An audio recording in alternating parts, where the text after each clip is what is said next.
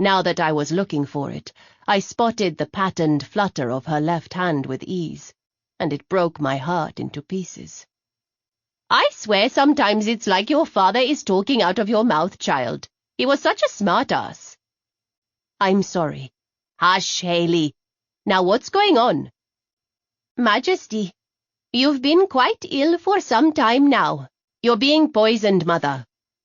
I shot Dr. Satir an apologetic look. We were lucky that Mother was coherent right now. I didn't want to run the risk of that changing with a long explanation. Besides, I'd want this kind of news straight without a lot of dithering, and I knew she would too. "We don't know how, and we don't know how long," I continued. "We do know it's AVI. That awful drug the commoners poison themselves with every day?" Mother rolled her eyes. "Apparently my enemies have a sense of humor." "Dr. Satir can tell you the specifics if you want. It's not good, Mother." "Of course it isn't. I expect I will get worse?" "Yes, ma'am," Dr. Satir whispered. "Well then, I will meet with the matriarch council and announce my abdication. You will be there, Hale. I've just sent Ty a message to fill her in on what's going on. We will announce it immediately to quell any rumors. Tonight would be best. We'll plan for your coronation after Pratimas, though. I don't want to interfere with the holiday." I exhaled a shaky breath, and Mother smiled. Then, just like a veil had been pulled over her face, her smile faded and she frowned at me. "Haley, how many times have I told you and your sisters not to play dress-up in my clothes? You've made a mess of my closet, and your father will be back any moment." Oh, bugger me. My heart crashed into the floor. "I'm sorry. I'll get it cleaned up." "You do that. Quietly. I'm exhausted, and I want to rest my eyes before your father gets home." "Yes, ma'am." I backed out the door, nearly running into Ty in the process. "The Empress called me. Her message said she was going to abdicate the throne?" I shook my head, unable to say anything without the tears coloring my voice. Thankfully, Dr. Satir stepped in, explaining in a hushed voice what had just happened. Ty was equally on the ball. She had been with my mother for almost 5 years, and it seemed that little could shake her. "Highness, the Empress was supposed to sit in on a military briefing in half an hour. That will obviously be impossible." "I'll do it." Ty nodded sharply. "I will get together with Alba and figure out what to shuffle out of your schedule so you can meet with the Matriarch Council. I can have Admiral Hassan get you up to speed before the briefing starts." "I've been following discussions somewhat, but I'd appreciate that." I glanced down at the relatively plain blue dress I'd talked Stasia into this morning and sighed. "I'm going to need to change. Please tell the Admiral I'll meet her—" I fumbled. "Wherever we're supposed to be." Ty didn't even crack a smile. "I'll send you the location, Your Highness." "Thank you." I left Mother's rooms, my bodyguards trailing behind me. "Ma'am, you will want to breathe, or you risk passing out," Emery murmured. "Your heart rate is through the roof." "I am panicking, Emmy. You'll just have to deal with whatever alarms are screaming in your head."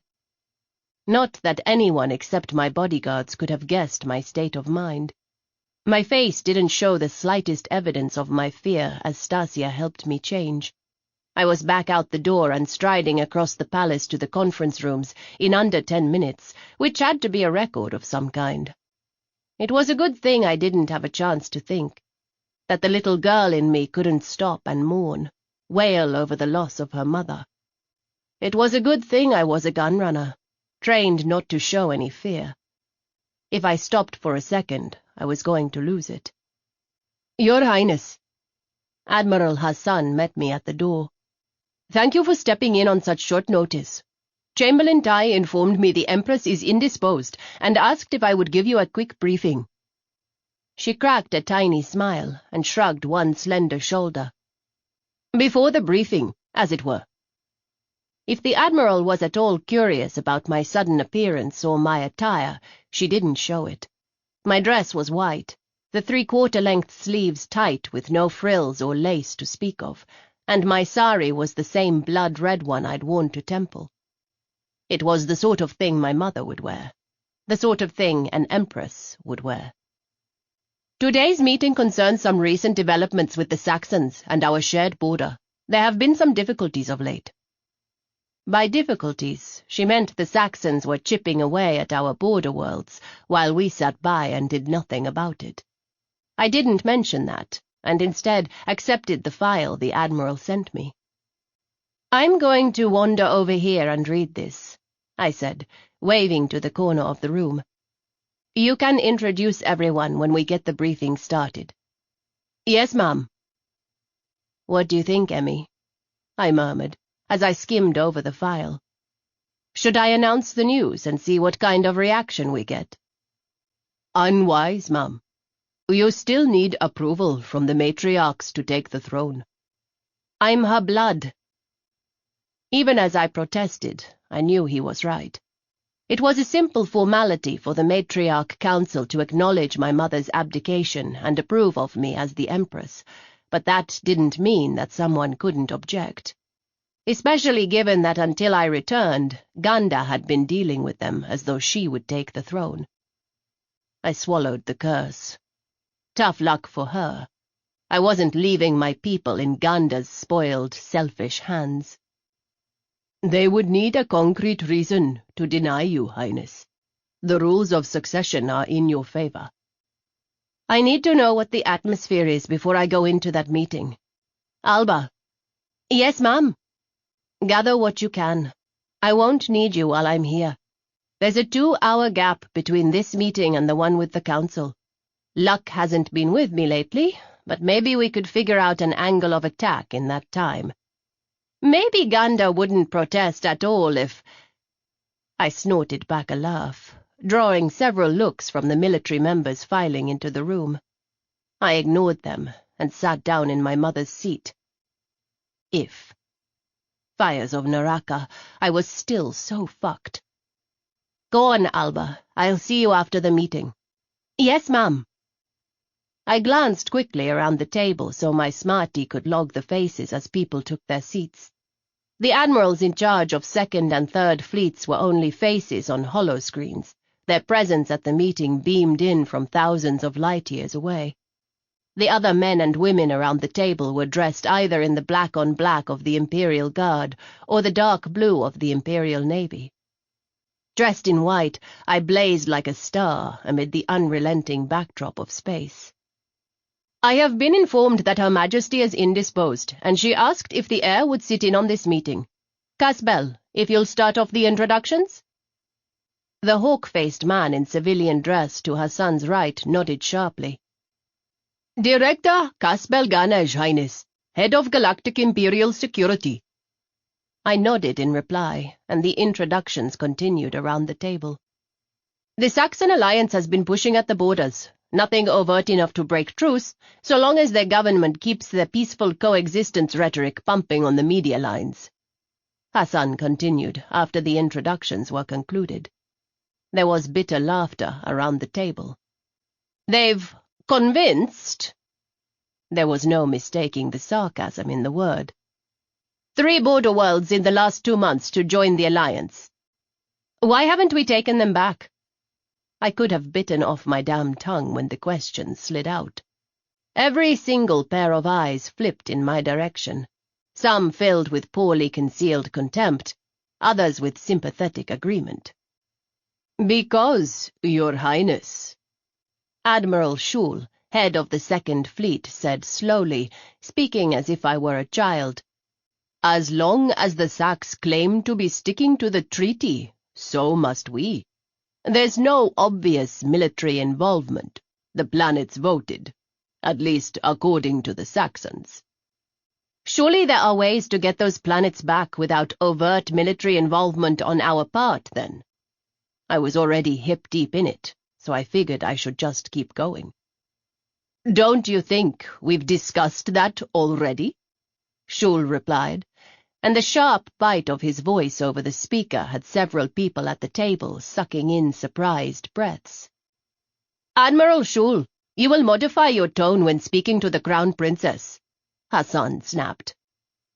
"Highness, I realize you've been out of the loop," I supplied when she fumbled, and was relieved by the flash of humor in the Admiral's brown eyes. "If you wish, ma'am. I don't know if you've seen it yet, but the media lines have not been kind to us lately. With the economic problems in some of our outlying planets and the troubles here at home, one could make a case we've gotten a little too big for our own good. The whole galaxy pushed for the peace treaty with the Saxon Alliance, and it has held for longer than we could have hoped." I remembered hearing the news of the peace treaty. Even as I'd tried to avoid information from the Empire, the end to the 17-year war was enough to make the headlines across the stars. We'd been in a little bar on some backwater planet, working hard at getting drunk.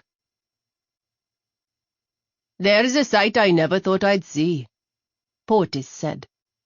I turned my head toward the screen by the bar, blinking several times until the words shaped themselves into some semblance of order. "Peace treaty?" "Yup. Looks like those Earthies finally got their way. The Saxes and the Indies have signed a treaty."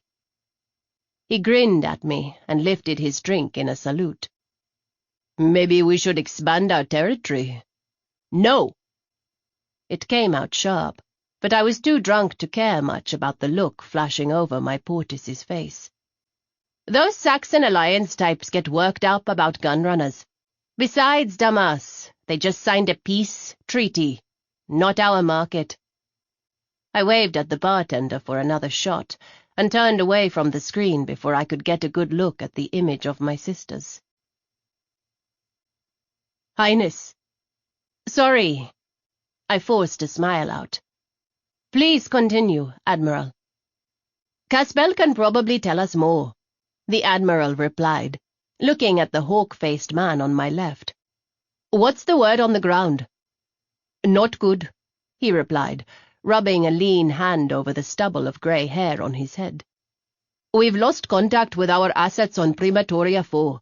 Could be dead, could be captured, could just not be able to answer their smarty." There was a chuckle around the table at the dry humor.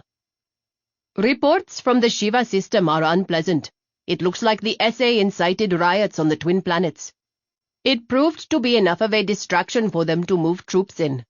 What this means for us, Highness, is that as far as public opinion goes, those planets chose to leave the Empire." He kept his brown eyes locked on me as he shrugged.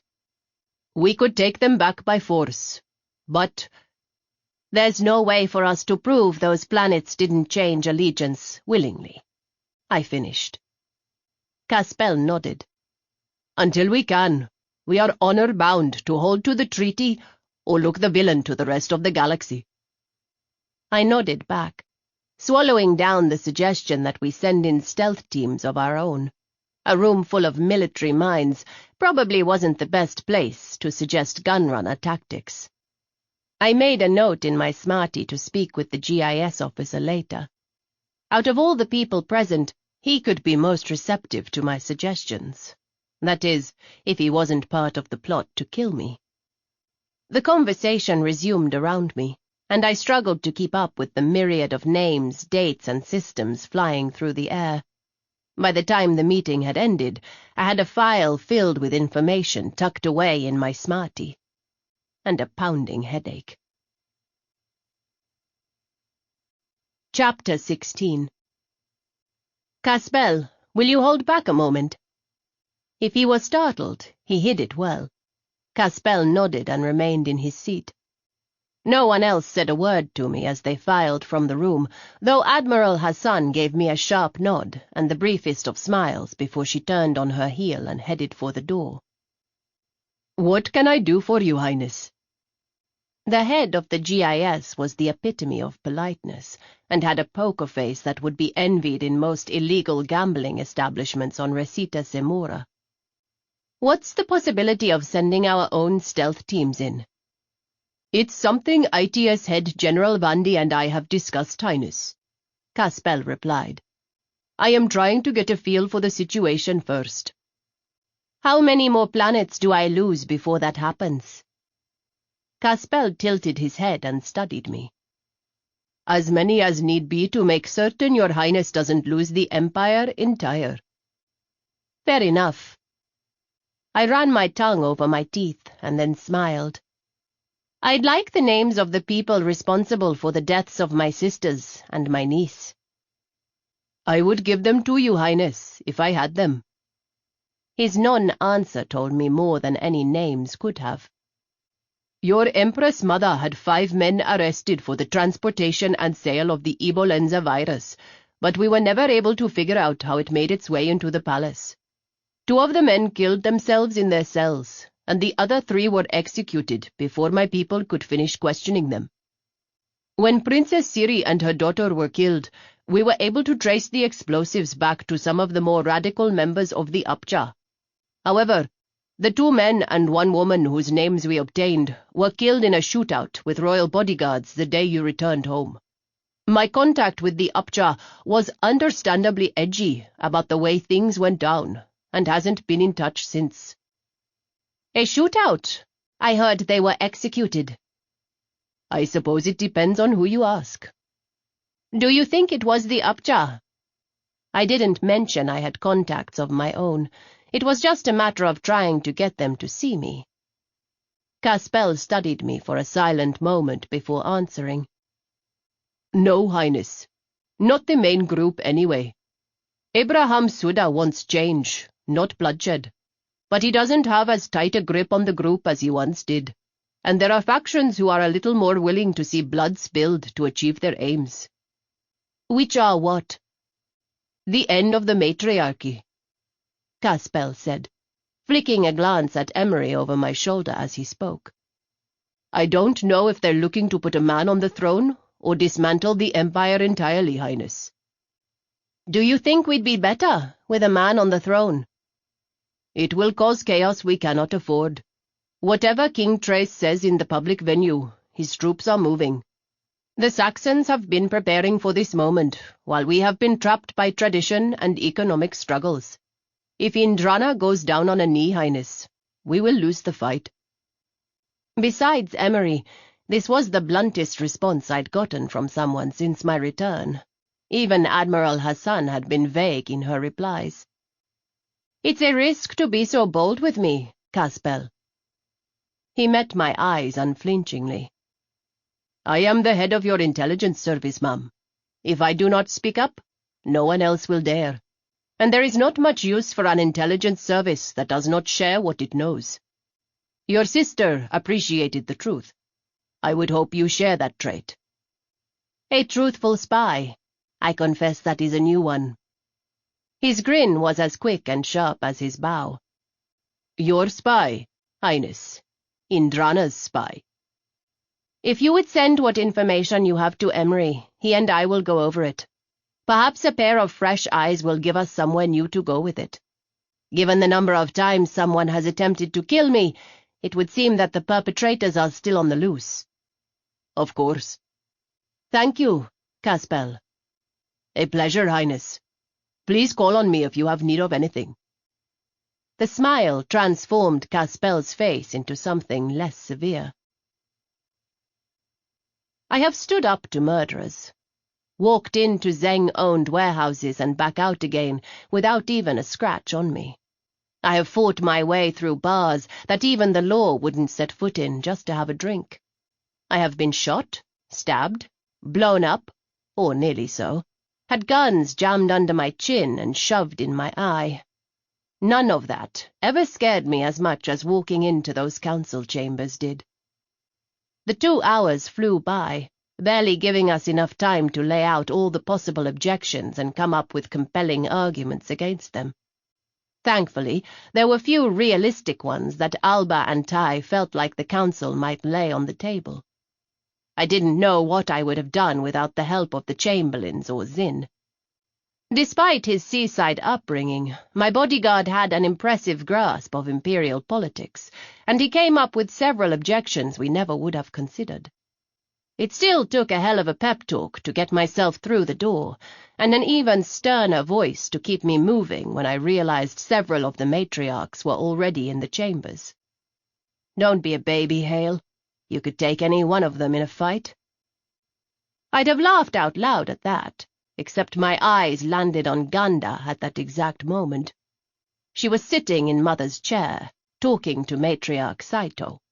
Her shocked face shook my mirth loose, and I spied the quick narrowing of her eyes before she pasted a bright smile on her face.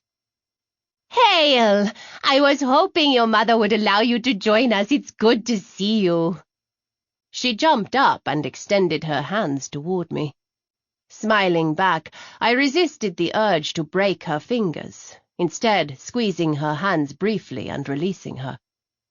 "We have something important to discuss with the council today." Fear flitted across Ganda's face, but I wasn't sure of the cause.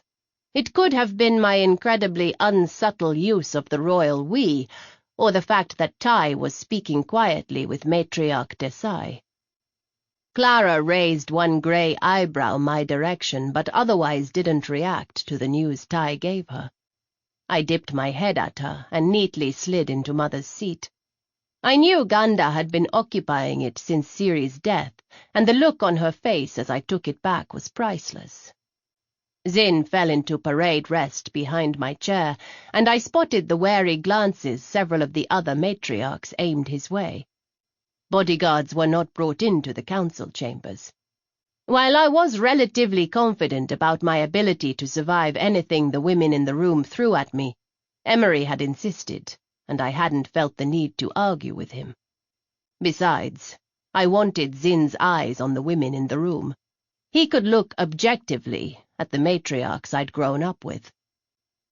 "Ladies, take your seats," Clara said. "I am afraid I'm going to have to table our normal agenda in favor of something more important." I leaned back. "Zin, be a dear and grab a chair for Ganda, will you? She seems to have lost her seat." There was a moment of shuffling while Zin found a chair and put it right next to me. Once Ganda was settled, Clara continued. "Her Imperial Majesty extends her apologies for her absence today, and also for the imposition of allowing a bodyguard into our session." She scanned the room. "Normally I would protest, but the decision is backed not only by the Princess's Ikam, but the Empress's as well. Given the recent dangers, and in light of today's news, I have allowed it. Now would be the time to file a formal protest." No one protested. "You know no one is going to protest, Clara. Get on with it. You can't dangle a carrot like that and not expect us to start salivating." The elderly matriarch Tobin grinned at me and thumped the floor with her cane. "What's the big news?" "The Empress is not suffering from Shakti dementia. She was poisoned," Clara replied. The inhale was collective, except for Ganda, who was a half-second late with her surprise. If I hadn't been listening for it, I would have missed it, and I couldn't be entirely sure my hatred wasn't making me hear things, which is the other reason I'd agreed to Zin's presence in the meeting. "Chamberlain Tai has just passed Dr. Satir's report on to me. I will make it available to anyone here, but news of this is not to leave this room. Am I understood?"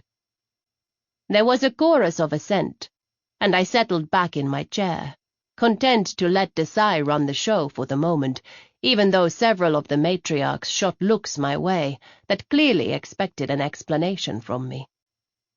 "Her Majesty has also informed her Chamberlain of her intent to abdicate the throne to her only surviving daughter, as soon as she is approved and the coronation is complete. In light of her recent return and the current situation, I am sure the Princess will not take offense to any legal objections that are raised during this meeting." "Oh, nicely handled, Clara." I kept my poker face on and did a quick sweep of the room. Now I'd be able to see the more obvious of my detractors, and hopefully more than a handful of allies. No objection. Matriarch Maxwell had been old before I ran away. Now she seemed practically ancient, but her family had always been Crown loyalists. She was proven the Empress's blood at birth, and proven the same when she returned. It was a relief to have the eldest member of the council easily dismiss what could have been one of our biggest challenges, that I wasn't who I claimed to be. It didn't escape me that the one thing I'd been pissed at Emery for in the beginning was now an important foundation for my rule. Several other matriarchs murmured their agreement with Maxwell. "Are you going to run again?" Matriarch Gohill had passed away last year. Between my whirlwind briefing and the help of my smarty, I identified the questioner as her eldest daughter, Alice. There hadn't been any malice in the question, but several women shifted uncomfortably as it danced along the edge of propriety. I met her cool, dark-eyed gaze. I liked the look of her. My reasons for leaving the first time were my own. I don't apologize for it. I've learned a lot in 20 years, I said. Since I left home, I haven't run from anything. Not a fight, nor a duty. I'm here, and here I'll remain, until the Dark Mother calls me to temple. Every time I said the words, it felt more right, more like the thing I was supposed to do. No objection from the House of Gohill. Alice dipped her head slightly. Ganda has been running herself ragged for the sake of the Empire since before the death of Princess Siri. Matriarch Kaitri tugged on an auburn curl as she spoke. She has done a great service to the crown and shown an aptitude for leadership. I am not sure I see the wisdom in throwing her aside to put a gunrunner on the throne. Elsa, watch your tongue, Matriarch Saito snapped. Objections can be made without insulting the heir. What? It's not an insult if it's the truth. You've read the story same as I have. She was a damn criminal from the minute she ran from the palace. Gods only know how many laws she's broken, how many people she's murdered. Things went predictably downhill after that. Zin, you will not say a word. I don't need you to defend my honor. I didn't have to look behind me to know my bodyguard was watching the sniping in horror. They cannot insult you like this, Highness. Kaitri is technically right. I was a gunrunner. She's deliberately insulting me to see what I'll do. Why aren't you telling them the truth of why you left? Because I'm all right with this version for the moment. The chambers are protected space, and unless Clara decides she's out of line, we're keeping our mouths shut. Understood? Yes, ma'am. I rested my elbows on the arms of my chair and steepled my fingers, trying not to smile as I watched the show. The older matriarchs were unwilling to engage in the behavior of the younger members, and I knew they were watching me even more than the women shouting at each other to see how I would react. I had several very obvious supporters who were either genuine in their opinions or very good actresses. Those who supported Ganda seemed to be older, the matriarchs in the middle age range. Interestingly enough, they all came from houses that would stand to profit should Indrana go back to war. I filed that tidbit of information away to discuss with Emery later and glanced in Desai's direction. She answered my look with a raised eyebrow that said, "Do you want to stop this, or shall I?" People assume gunrunners conduct business with threats and snarls, waving weapons around and pummeling each other with fists. There was some of that. More often, though, it was detailed negotiations, promises, well-laid plans, and sly deals. The reminder that I'd done all this with people far more dangerous relaxed me, and I laid my hands on the table with a slow smile. Enough! I said the word with a forcefulness that cut through the din. Ladies, this conversation, such as it is over. The Empress has named me heir apparent, a right I already hold by proven blood. You are welcome to obtain some kind of legal proof to the contrary, but as of yet, we've heard no real objection that would stand up against either tradition or the law. I wish you luck of it. I will, however, caution you. Further destabilizing the throne at a time when leadership is most needed is unwise. My mother is ill. My sisters are gone to temple, and our enemies are chipping away at our borders. There is no coincidence in this. Enemies of Indrana seek to divide us, and we will not sit by and watch our people suffer. I rose and shook out my white skirts, smoothing the red sari draped over them, and smiled coldly. We will announce Mother's abdication at the celebration this evening, and the throne expects your full support in public, unless you choose to file a formal objection with Matriarch Desai. To file a formal objection to my succession meant they not only had to come up with a solid legal defense, but also had to explain to their families why they'd broken from the decision of the Empress on such a serious matter. I'd effectively backed them into a corner, which could come back to bite me hard.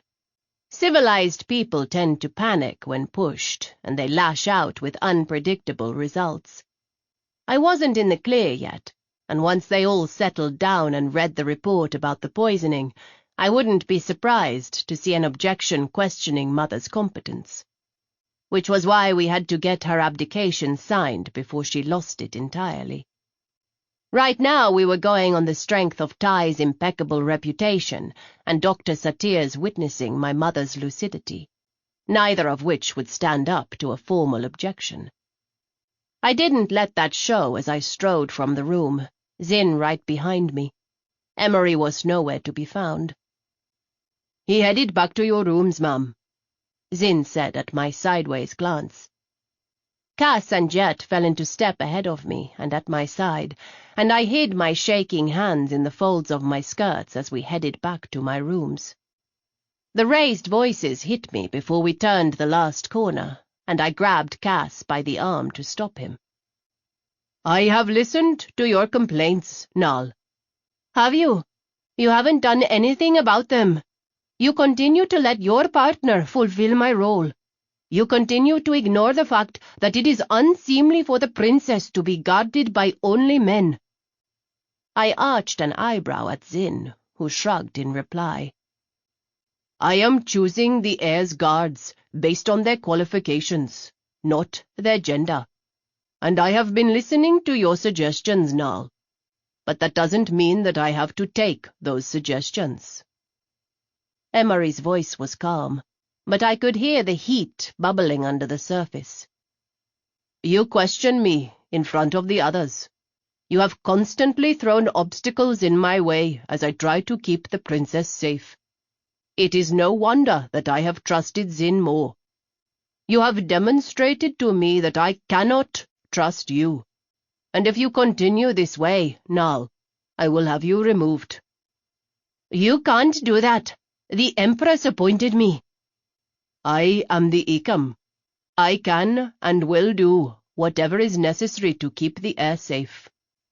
Get on board with that, Nal, or get the hell out." I moved the moment I heard the door slam, pasting an innocent smile on my face that I knew didn't fool Emery for a second. Willimette and Rama looked uncomfortable. Both were staring at the floor and jumped when I greeted them. "Highness." Emery opened the door and gestured for me to precede him. I raised an eyebrow as I passed, but he was looking at Zin, who gave the minutest of shrugs. There was a murmured conversation behind me, and when the door shut, I was alone with my trackers. "So that was an interesting conversation?" I unwound my sari and tossed it over the arm of the rose-colored couch. "With the matriarchs?" I gave Emery a look. There was little conversation there, actually. A lot of hand-wringing, accusations, insults of the veiled and not-so-veiled variety, and we ended with me telling them that if they didn't like me being their new empress, they could file a formal complaint. We'll see if anyone can come up with something that won't make them look like idiots. I was talking about that. I waved a hand at the door. Little event with Nal. She was angry that I'd sent Zin into the matriarch's meeting with you instead of letting her go. Sounded like a bit more than that. It's pretty obvious she doesn't like you being in charge. But is that Indranan conditioning, or something else at work? Emery shrugged. I don't know, Highness. We can't afford to trust her. You've read her file. There aren't any obvious flags, but it makes you itchy. I finished. I know. I had read Nal's file, and it was so clean it squeaked, which, of course, made me nervous as all hell. I've already gotten a few comments from the matriarchs about having a male guard in the chambers, and Alba has found several news stories where it's mentioned. I didn't add in the number of times it had been brought up on my Hansi. The younger generation using the service weren't particularly caught up in things like tradition, but there were some who seemed to be offended, on my behalf, of course, by the fact that my guard teams were overwhelmingly male. We have enough things on our plate, Emery, without adding having to fight to keep you in your position. Let me know if she gets out of line again. I'll intervene. Chapter 17. I haven't been this nervous since the first time I met Po Sin. I murmured the thought to no one in particular, but it was Adele who responded. I'd think that would even make Emery nervous, Highness. Aho! I laughed. I doubt it very much. He'd stand up to the whole Zhang family without blinking until they turned over their warehouse codes. My green-eyed bodyguard laughed, earning a glare from Nal. I grinned and moved from the window to the rose-colored couch. I was in a comfortable salwar kameez of grey silk, decorated with silver embroidery and bells on the bottom hem. I wouldn't be able to sneak up on anyone with this outfit, but I loved it nonetheless. Highness, your family is here, Nal said. Emery's ass-chewing appeared to have improved her attitude. I stayed in my seat. Emery and I had gone over the intricacies of this first meeting with my nephew and the tone I wanted to set right off the bat. If he was involved in the plot against the throne like Tefiz suspected, I wanted to know. Zin stood quietly in the corner, and Emery was in the surveillance room, where he could watch Lab's every move unimpeded. My nephew came through the door behind his wife. Lina Surakash was tiny compared to her husband. Lab, by contrast, was tall and blocky, dressed in a formal naval uniform, and I could see the hint of Ciri's loveliness in his handsome face. It was ruined by the dissatisfied expression smeared across his features, which he didn't hide behind a polite mask fast enough. Your Highness, Nal said, allow me to present Lina Surakesh and her husband, your nephew Lab. Your Imperial Highness. The young couple both dropped their heads. Lina's pale yellow curls danced about her dark cheeks when she dipped a perfect curtsy. It's a great honor. It's very nice to meet you. I waited a beat before waving a hand for them to rise, and held the same hand out to Lina. There was genuine pleasure in her eyes, but my nephew's dark gaze flickered with poorly concealed anger. Anger at what, I couldn't begin to guess, so I gave him a smile and held my other hand out to him. I am sorry for the loss of your mother and your sister, I murmured. Your kindness is appreciated, Your Highness. His words were stiffer than his shoulders. Please sit down. Lina, I saw the news about your recent promotion at the accounting firm. Congratulations. Thank you, Your Highness. And Lab, you recently graduated from the academy. Yes, Your Highness, Lab replied, straightening his shoulders under his dark blue uniform. Just a few months ago, I was placed on the Makara. So you're following in your father's footsteps? I hear he left with Second Fleet for the Saxon border. Yes, Your Highness. How is Taran? It was very kind of you to take him in, Lena. He is holding up, Your Highness, she said. And it was the right thing to do. He would have been all alone in the palace with his father constantly away, and with the Empress being ill. She trailed off, and the awkward silence filled in the gap left by her words. It is awful. I had to remind myself that everyone else still thought my mother was suffering from dementia. Forcing a smile, I gestured for Stasia to bring the drinks over. I'm sorry it took me so long to see you. As you can imagine, things are slightly chaotic. I'd like to see Taran also when the time allows. I'll have my chamberlain contact you. Of course, Your Highness.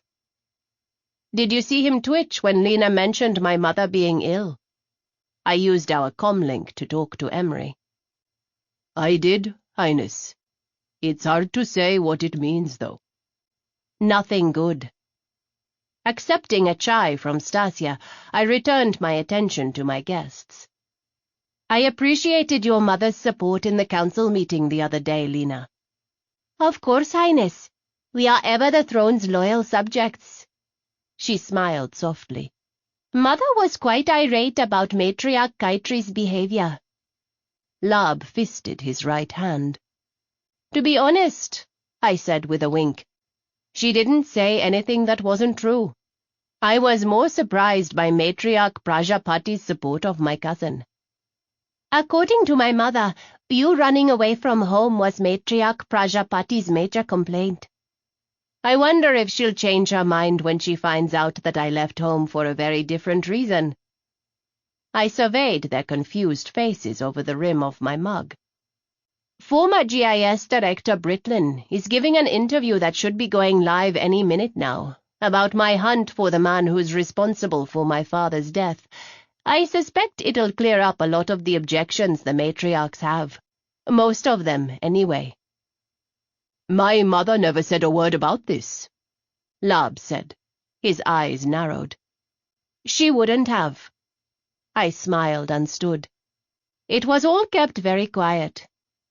I suspect that will change more than a few minds on the council, Lena said as she rose. Thank you for making time to see us, Highness. It was very kind of you. Your family, Lena, and I owe you for taking Taran in. I took her hand and squeezed it. I'll see you again, both of you. Highness. Lab only hesitated a second before he took my hand. Then he tried to release me, but I tightened my grip. Take care of yourself, Lab. Someone's after our family, and there's not many of us left. I didn't smile as I said it, and watched him swallow. I have enough vengeance to deal out. I'd hate to have to add you to the list. Yes, Mom. Good. I released him with a smile that almost split my face. The smile vanished as Nal and Adele followed my visitors out the door, and I turned around to meet Zin's grim look. He's up to his neck in this, isn't he? Zin nodded. And you weren't very subtle there, Highness. I'm too mad for subtlety, and I want him to be terrified of what's going to happen when I find out he was directly involved in any of these deaths. I stopped and raised an eyebrow at him. What? You don't seem the slightest bit shocked he could do something that terrible, Highness. How did you stay so naive, Tracker? I hoped my smile softened the words. Or is it just that I've spent most of my life in a world where a man would sell his whole family to pay off his gambling debts? I'm afraid there's very little left that would shock me. Money and power are shiny things. Even the strong have trouble doing what's right when everything they've desired is laid out in front of them. Still, to push him might not be wise. Desperate people do desperate things. I'd rather they stick to whatever plan they have concerning you, rather than some impulsive attempt to kill you that we might miss. I think we've blown their plan out of the water already, don't you? Zin shrugged, a half-smile on his face as he studied the door. Maybe, but it's early yet. If it were me— He broke off when Emery came into the room, but then continued. If it were me, I'd have a decent backup plan or two. You've always been the wild card, Highness. I snorted. I don't mean it that way. We're pretty sure they didn't know where you were until just recently, or they'd have tried to kill you a lot sooner than they did. But they would have had to take you out. Leaving you alive wasn't an option. Mems joined my crew 3 months after an incident on Candless cost me my navigator. She rode with us for 6 years. If she'd been working for these people, wouldn't she have tried to kill me early? Not necessarily. They could have got to her at Shanghai. That's a deal I'd want to do face to face. I rubbed my hands over my face. We'd had 5 days of leave at Shanghai after closing the deal with the Chengs. More than enough time for someone to track her down and make the offer. I hated to say it, but it didn't surprise me at all that they'd gone after Mems, or that she'd agreed to it. My only consolation was that she'd never gotten to spend all those credits. So how did they track me down? Zin glanced at Emery, and they shrugged in unison. We would have followed the money, Highness. I stood in the shadows, watching the colourful crowd below mingle in the cavernous ballroom in the north wing of the palace. They looked like butterflies dancing over a field of flowers. I snorted softly. Deadly butterflies dancing over a toxic field would be more appropriate. The ballroom was reserved for special occasions, and the walls were covered with priceless tapestries. Golden statues were strewn about the room in an ostentatious reminder of my family's wealth, and vases older than the empire itself sat on pedestals protected by force shields. Mother's coronation had been in the throne room, but the after-party had been here. My sister's wedding reception would have been in this room, and the party to celebrate Admika's birth. Their funerals would have been in the temple. Now I was about to be announced as the heir, officially. No objections had been lodged with Clara, and Mother had been lucid enough before the celebration not only to sign the declaration, but to record a brief message about her illness and what it meant for Indrana. I didn't know when my coronation would be, but I was sure we'd try to do it as soon after the holiday as could be managed. I'd told Alice Gohill the truth about not running, but it didn't mean I wasn't terrified of screwing all this up, or worse, for everything to go sideways while I was still in this limbo of being almost but not quite in charge. The lives of billions were going to be in my hands. That thought made me want to throw myself off the balcony. Surely the drop of 13 meters and the impact on the pale grey marble below would kill me. Except Emery and Nal were right behind me. Knowing them, I'd be grabbed before I could get a leg over. I let go of the carved railing, dropping my hands to my sides. They disappeared into my massive sleeves. The heavy white satin of my court dress was finished off with gold thread and little oil-slick pearls. The hanging sleeves dropped all the way to the ground, the wide openings showing off the golden silk wrapped around my arms. I felt like a goddamned mummy. Stasia had done up my hair so that green curls spilled down my back and over one shoulder. There were enough gemstones in the crown buried among my curls to feed a large family for a month. I was grateful for the slender reassurance of the knife tucked against my left forearm. Stasia had protested, but I wasn't going to be moved on the subject. Illegal or not, I wasn't going anywhere in the palace unarmed. Just because I could kill someone with my bare hands didn't mean I liked how the odds shifted if they happened to have a gun. After I promised not to draw it on any nobles unless they really tried to kill me, she'd relented and promised not to tell my Ecam. "Ready, Highness." Nal offered me a tentative smile. Her attitude had continued to improve, though her posture was still ridiculously formal. I suppose. I attempted to smile back, glanced over my shoulder at Emery, and started forward down the wide stairs. The swirling collection of people below us froze at the sound of the gong, and more than 4,000 pairs of eyes turned our way.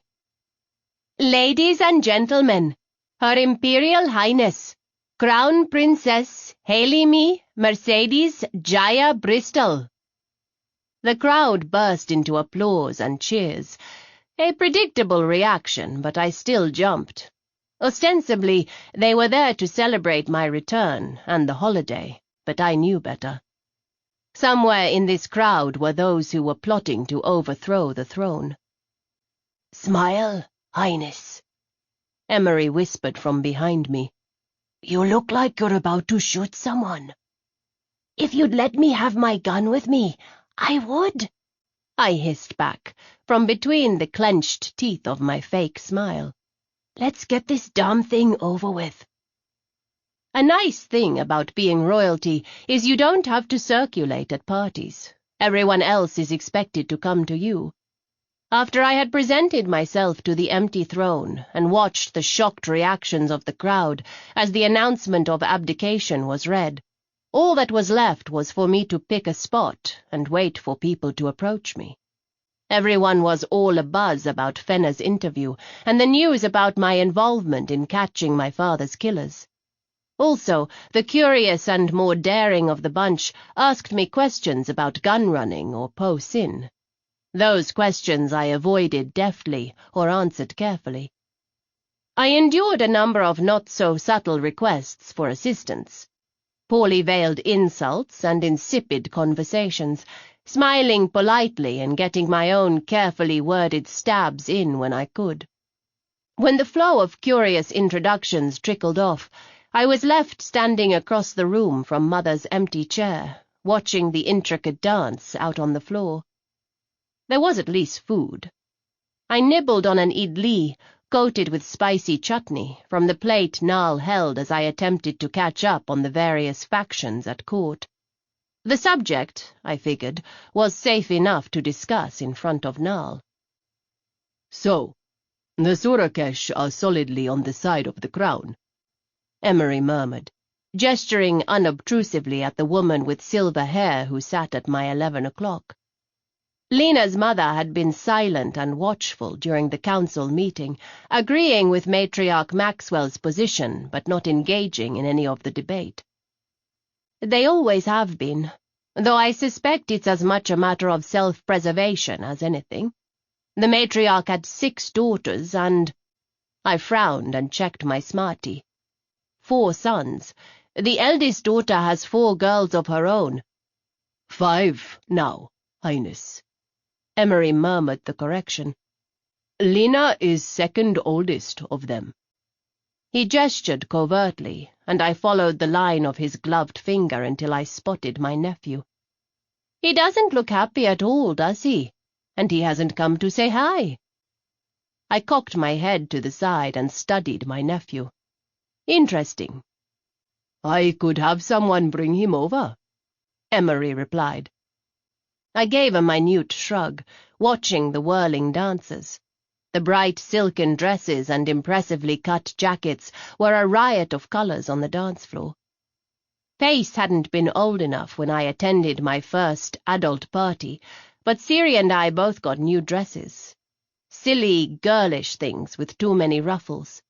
I remembered that my 13-year-old self had been delighted with it. Father danced with us, as did our uncles. Tefis had even taken my hand and turned me in circles, all the while watching the crowd with those piercing blue eyes of hers. I missed her. She'd been an older sister to me as much as a bodyguard. It was a relief that Mother hadn't sacked her outright for my disappearance. "Emery?" I hesitated, suddenly unsure if I should even ask the question. "Did Tefis... were she and Ofa angry with me?" "No, Highness. They were worried." I'm relieved Mother didn't punish them, I murmured as tears pricked at my eyes. Though I wish I'd had a chance to apologize to Ofa before she died. It was unnecessary, ma'am. Emery's reply over our comlink threw some steel into my backbone. They both spoke highly of you. So did Portis. I am glad to see their judgment wasn't clouded by their feelings for you. Which is what you thought? At first. His smile was fleeting. You've changed my mind. Your Highness, if I may apologize for the interruption? I gave the stranger who'd approached a once-over. He was tall and wiry thin, with pale, almost white blonde hair and equally pale blue eyes. I'd heard the distinctive Saxon accent rasping in his voice, which explained why my bodyguards had shifted uncomfortably. Ambassador Jaden Toropov, Your Highness. He executed an elegant bow that was an interesting counterpoint to his scarred hands. Ambassador? Toropov smiled and extended a hand. Might I interest you in a dance? He didn't ask you, Emery. You don't get to come with me, I said, before he could protest. I put my hand in Toropov's with a smile of my own. Of course, Ambassador. People moved out of our way as we crossed the dance floor, a multicolored sea parting without question, or even really conscious thought. I suppose it's another one of the perks of being royalty. People get the hell out of your way. I'm going to have to apologize to your Ikam. For testing to see if the gunrunner knew how to dance? Toropov blinked at me in surprise and then laughed. I suppose so, Your Highness, though I would have phrased it differently. That's why you're the ambassador. I let him spin me in a circle and gave him a bright smile as he cupped my waist with one long-fingered hand. I'm pretty sure things haven't deteriorated quite that severely between our empires since this morning. Of course, ambassador or not, if you try to kill me, my bodyguards will be the least of your worries. He grinned at me, the expression transforming his austere face into something devilishly handsome. So, the rumors are true. Perhaps I should put some money down after all. There's a bet about me? I shouldn't have been surprised.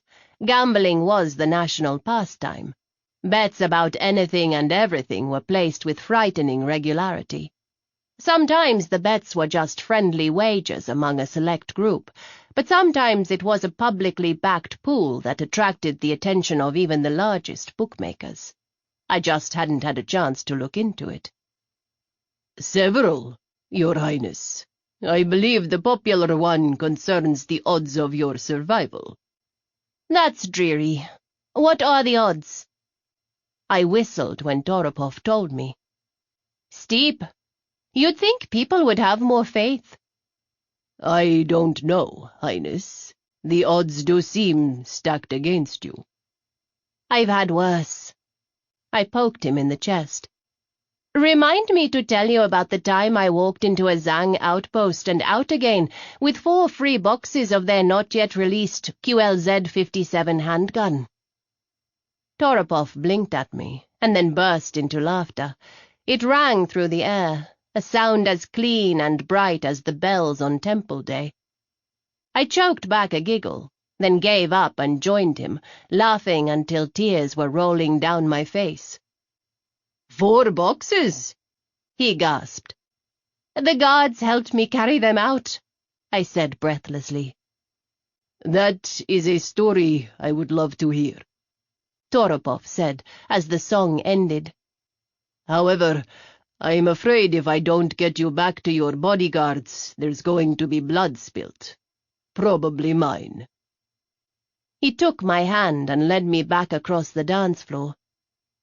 I have been directed to convey His Majesty's greetings, Your Highness.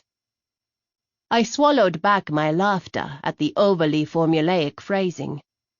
"Tell King Trace I said hi, and message my chamberlain if you'd like to hear that story." "I will, Highness. Icam, my apologies for stealing your charge. I have brought her back in good condition." Emery didn't say a word to Toropov, who was unfazed by the non-response.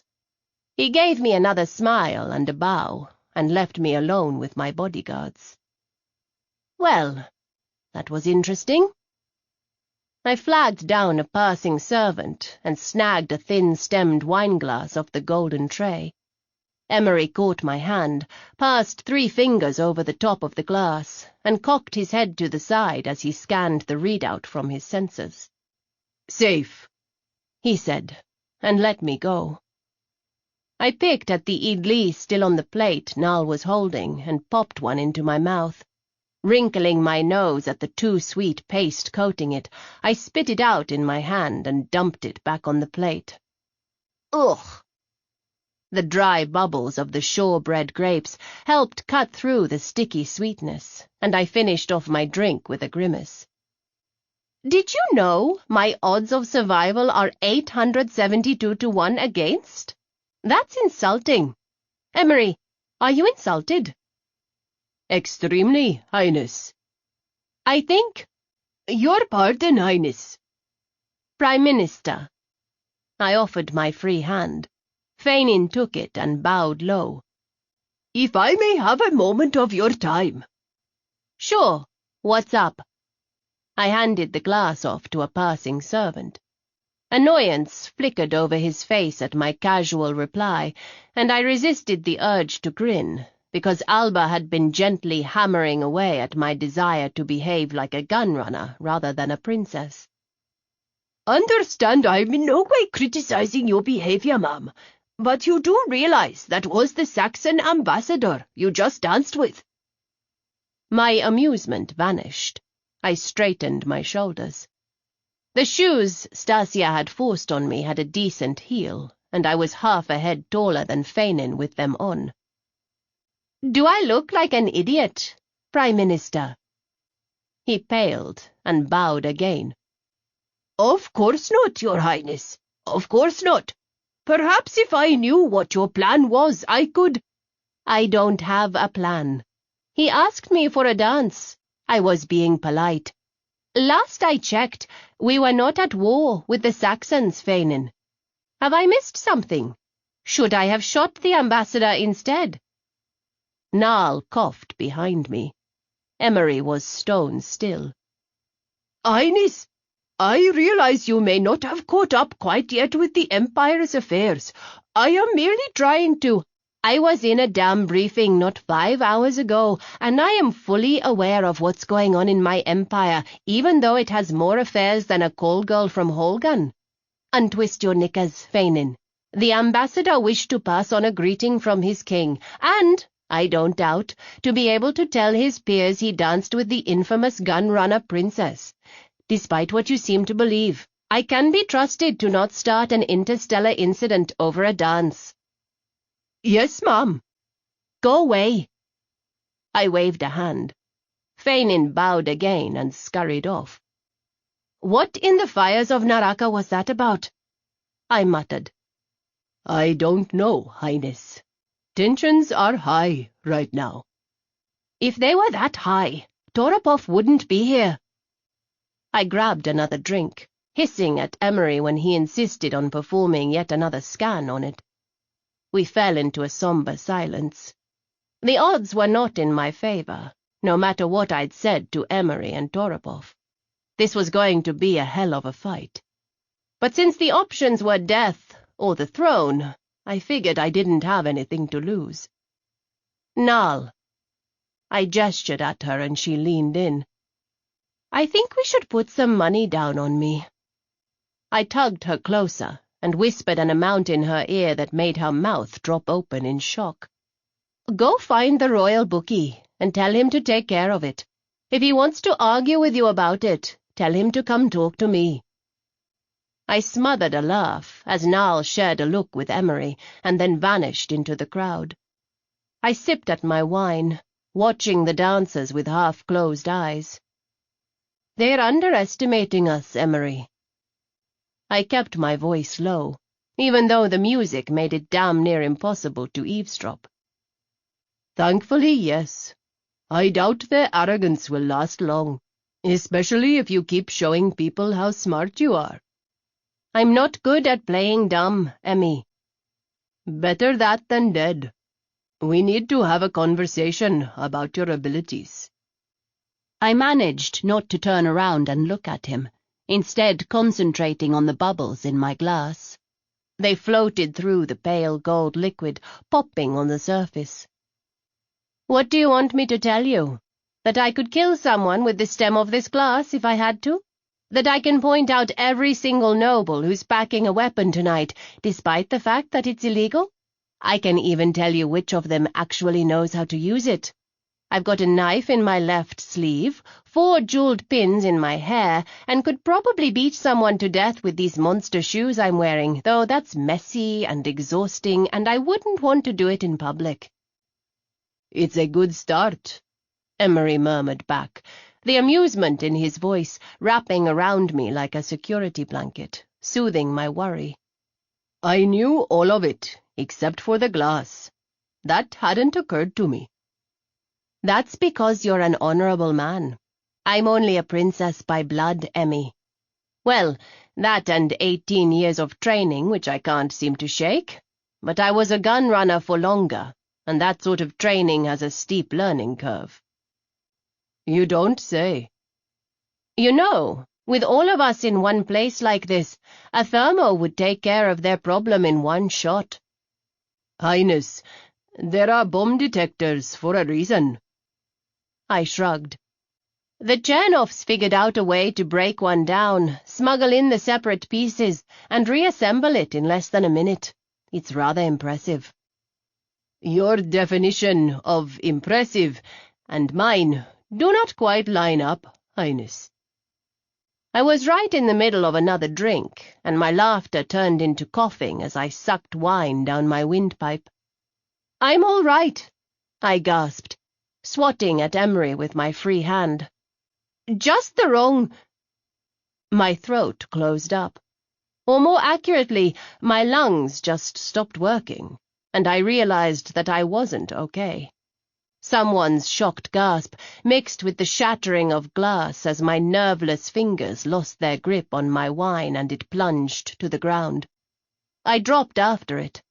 I was desperately trying to convince any part of me to function, but I was paralyzed. Emery caught me before I shattered on the floor. "Hail!" He cupped my face. "Damn it! Niall!"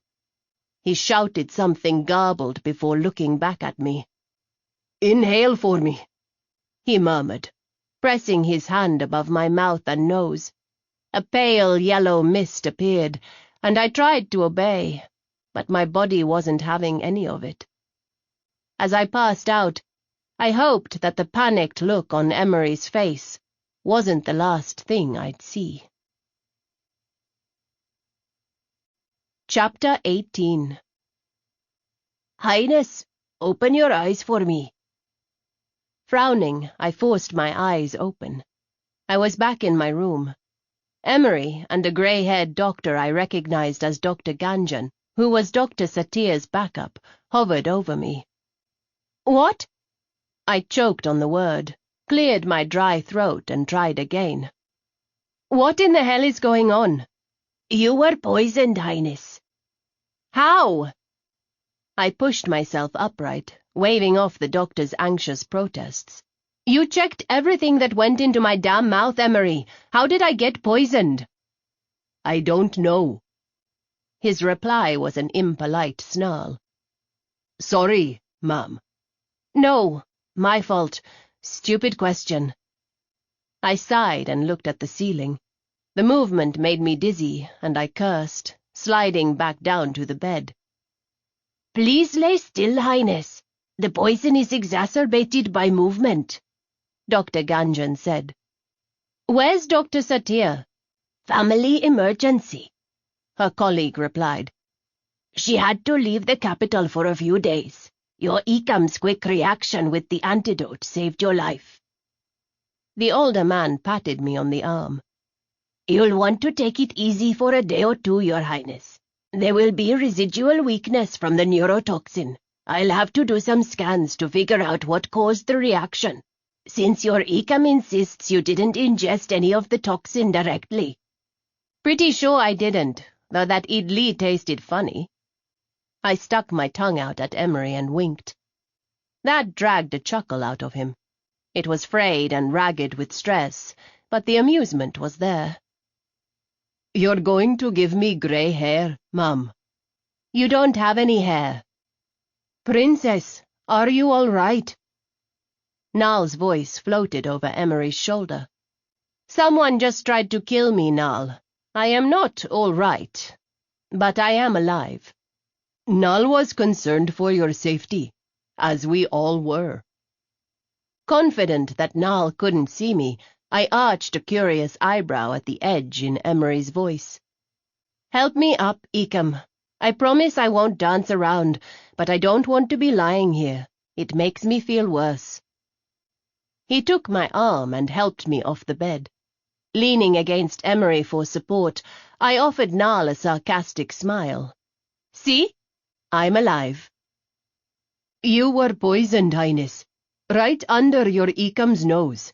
I don't think... Trusting my legs to support me, I let go of Emery and waved a dismissive hand at Nal. You were there too, Nal, and you heard the doctor. I am alive precisely because of Emery. I snapped. Doctor, thank you. Pass those results to us as soon as you have them. The doctor bowed to me and left the room. Nal didn't go as quietly, her angry protests on her way out the door, delivered in a voice too low for my ears to make out distinct words. Emery replied with two snarled sentences that were equally incomprehensible. There was a moment of shocked silence, and then the door closed. Drink this, Highness. Stasia pressed a hot cup into my hands, but the heat of it didn't penetrate my icy fingers. Do you want a fire? I wanted to burn the world down. I bit my tongue and tossed back the pepper-spice liquor before the words could escape, unsure where my sudden anger had come from. The drink stole my breath, successfully keeping me from looking like a fool. I'll make a fire, Emery said, taking the cup from my hand and passing it back to Stasia. She dipped into a curtsy and left us alone. He slid an arm around my back and, before I could protest, lifted me into the air, sliding his other arm under my knees. I can walk. His lips curved into the briefest of smiles. Then he set me down on the couch near the fire and turned back to the bed for a blanket. So Zin was right about the desperation thing. I probably shouldn't have pushed Lab, huh? Highness, now is not the best time for this. When is? I was wrong, and you were right, and thank you for being on the ball so I didn't die.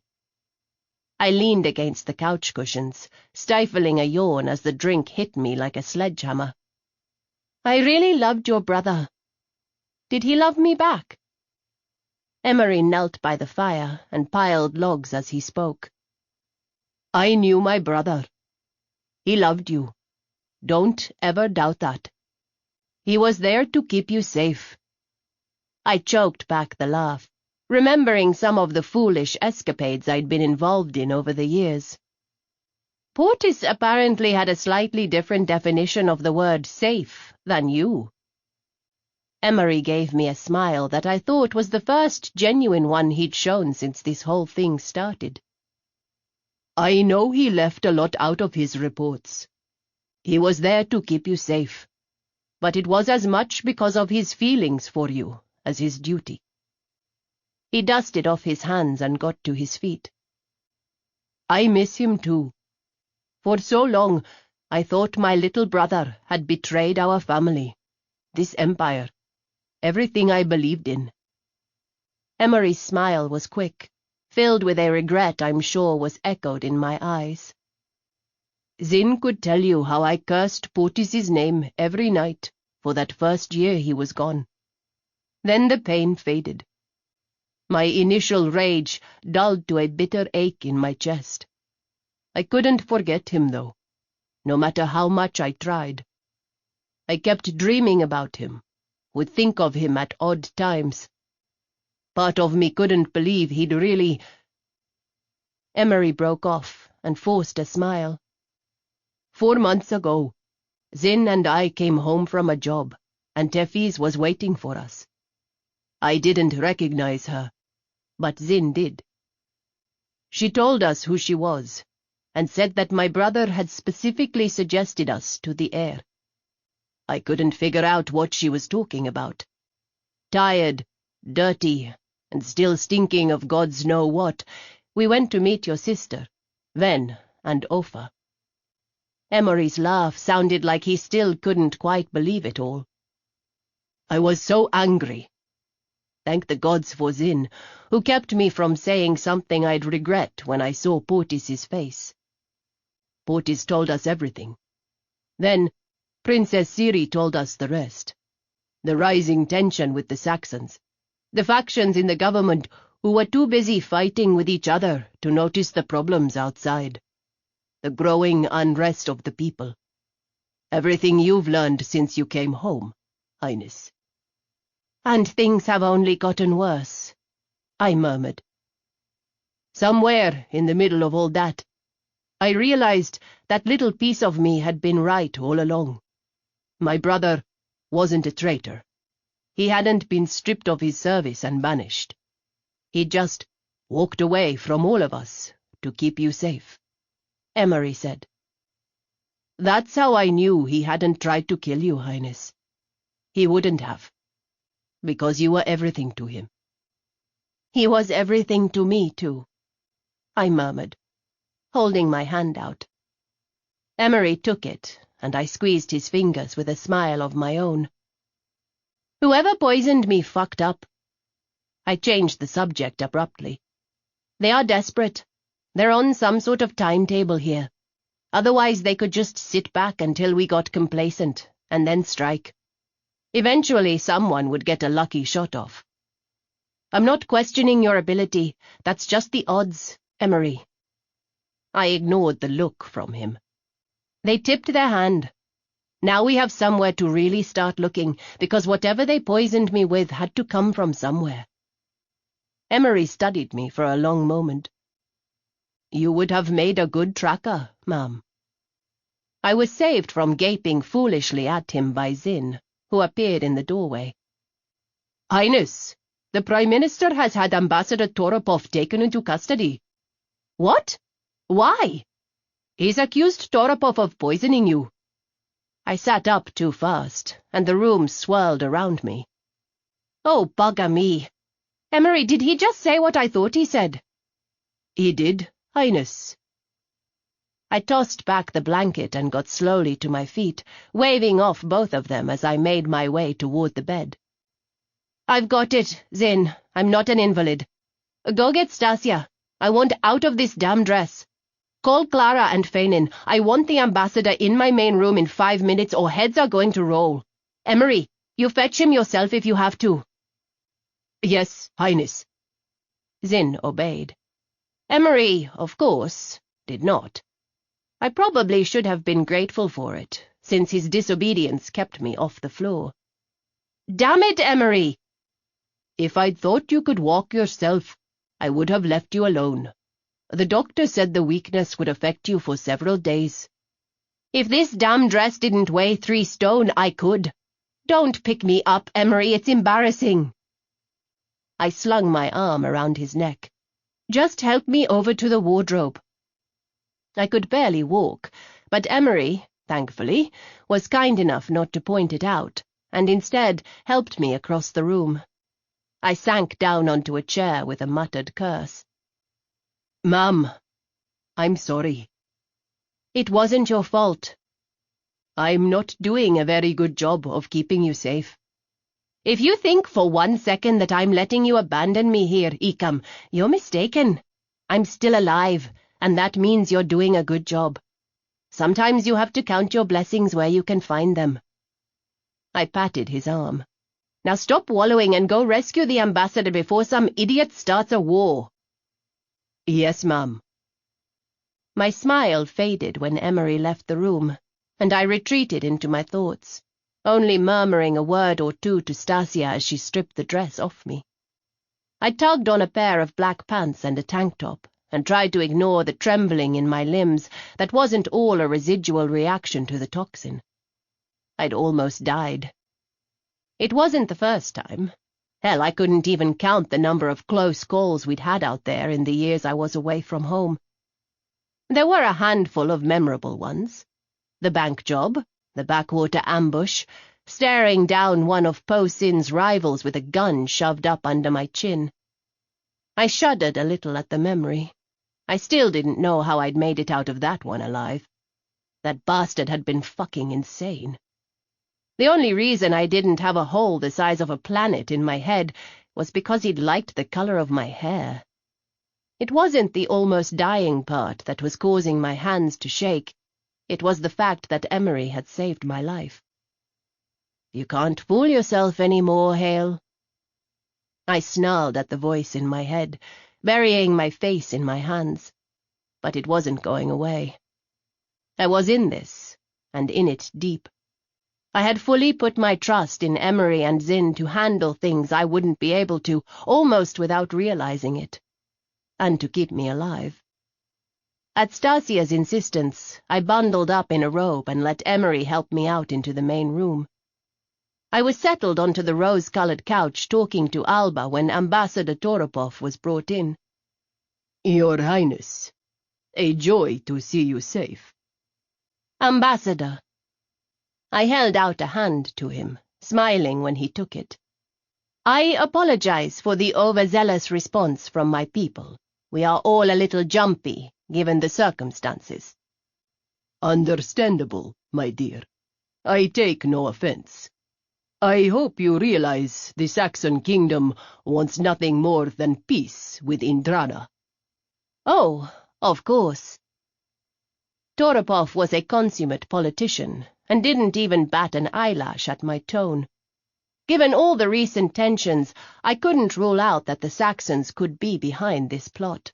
The loss of Indrana's ruling family would throw the empire into a state of chaos that would make it even easier for the Saxons to swoop in and get back a lot of the territory they'd lost in the war. I didn't think Toropov was so foolish as to have tried to poison me in full view of everyone. However, I also couldn't rule him out simply because of a gut feeling. Let's talk after the holiday. I'll have Alba get with your people? That would be lovely, Highness. Thank you. Toropov bowed and left the room. I waited a beat before raising a hand and signaling Zinn to open the door again so the Prime Minister could come in. Highness, a blessing to see you well. What in the fires of Naraka were you thinking? I sliced a hand through the air before Feinin could finish. Never mind that you acted without any orders whatsoever from the crown, but you just yanked a diplomat into custody in the middle of a state function, Feinin. I couldn't have blamed his bodyguards for completely losing their shit. You're lucky we didn't have a shootout in the palace. You passed out after dancing with him, Highness. Actually, I passed out after talking to you. I countered, and watched him swallow. If we're using that logic, what's your defense? Highness, surely you don't think... You've overstepped your authority, Feinin. I realize Mother's been ill, and others appear to have relied heavily on your advice. He flinched a little at that, and I stared at him impassively. From what Emery had discovered, the only reason Feinin now enjoyed so much influence in the palace was because my sister had invited him into her confidence. There's been some fluidity in the chain of command around here, but in the future, all decisions will go through either me or my mother.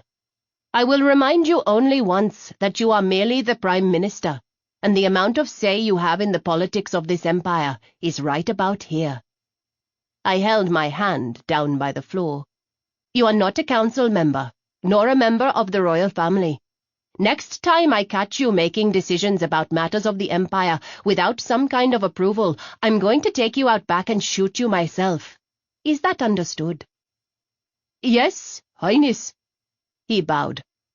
My apologies, Highness. Get out of here. I tapped my fingers together, trying to get my foggy brain to cooperate. Highness, perhaps you should rest. In a minute, Emery. Alba, will you send a message to Admiral Hassan? Let her know I'd like to talk with her when it's convenient. It looks like she's back on the Vajra, Highness, Alba said. I'll send her a message. Thank you. We can go over the rest of your schedule in the morning. I'll make adjustments as needed until the doctor clears you. Alba smiled. Good night, ma'am. I'm glad you're all right. You and me both, Alba. I pushed to my feet, ignoring Emery's frustrated sigh, but didn't try to move until Alba was out of the room. I made it to the door of my bedroom and leaned heavily on the jamb with a few choice curse words. Highness. I have my pride, Emmy. Is it worth passing out for, ma'am? It wouldn't be the first time. I shot him a look and gestured. Come on, help a girl out, would you? I don't want to pass out, and you and I need to talk. With a silence both concerned and frustrated, Emery helped me to bed, and then retreated back to the doorway. I let him go. Do you think Toropov tried to kill me? My stomach was twisted into edgy knots. Or that could have been the poison. It would be an incredibly bold move, ma'am. More or less than stealing our border worlds. Emery wiggled a hand, his shoulder shifting under the black material of his uniform in a half shrug. The Saxons are on our list, Highness. Toropov is high profile, but it doesn't remove him from suspicion. So you do have a list. Let me hear it. I raised a hand, stopping his protest. People are trying to kill me. I tend to take that personally, so don't bother with the holy cowshit line of we'll handle it. Give me the list. Chapter 19. The few people out at this hour hurried back and forth on the streets, bundled up against the early morning chill. Most likely, shopkeepers and others who benefited more from working through the month-long break the rest of the capital took during the holiday. I wondered how much they worried about the possibility of renewed war, or if they were consumed by their own lives. Highness, move away from the window. Emery's tone made it clear it wasn't a request, so I moved because I was pretty sure otherwise he'd pick me up and do it himself. Because I was still weak and shaky from the after-effects of the toxin, I wasn't in much of a position to fight with him, even if I'd wanted to. 3 attempts in 2 weeks made me nervous. I couldn't imagine how my Ecam felt. All they'd really need is a rocket launcher, I said, still unable to resist the tease. Matriarch Desai's house was well defended, but I could pick out at least 3 decent vantage points beyond the red brick wall that lent themselves well to the weapon's range. I got the look in reply, though it was a bit more pained than normal, and followed with, I wish you would stop that. Humor helps the nerves, I murmured, and settled down onto the cream-colored couch in Matriarch Desai's study. I would think that doing what your Ecam asks will help calm his nerves more, Your Highness, Clara said with a smile, as she passed me a cup of chai. Emery enjoys being nervous. I hid my grin behind the rim of my cup. Highness, Director Caspel and Admiral Hassan just pulled up. Emery turned from the window. Stay put. Little more than nervous, Clara said, as Emery left the room. I shrugged a shoulder. Given the circumstances, I find it hard to blame him. It had taken an hour of fast talking and agreement to 2 bodyguard teams shadowing me inside the palace, and no less than 4 outside it, before Emery had agreed to this meeting. He'd also flat out told Nal to mind her own business and spend the day reviewing the Pratima's schedule when she'd asked where we were going. "I appreciate your flexibility with this, Ikam," Caspel said as they came into the room. "At present, it is challenging to figure out whom we can trust." "It's understood, sir." "Ah, Highness." Caspel's face creased into a smile. "Good morning." "Morning, Admiral. You'll both forgive me if I don't get up," I said, extending my free hand to Caspel. "Completely understandable. It's good to see you well." He squeezed my hand rather than brushing his lips over my knuckles. "Ma'am." Hassan nodded her head at me. "What was so important you had to give my Ikam grey hair by insisting I left the palace this morning?" The smile that flickered over Caspel's face was drowned by the worry in his eyes. "We have 2 more visitors, Highness. I think once you hear what they have to say, you'll understand the need for as much secrecy as we could muster. They're at the back door now." Emery's lack of surprise meant he must have known about Caspel's plans ahead of time.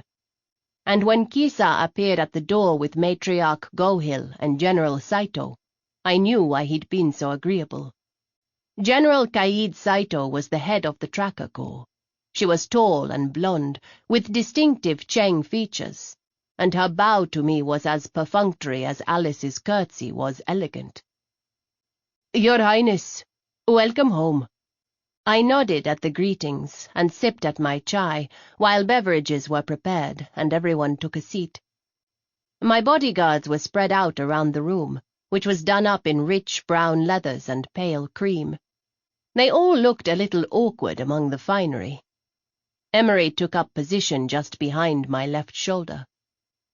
"To the Empress! Long may she reign!"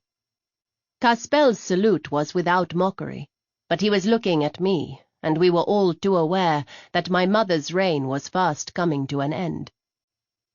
"Early this morning, Lady Alice approached me," Caspel continued, after the murmured declarations of loyalty had died down. "After last night's incident, she'd received a rather frantic message from Lady Zaran Kaitri requesting a meeting. I'll let Lady Alice recount the details of that meeting." "Her mother was quite vocal in her objections at the council meeting," I murmured, with a raised eyebrow. Lena mentioned that her mother was very unhappy about it. "She has been Ganda's foremost supporter, which I found a bit odd. I didn't think they had much contact before Princess Siri's death. No formal objections were, of course, presented to me about you taking the throne, Highness." Clara frowned, then waved a hand at Alice. "Go on, dear. I'm curious to hear what she had to tell you." Alice wrung her hands, a nervous gesture I found at odds with her calm demeanor in the council meeting. "Zaran is a loyal subject, Your Highness. She is young and rather sheltered. Her mother can be very overbearing, and I think it led to Zaran looking for an escape." "Stop making excuses for her decisions, Alice. Tell me what happened." "Yes, sorry, Your Highness." She dipped her head at my rebuke and swallowed. "Zaran fell in love with a young man who is a member of the Upja. She saw him just before Princess Siri was murdered, and he confided in her that a violent offshoot of the group was claiming responsibility for the death of Princess Pace under the Upja name. He was afraid it was an effort to discredit the more level-headed leaders and turn the rising tide of public support against their cause. It was no secret that the Crown Princess was sympathetic to the Upja message," she said. I raised an eyebrow at Alice, and she ducked her head slightly. "She'd made several comments during interviews and council meetings, Highness. There were also more than a few arguments with the Empress about her views." "Did you agree with Siri?"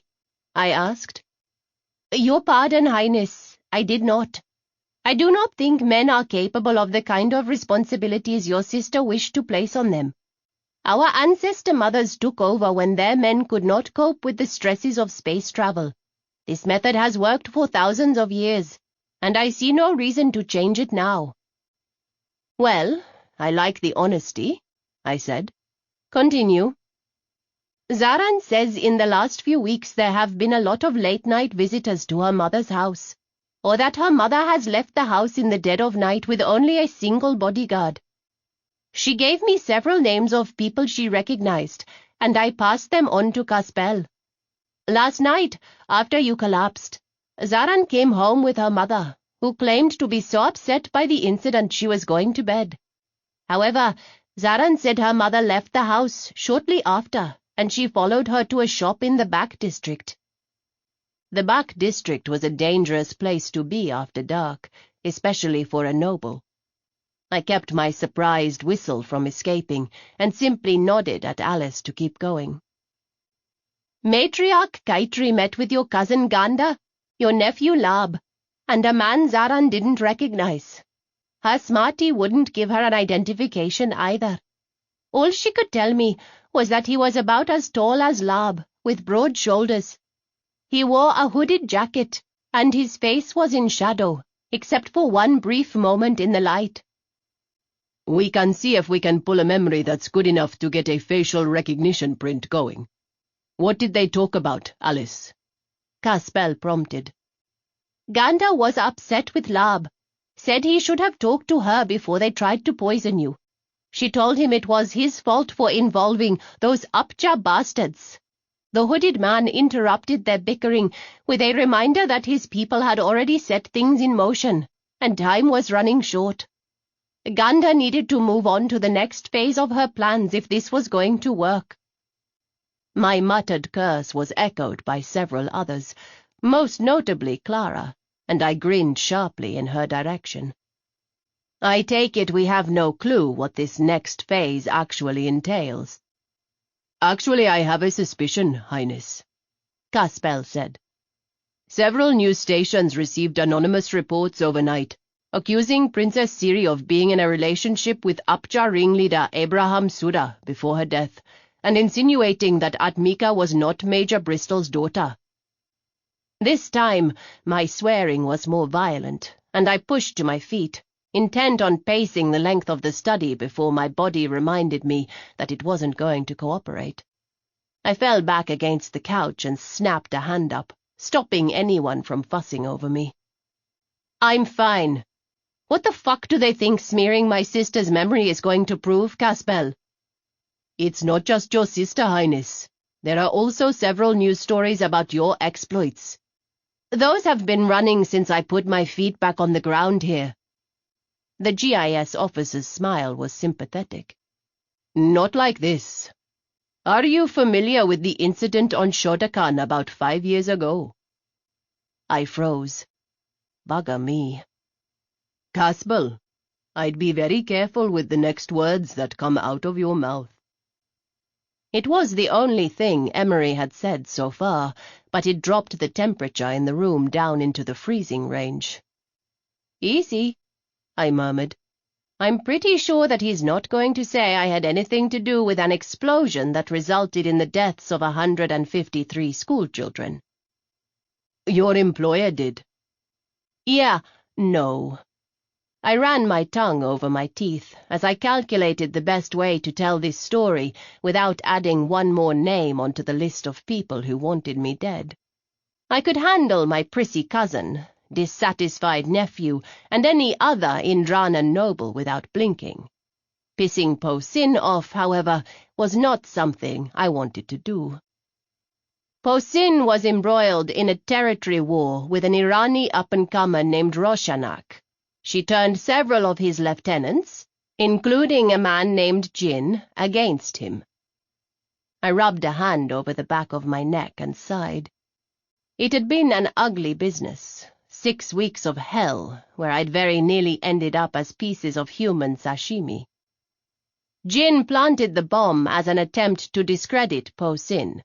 He implicated me in the bombing. Sin pretended to believe him in order to draw Jin and any other conspirators into the light. I'll spare you all the details of how he did that, and just what happened after. Suffice to say, it was taken care of. I'd delivered the boxes filled with pieces of Jin and Roshanak to the Shodokan military, along with an exquisitely worded note from Sin and reparations for the families whose loved ones had been injured or died. Then I'd been escorted off-planet and told never to return. I'll get with my people and see what kind of spin we can put on this. The good news is the story from Director Britlin has been running constantly since it aired. The fact that people now know you left home to find your father's killer works in our favor. You're pretty popular anyway. The populace feels like you're accessible, so keep that up.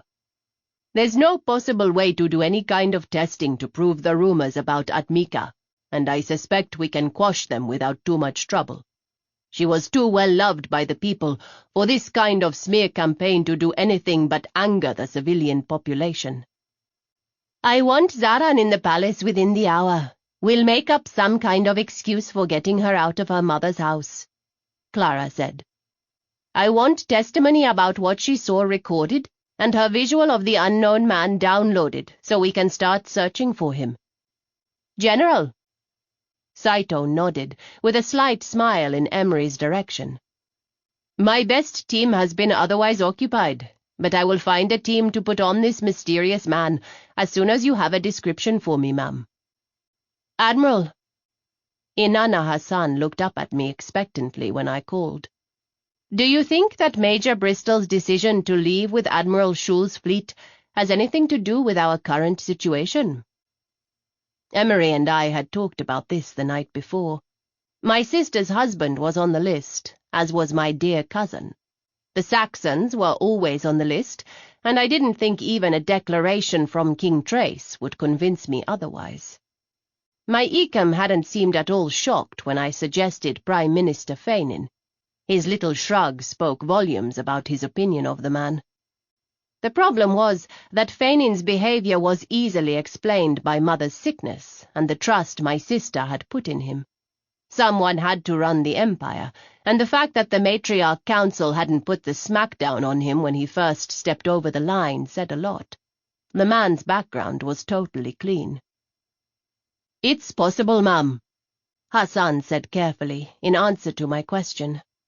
We don't have any proof that he's also involved. So, who wants to talk about the elephant in the room? Why aren't Generals Vandi and Prajapati here? General Prajapati was head of the army, while General Mila Vandi was head of ITS and an old friend of my father's. Someone authorized Feinin to use troops against the ambassador, Casbell said, after a moment of silence descended on the room. Regular army troops, not bodyguards. I don't have any hard evidence, Highness, but there have been rumors linking General Prajapati with Matriarch Kaitri, and General Vandi's aide was on the list of names Zaran provided to Alice. We still don't know who's responsible for the leak in your security. Only 3 people knew you were on that ship, General Saito said.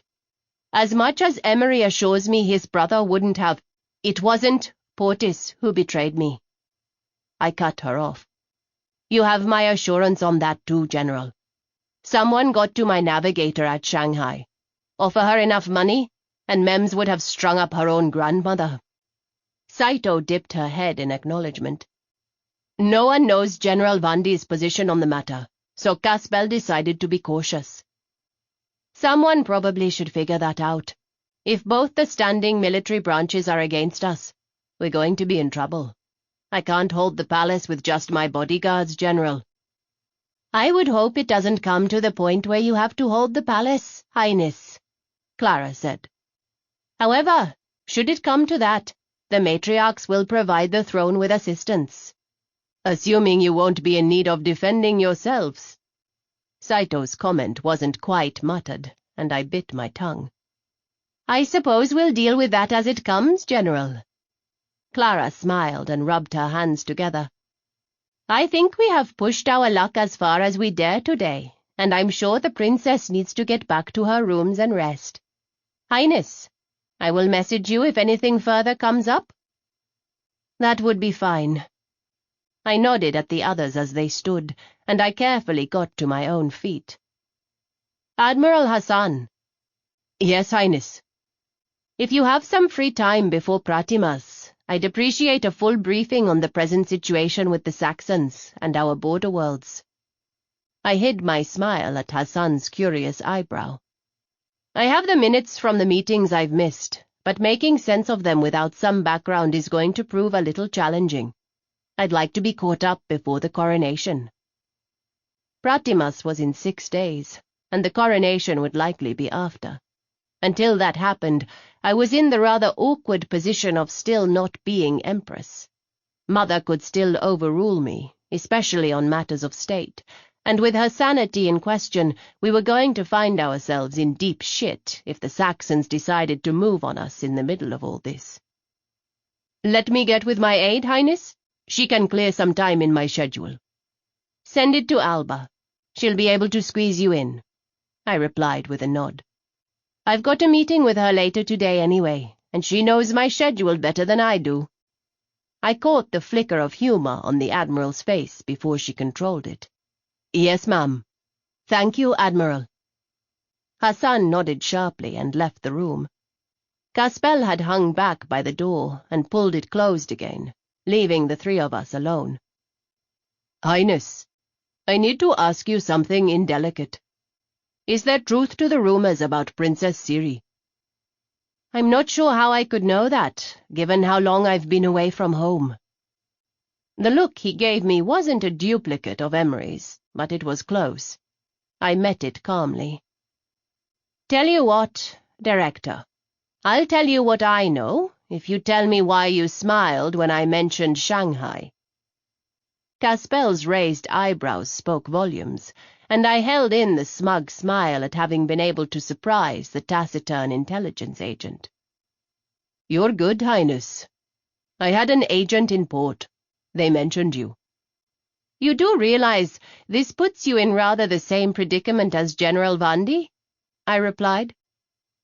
"I didn't put it all together until you were already home, Highness. I could have killed you 6 times over since we met. Trust me, if I wanted you dead, it would have already happened." "Not something you want to say in front of my Ecam, Caspel, and if you've bothered to read the extensive file you no doubt have on me, you know I'm a lot harder to kill than that." "Fair enough. I have spilled my secret, Highness." Hardly spilled, I thought with a mental snort. The man had barely acknowledged anything except what I'd already guessed for myself. Because of that, I rolled my reply over in my head several times before I allowed the words to fly free. 20 years ago, Abraham Suda was in love with my sister. Since I cannot read minds, I don't know if the affection was returned. And since I have been away, there is no possibility I can speak with any surety as to the rumors about Admika's paternal heritage." "Spoken like a consummate politician, Highness. One would think you've been doing this for years." "I have, Caspel.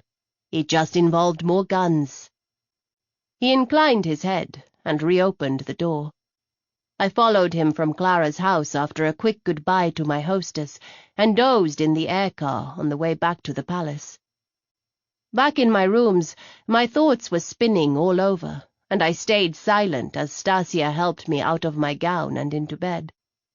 Too many suspects. Several had been implicated today, but I still wondered about Bial and the Upja. My mother's Ecam was as difficult for me to read as Emery, and I couldn't be at all certain that my opinion of the man hadn't been irreparably damaged by the fact that he'd let someone poison my mother and kill my sisters.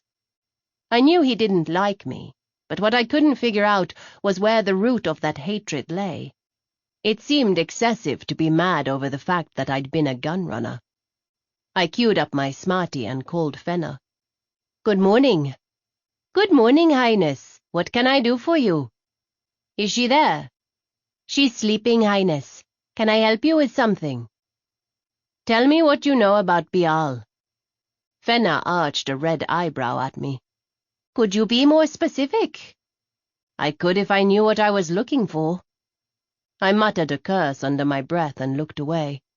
I'm sorry, Fenna. It's been a long day already. You'll want to be careful pushing yourself too hard. Emery already mothers me. Bial hates me, Fenna. Obviously he's not saying it out loud, but it's clear enough to me. What I don't know is why. He spent an awful lot of time with Ganda, all of it in the course of his duties, and given how much she's been up Mother's skirts, it's understandable.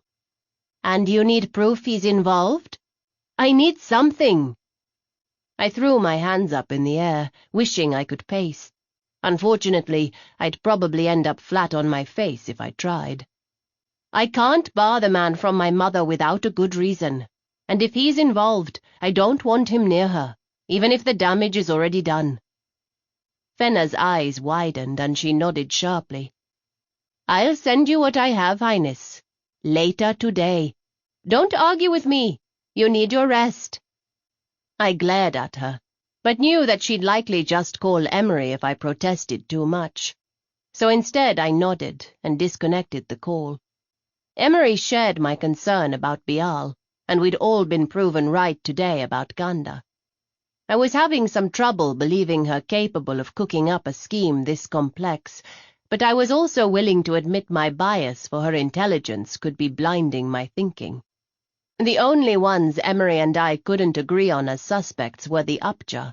He saw them as the enemy, but I couldn't separate my memories of my old friend Taz from the idea that someone had tried to kill me.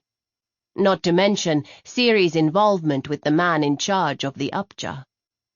I wouldn't admit it even to Caspel, but it wasn't a far stretch to assume that Atmika wasn't Albin Bristol's daughter. However, the very thought that Abraham Suda could have killed the woman he'd been so desperately in love with was anathema to me. But just because I couldn't fathom him doing it didn't mean much, if anything at all. I'd seen too many versions of the same ugly betrayal all over the universe to fool myself into believing that love conquered all. The only way to know for sure was to look Abraham in the eye and ask him. Of course, that meant I had to either convince Emery to let me meet with traitors to the throne, or dodge my bodyguard. I didn't like either option much, so I let the toxin-induced exhaustion drag me down into blackness. The interview with INN 2 days later was all about damage control.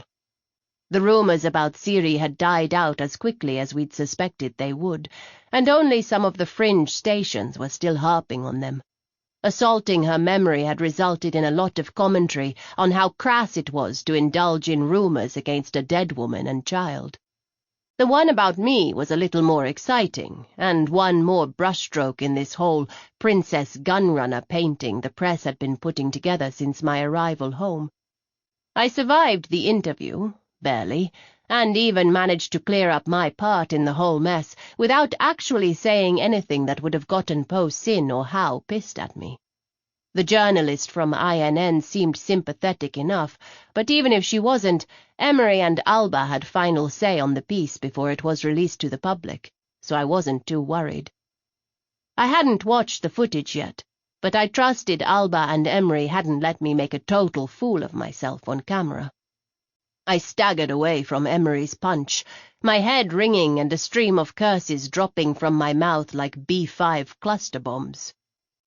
"You need to watch that opening, Mum." I shook the stars out of my eyes and shot Emery a narrow-eyed glare. It was the 5th time he'd tapped me in the head since we'd started, not hard enough to do actual damage, but enough to ring my bell. What had seemed like a good idea when he proposed it now looked like it was going to turn into a daily ass-kicking session. Normally, kicking ass wouldn't bother me, but in this case I was the recipient, and Emery was good at his job. I was good too, but I had to grudgingly admit he was better than me. "I am trying." "Not hard enough," he replied. The weakness of the toxins had worked itself out of my system after that first day. So yesterday, Emery had brought me down into this small windowless room filled with workout equipment and weights just after dawn. We'd started my training with a general workout, but today we'd moved on to more serious business. Zin was perched on a stack of pads that stood against the far wall, coaching me and trading laughing insults with Emery. Cass and Jet were at the door, completing Team 1. The traditional 3-man team plus my Ecam were a normal escort inside the palace. Team 3 was outside. True to his word, Emery had broken with tradition, and now 2 teams plus either himself or Nal followed me on palace grounds. It was quite the production when I had to go anywhere. I didn't know what he was worried about. The man could beat me down and go on to defeat whatever enemies wanted me dead without breaking a sweat. He wasn't sweating, even though we'd been sparring for an hour. I, however, was soaked through. My black choli clung to my skin, and even my pants were sticking in spots. Now that I was looking for it, I could see the similarities between Portis's and Emery's fighting styles. I shook out my arms and circled him. Before I could move, however, there was a commotion at the door. Mother and her cadre of guards swept into the room, followed by Nal. "Hailey me!" "Oh, bugger me," I muttered, swiping sweat from my face. Bial was right on Mother's heels, and his face was grim. She'd been bad the last few days, sliding into and out of lucidity with alarming unpredictability. "Hailey, what is going on here?" Mother demanded. She approached, holding up the heavy skirts of her blue dress as she padded over the workout room floor. I couldn't help but notice how pale the skin of her hands was against the dark fabric. I could see the veins beneath the paper-thin surface, a spiderweb of ice streaking down her fingers. "I'm working out." My nerves seemed to have vanished entirely with the news of my ascension, or maybe it was the attempted poisoning. I always had performed better when someone was trying to kill me. "It's unseemly." Mother's eyes were bright, like twin points of light in her face, a sure sign she'd worked herself into another episode. I wondered how long she'd be able to hold together a tirade. "You're a princess, not a tavern brawler. We won't have it." "Mother." She cut me off, jamming a finger into my chest. "You're behaving like a hooligan. We won't have it in our house, Hailey me." "I'll gladly move out, or off-planet, Your Majesty. Your choice." I hadn't meant for it to sound snarky, but Mother's eyes narrowed. "Don't think we haven't heard about you threatening Prime Minister Fainin." "I didn't threaten him. I put him in his place. Arresting the Saxon ambassador could have started a war." At least she hadn't found out about my meeting with Clara and the others. That really wouldn't have gone over well. "He was just sending a message to them. If you'd been in any actual danger, your bodyguard would have taken care of it. That's what he's here for, not to teach you to fight like a street rat." I gaped at her, trying to follow the tangle of sentences. "If I'd been in danger?" "Mother, someone tried to poison me. Let's get something straight here." I crossed my arms over my chest as I faced her down. Nothing I could say would go over well, but I wasn't going to stand there and let her treat me like a child. I'm a grown woman, and I'll be responsible for my own safety. I'm not sitting around getting fat and lazy when there's someone out there trying to kill me. "Yes, precisely." I had enough time to frown at my mother's sudden agreement before she turned on Emery. "Ecam Tresk, you are relieved of your duty." "What?" Fear clogged my throat, and I croaked the word out as the blood rushed to fill my ears with a roar. Chapter 20. "Highness, it's best if you step away." Nal closed a hand on my upper arm and tried to pull me away from Emery. I snapped my right hand out, striking Nal in the throat, and she dropped like a rock tossed off a cliff. "Highness, please calm down." Bial had his hands up, trying to placate me while staying out of arm's reach. "Haley, do not make a scene. I will kill the next person who touches me." I didn't raise my voice at all, but the words cut through the din like a monomolecular blade. Bial shut up. Mother blinked at me in shock. Nal gasped for breath on the ground like a fish. Zin swallowed back his protests and pressed his lips so tightly together they were a bloodless slash in his face. Cass and Jet had moved to my side, and their hands were on their weapons. Emery hadn't said a word. I folded my hands at my waist as everything fell into place around me with stunning clarity. I was still only the heir, and Mother's sanity seemed iffy at the moment, so I wasn't about to risk using the argument that she was willingly going to abdicate the throne. But when it came to my bodyguards, the law was on my side. Mother couldn't remove my bodyguards, not without proof that they were a threat to my life. There was no way I was letting anyone dictate who was keeping me safe. I cleared my throat and set my shoulders. "Begging your pardon, your Majesty, you cannot remove my Ikam. He has sworn an oath to me. Only I can release him from it." "He did no such thing." "Ask Matriarch Desai. She witnessed it." "I am the Empress." "You are." I dipped into a reasonably competent curtsy, given my lack of skirts. "However, the law dictates you can only remove the bodyguards of the heir with my agreement, or if you have proof the heir's life is in danger and the guards are not able to counter the threat." Mother smiled triumphantly. 3 attempts on your life would constitute a danger, Haley me. As much as it pains me to admit it, I made a mistake. 3 times your life has been in danger. It's clear this assignment is too much for this tracker. We'll return him and his partner to their former positions, and Nal will take over as your Ikam. Swallowing back all the angry words I wanted to throw at her, I concentrated on the facts. 3 unsuccessful attempts, Mother, I replied calmly. In 2 of those attempts, Ikam Tresk was directly responsible for saving my life. You have no proof of incompetence, and I will take this fight to the Matriarch Council, if it is necessary.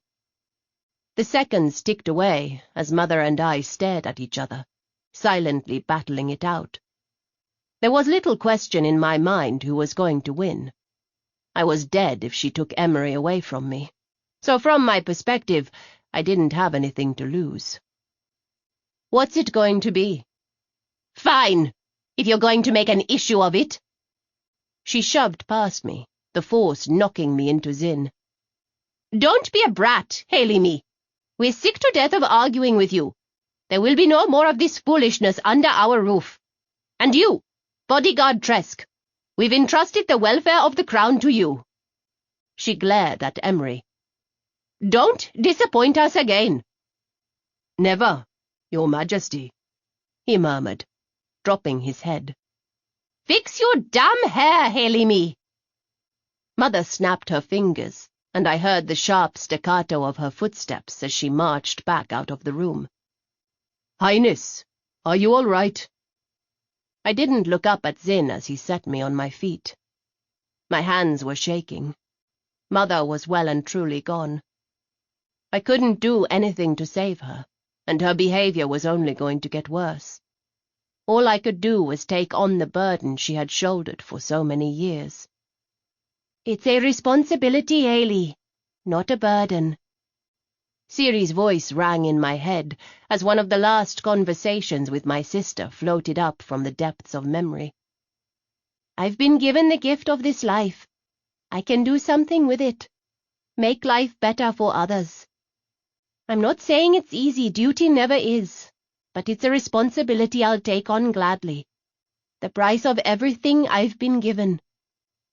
You always were so much better than me, I murmured, remembering our conversation. Pish, Ciri had declared with a wave of her hand. You always sell yourself short. Stop playing the poor me game, Haley. I know you could do this. She was right, as usual. I'd run from a lot of things in my life, but running from a fight wasn't my style at all. Nalmari. I stepped away from Zin and stared down at my bodyguard. You told my mother Emery couldn't protect me, knowing what's wrong with her and how she would react. Defiant brown eyes met mine. I was only looking out for your safety, Highness. This violation of tradition has put you in danger, time and again. I am done with your attitude and your lack of cooperation with my Ikam. You are released from my service. Nal gaped at me in shock. Highness, your Empress Mother appointed, and I'm unappointing you. I am done. Get out of here before I borrow Emery's gun and shoot you. Yes, Highness. Nal fled.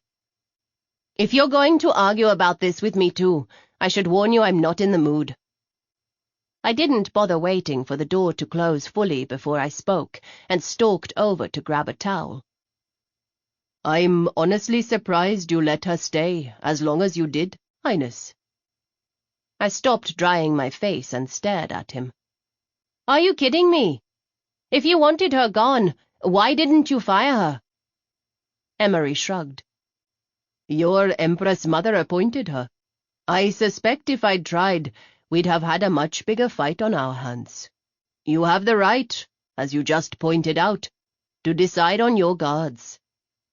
You could have just said something to me. I trust your judgment, Emery. He shifted uncomfortably. Your Highness might not think that for long. I owe you another apology, and a confession. Nal was on Pace's bodyguard team, and we have reason to believe she may have been the one responsible for the Ebolenza. A meteorite crashed into my chest and lodged itself there, burning me up from the inside. Nal had been my little sister's bodyguard. Nal had let her die. For all I knew, she could have been the one who slipped the Ebolenza to her, and then watched her choke to death on her own blood. But her files... I cleaned them before I gave them to you. You knew. You knew, and you didn't tell me. Not only that, but you hid it from me. I curled my hands into fists as fury closed its teeth in me, and everything inside me froze. Highness. I was moving before the plan was fully formed, but I knew I only had seconds. I grabbed Cass, shoving him into Emery's path, bolting around them for the door. Jet hesitated, indecision costing him the precious seconds he needed to have a chance of stopping me. Zin, however, had learned his lesson about my reaction time back on Sophie. He saw the look on my face, moved when I did, and caught me around the waist before I made it a full meter. I swung at him, my fist connecting with something solid. He released me with a grunt of pain. Highness, listen, please. We can't go after Nal right now. There's no proof.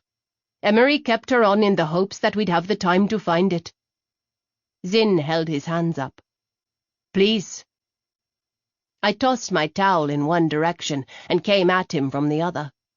Moving with more grace than a man his size had a right to, Zin pivoted out of my way, and his blow to my kidney sent me to my knees. I couldn't get enough air into my lungs. Zin followed me down, taking my face in his hands as I struggled for air past the pain. I'm sorry, ma'am. I'm sorry, he murmured. I need you to listen. I need you to put aside your anger for a minute and let me explain why we didn't tell you. No! I tried to grab his wrists, but I couldn't get my hands to obey my brain. Nal wasn't anywhere near her when Pace was infected with the Ebolenza. She's got an alibi, and until we have proof otherwise, we can't move on her. She may have ties to whoever is behind all this, and we can't tip our hand. We decided not to tell you because we knew you'd react like this. You can't kill her. Not even your royal blood would protect you from what would look like cold-blooded murder. Deep down, I knew he was right, but I didn't want logic right now. I finally got my arms to cooperate and grabbed Zin's wrists. He didn't let me go, and instead pulled me in closer until his forehead was touching mine. I swear to you, with all that I hold sacred, that we'll find out who's responsible for this. We'll make them pay. You need to trust me, to trust us, to handle this. You are going to be Empress. She was my baby sister, I choked out. I was supposed to keep her safe. Tears spilled out from behind the barrier I'd been desperately shoring up since I first heard the news about my sisters. Without the ice of my anger, the grief took hold and tore me apart. So were we, Zin replied, sorrow etched into his face. We didn't, and I'm more sorry for that than you'll ever know. I was supposed to keep them safe. The dam broke at the same time my heart shattered all over again, and I began to cry. Zin still didn't release me. He pulled me to his chest, cradling my head against his shoulder as I wept out my broken heart. Zin. She's all right, Emery. She just hasn't had a chance to really grieve. She needs this. The material of Zin's uniform jacket was soft under my cheek.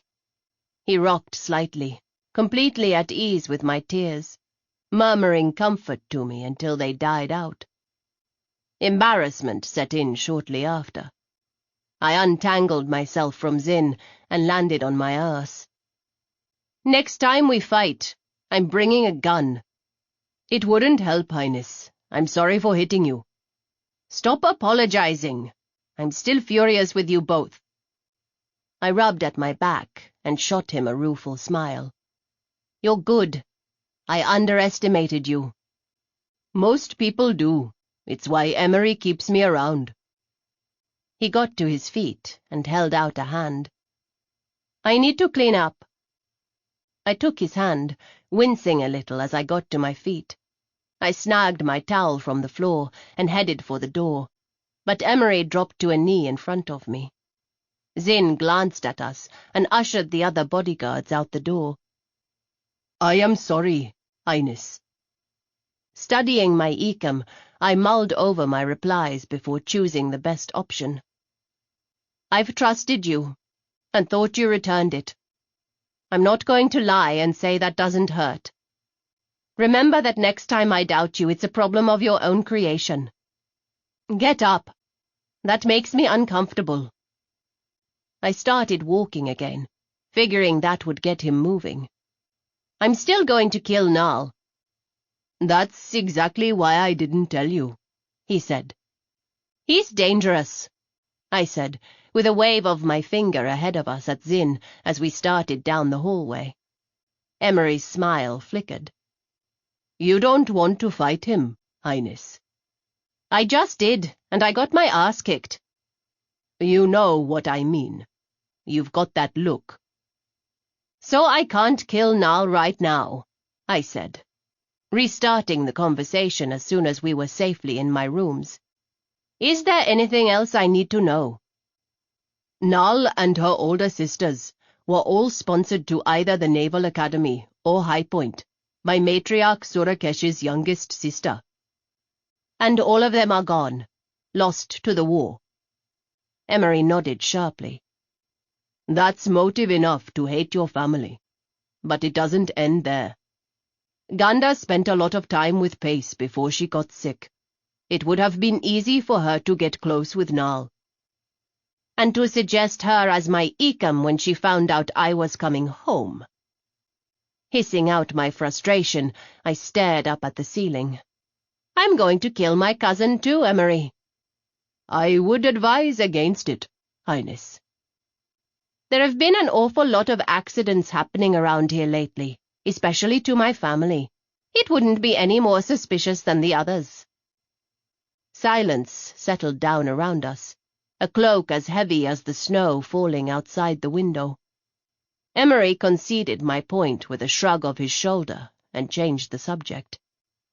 I doubt there'll be much fallout from this, though Bial may protest.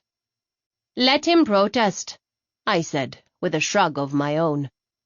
I could take him if it came down to it. The sound of surprised laughter was quickly, if poorly, camouflaged by a cough. I raised an eyebrow at Jet, who lowered his hand and gave me an innocent smile. Oh, I know it was you.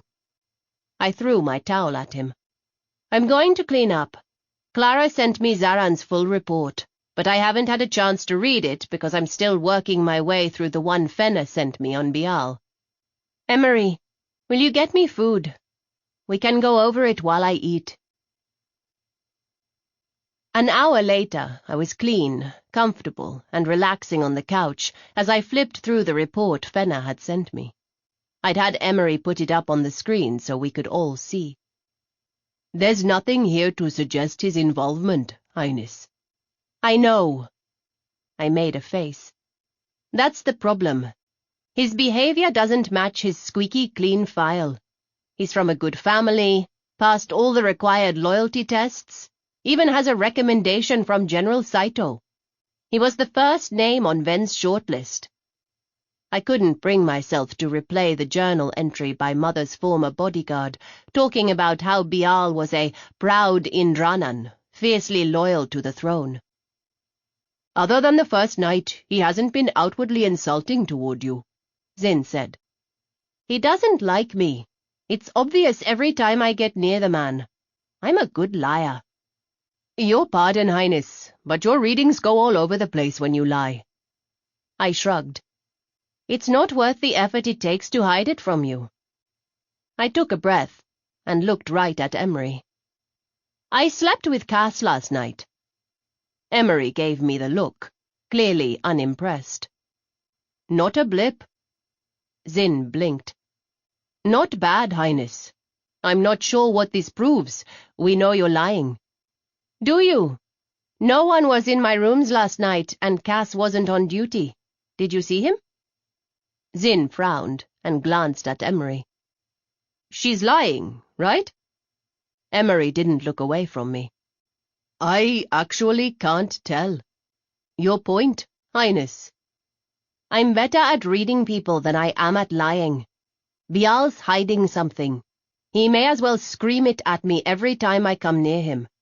Practically everyone is hiding something at one point or another, even you. I'm hiding things. I flipped him off. I'm assuming it's normal shit and not that you're part of the plot to kill me. That may be a stupid move on my part. I've kept you alive so far, Highness. I know. I smiled. My point is, can we really discount Bial? Or did my enemies do such a good job that they managed to get someone right next to my mother without showing their hand? The bigger question is, why hasn't he just killed the Empress?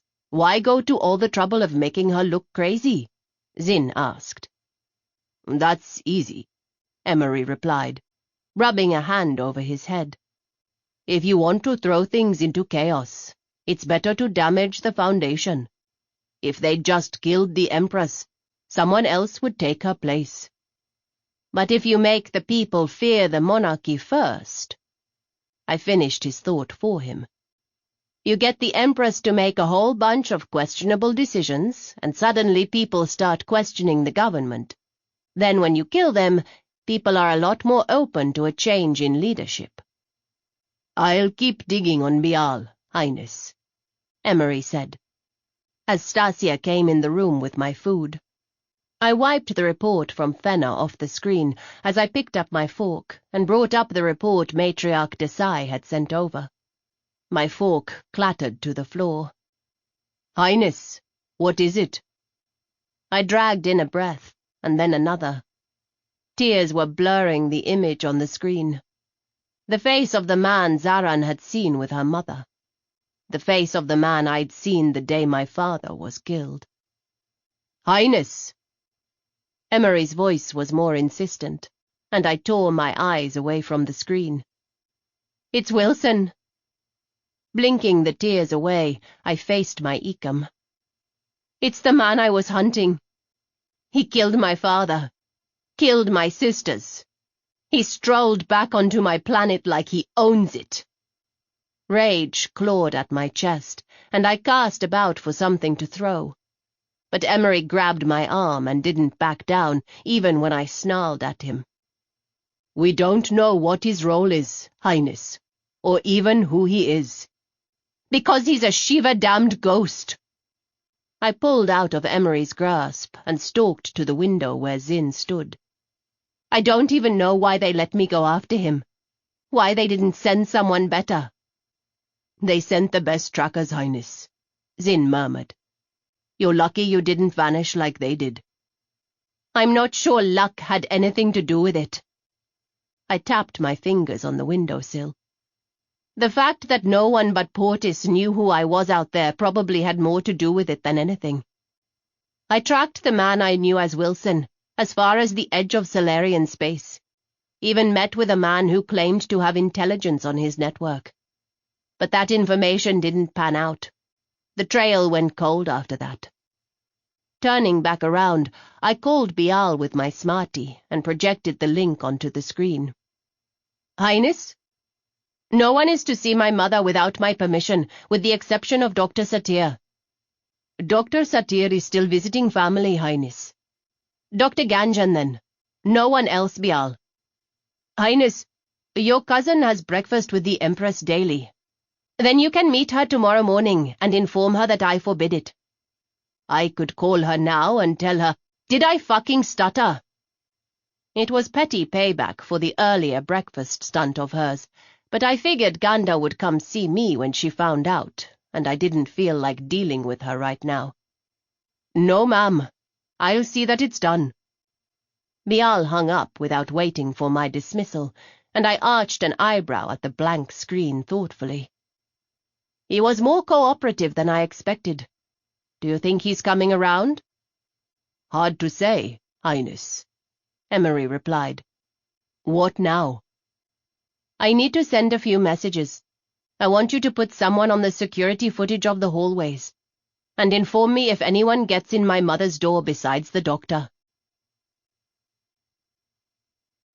Chapter 21. Ganda was predictably angry the next morning. I could hear her coming down the hallway, though the closed door muffled whatever raging she was doing to something unintelligible. I crossed my legs underneath me on the couch and picked up my mug. It was tempting to let her stand outside the door and shout for a bit, but I nodded at Emery to open it instead. "Do you want to explain to me why I can't get in to see Aunt Divya?" Ganda's cheeks were flushed, and her carefully done hair was slightly disheveled. "We've been having breakfast for years. Now she's all alone, and you're cutting off the one thing she enjoys, that she looks forward to every day? You've been gone, Hale. I'm doing the job you gave up to go running around the universe with some commoner." That struck a nerve, but I was careful to keep a grip on my temper, even if it required that I bite my tongue. Ganda was too busy waving her hands in the air to notice. "You have no right to keep me from her, none at all, and don't you have anything to say?" I took a sip of my chai, keeping my eyes on hers the whole time. "My Empress mother is very ill. Dr. Satir thinks it's best not to stress her too much." "Dr. Satir isn't here." Ganda licked her lips. "She left the instructions before her departure." That was a bold-faced lie, but I was better at it than Ganda was. I set my cup down and stood, pleased that Ganda took a step back. "We are grateful for the kindness you've shown her over the years, but I'm home, and I'm the heir, and you will do as I say." "You can't do this!" Ganda hissed, her eyes narrowed. I arched an eyebrow in reply, determined not to show my shock at her unbelievable boldness. "You know, I didn't miss you at all, Ganda. How surprising is that?" "Likewise." This time she stood her ground when I advanced on her. "Well, you can file a complaint with Mother, though it's hard to say what kind of reaction you'll get." "You would have done better to stay away, Hale." Ganda's girlish voice became suddenly menacing as she stepped forward and stabbed a finger into my breastbone. Zin's eyes widened at the enormous breach of protocol, but I just bared my teeth in a lazy smile and stopped Emery with a surreptitious elbow in his stomach. "You know, I was going to, but these two insisted I come home," I said. "And I'd keep your hands to yourself." "Too bad for you.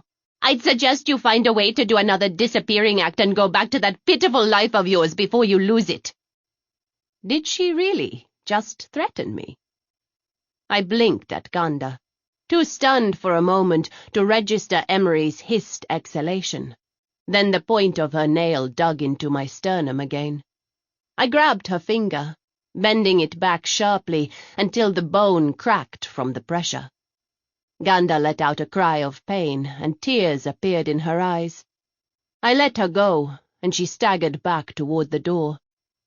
I could see her guards hovering just outside, unwilling to cross mine to get to their charge. "I've been out in the world, cousin. I know the value of wheat and lentils. That's more than you can say, having never worked a day in your life. You overstep your bounds. I'd suggest you find somewhere else to be, and that you stay away from my mother." I waved a hand at her guards. "I think Lady Ganda might need to see a Farian. It appears she's injured herself." The woman nodded, not about to argue with me. Ganda shook off the hand she cupped around her elbow and stalked off, hiding her hand within the sleeve of her purple dress. "That was worrisome," Emery said.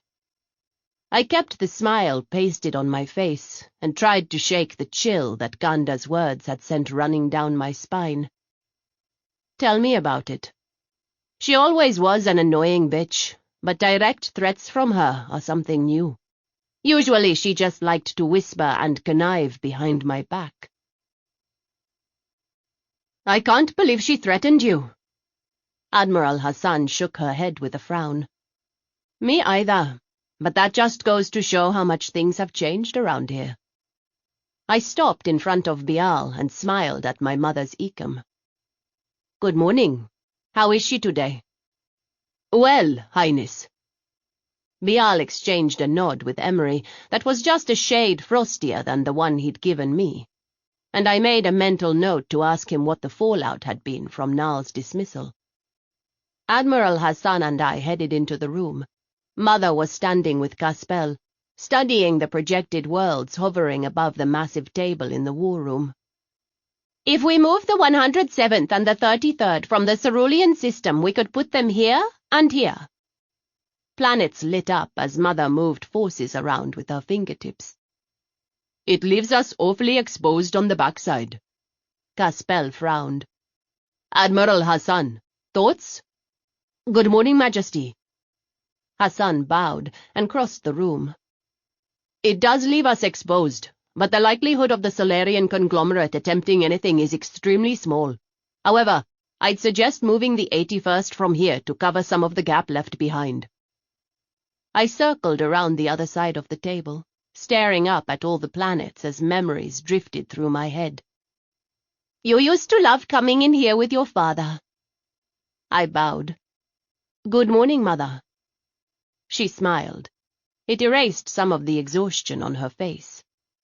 "I hear I have you to thank for me finally getting some peace and quiet in the mornings." I was so shocked, all I could do was blink at her, and Mother snickered. Finally, I found my voice. "You're welcome? If you didn't want her around, why didn't you do something about it?" "She's family, even if she does chatter like a schoolboy. And in all honesty, I was pretty out of it for a while." "You seem much better." "I'm still dying. Just a little more aware of it now. Dr. Ganjan is trying some experimental new treatment to counter the effects. It might kill me, but I figured since I was going out anyway, I may as well do one last thing worth noting." She fisted her hand when it started shaking and gave me a rueful smile. "Enough about my tragedy. What do you think?" "Ma'am?" Mother gestured at the table. "What do you think of all this? It's going to be your show, Haley. You may as well learn how to run it. 45 planets spun around 28 stars. 3 of them by Admiral Hassan were red, the 3 that the Saxons had claimed.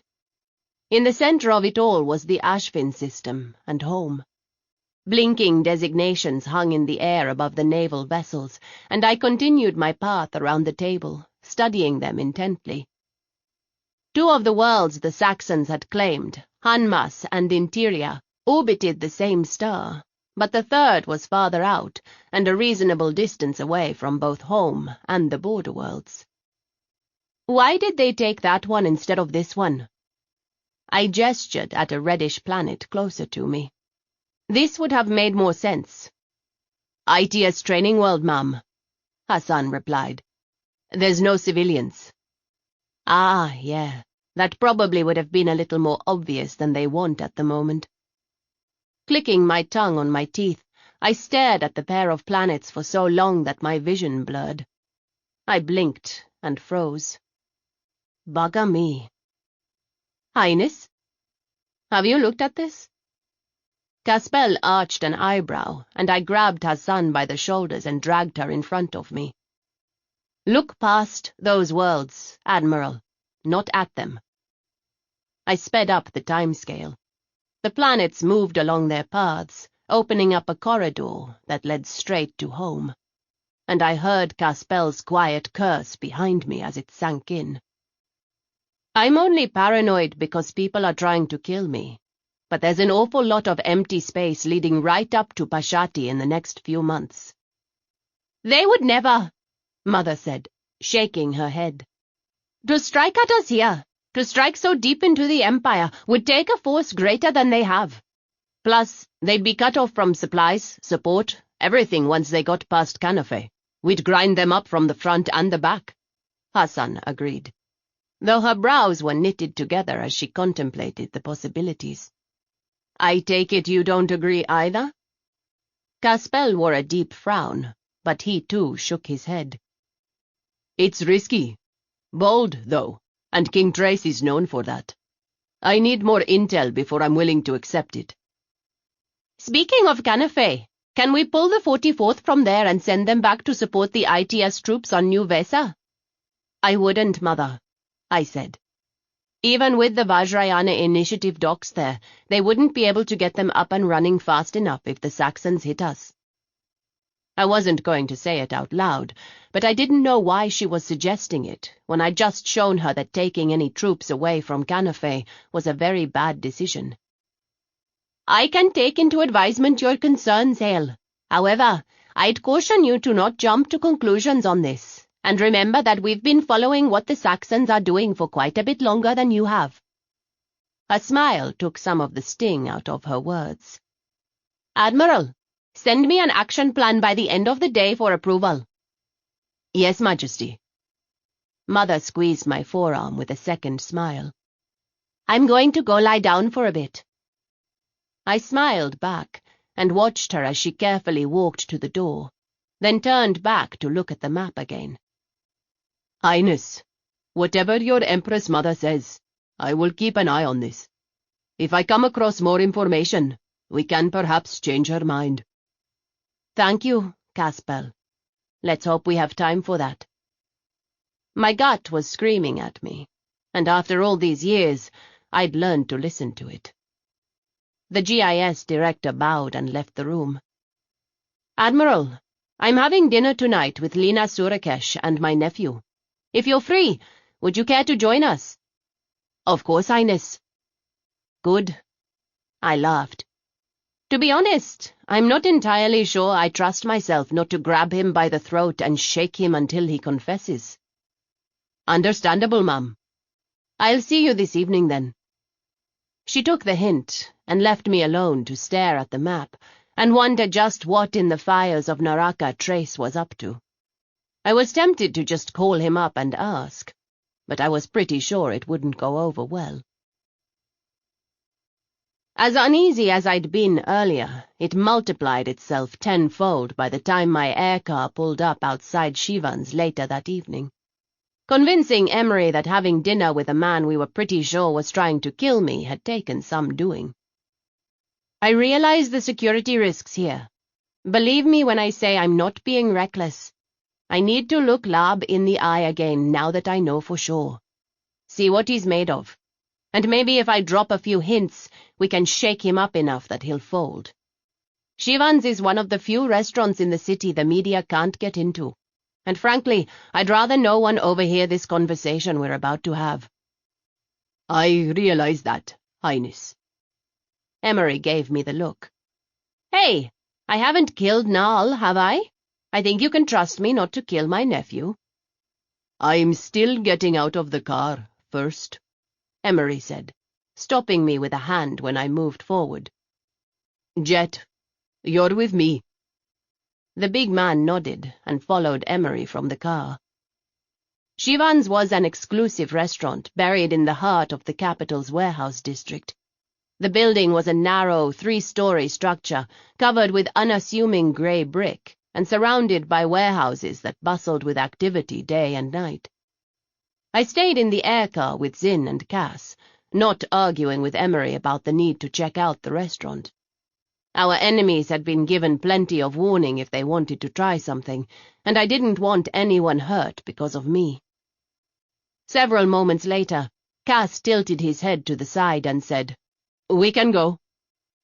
The door to the air car slid open, and Zin stepped out as a roar of sound hit us again, and the bright snap of digital camera lights filled the air.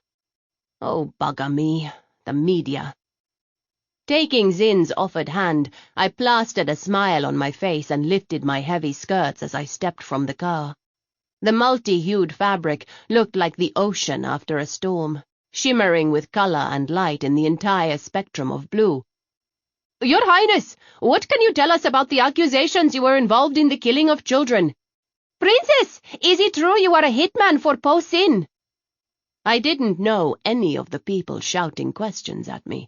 The media events at the palace were more controlled, with carefully selected members of the press allowed in for an audience.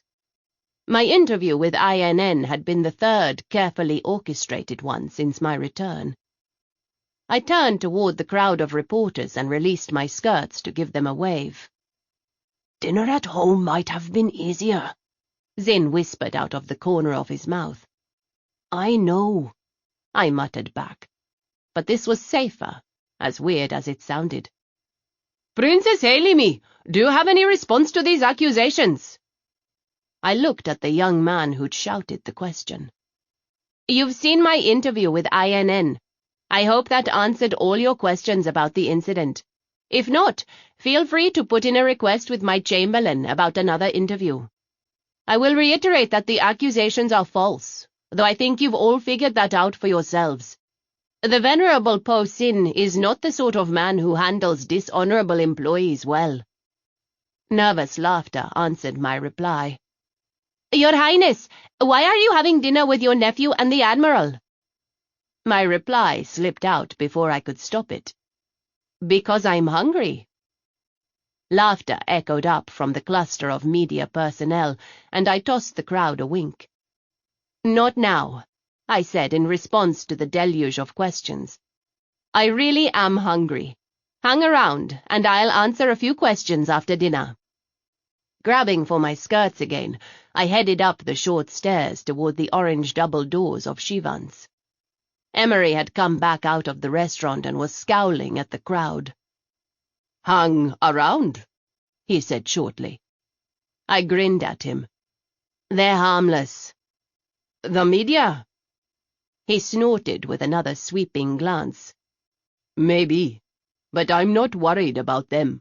All they can damage is your reputation." "I think we're far past that concern, Emery." He spared me a look. "Inside, Highness." I resisted the urge to give him a salute, because I knew the cameras would pick it up immediately. "There's the Admiral. You did realize this whole dinner is probably going to tip off our enemies, Highness." "I'm counting on it," I replied.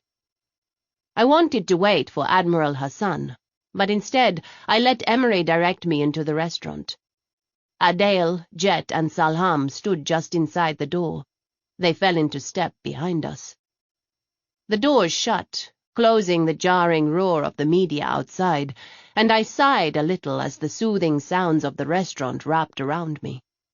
Quiet music floated in the background, slipping among conversations without drowning them out.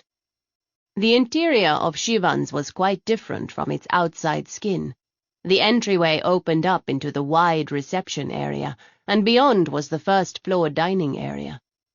The interior of the building had been hollowed out, and a tower of a glass elevator stretched up through open air toward the ceiling. The second and third floors were sectioned off into private rooms, ringing the exterior of the building.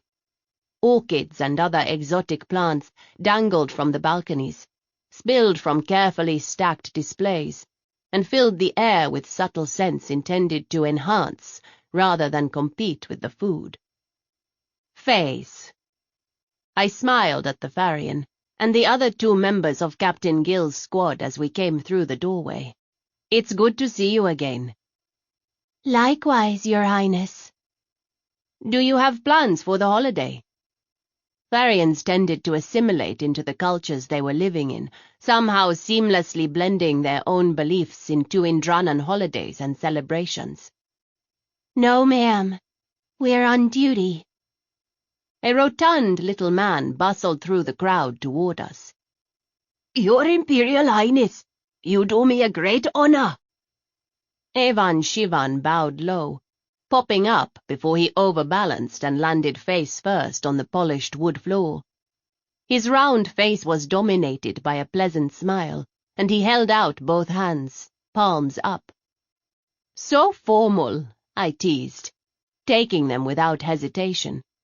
I ignored Emery's pained noise of protest and leaned down to press my cheek to Evan's. It is very good to see you again, old friend. You haven't changed at all. Shivan's was a haven for the rich and powerful.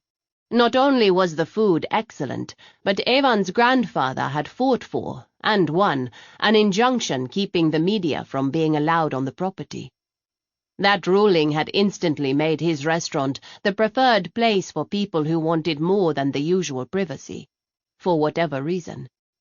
Evan kept up the tradition of his grandfather and father, great food, and a little peace for those whose lives were constantly in the spotlight.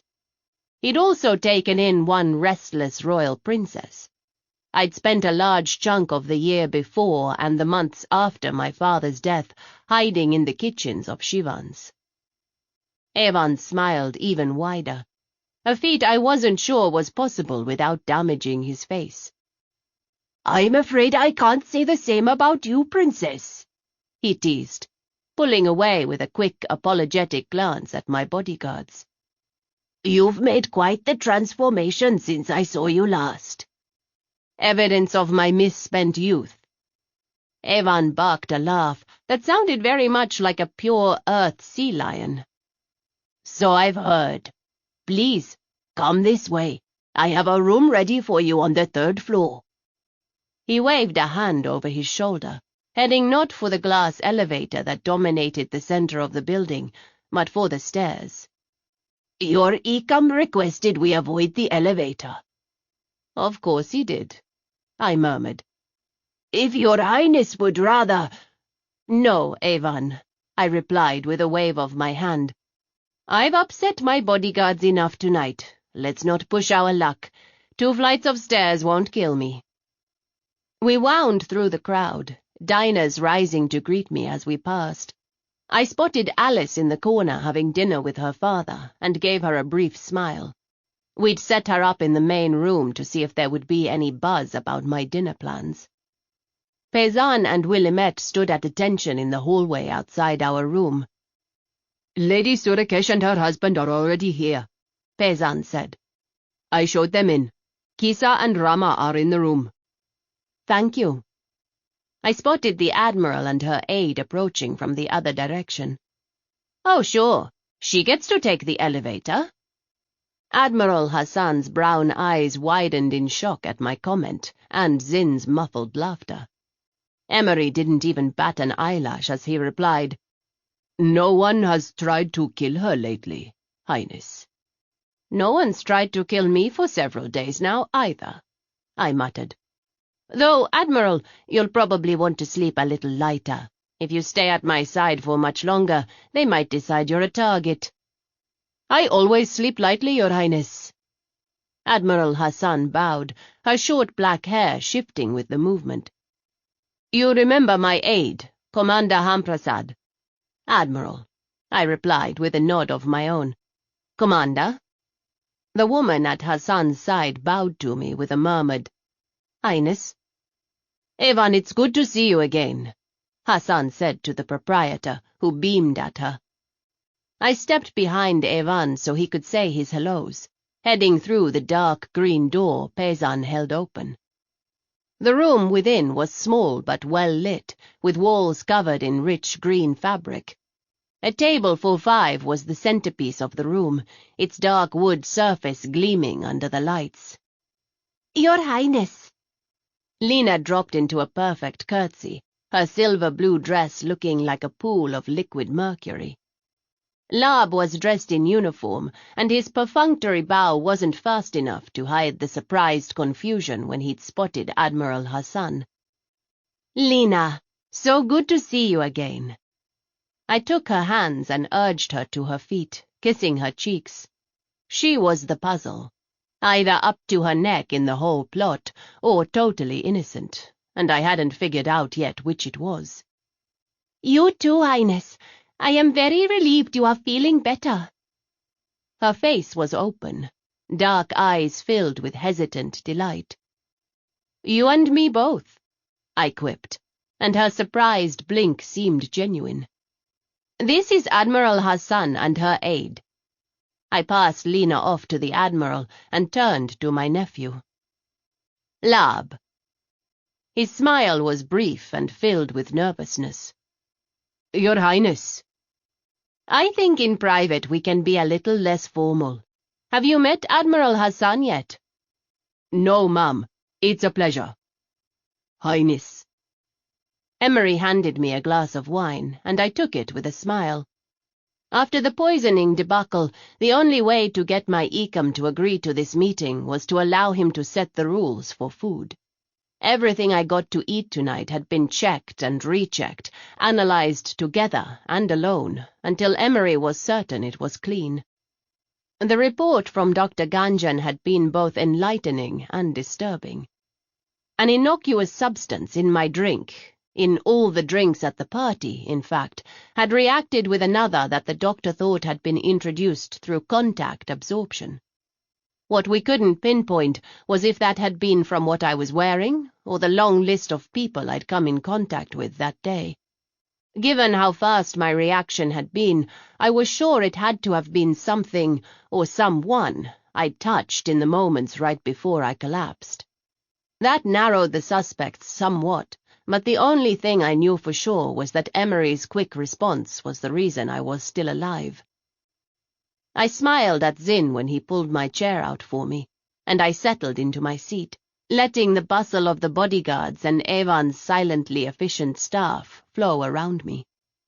Admiral Hassan and Commander Hamprasad took the seats on the left side, leaving the ones for the right for Lena and my nephew. And a few moments later, quiet descended as Evan bowed his way out of the room. Emery and Cass took up positions on the inside of the door, their hands tucked behind their backs and masks of disinterest plastered over their faces. Zin and Jet were on the far side of the room, and the rest of my bodyguards were outside. I closed my fingers around the delicate stem of my wineglass and lifted it slightly. "My Empress Mother, long may she reign," I said, impressed that I managed to keep the irony out of my voice. The others echoed the toast, and we started in on the spread of appetizers Evan had provided.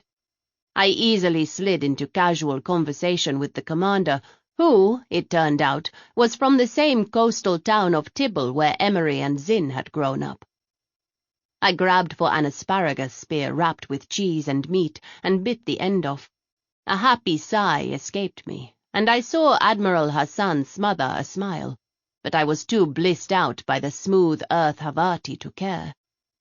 I took a sip of my wine. The deep rose vintage was from Charlotte, with the same dry finish that characterized all the wines of the arid planet. It complemented the food perfectly. We continued the pleasant, if useless, conversation through dinner. As the last of the plates were cleared, and Evan vanished with a promise of coffee and dessert when I rang for it, a silence descended on the room. "It's a terrible business, all this," I said, leaning back in my chair. "Nice to know I still have family left and people I can count on." Lab's hand tightened almost imperceptibly on his glass. Lena didn't flinch at all. Instead, she smiled. Times have been rough. It is our great hope to see Indrana strong again, Highness. She will be. We're closing the net on those responsible. It won't be long now. There'd been a lot of discussion as to just how I should phrase the sentences I was going to poke my nephew with. It needed to be vague enough not to startle Lena, but direct enough to make him nervous. I kept my eyes on him as I said it, and felt a little thrill of vindictive joy when he looked away first. "I thought the Apja responsible were already executed," he said, his voice strained. "Some Apja were executed," Hassan interjected. "However, we are still looking into things. Cleaning up some loose ends, so to speak." I hoped my easy smile didn't look forced. It's an awful business, Lena said with a shake of her head. Taran spent so much time with the Empress before his mother died. The Empress made time in her schedule specifically to see him. He would bring her the locum she loves so much. I'm sure he would love to see you also. I would like that very much. I smiled, surprised that I felt no bitterness at all that Mother went to such lengths to spend so much time with her grandson, when it seemed like she'd never had time for us. Bribery with the sticky candy probably helped convince her. All this will be over soon. Once things have settled down, I'll let you know when he can visit. "Speaking of, we really should get home before his bedtime."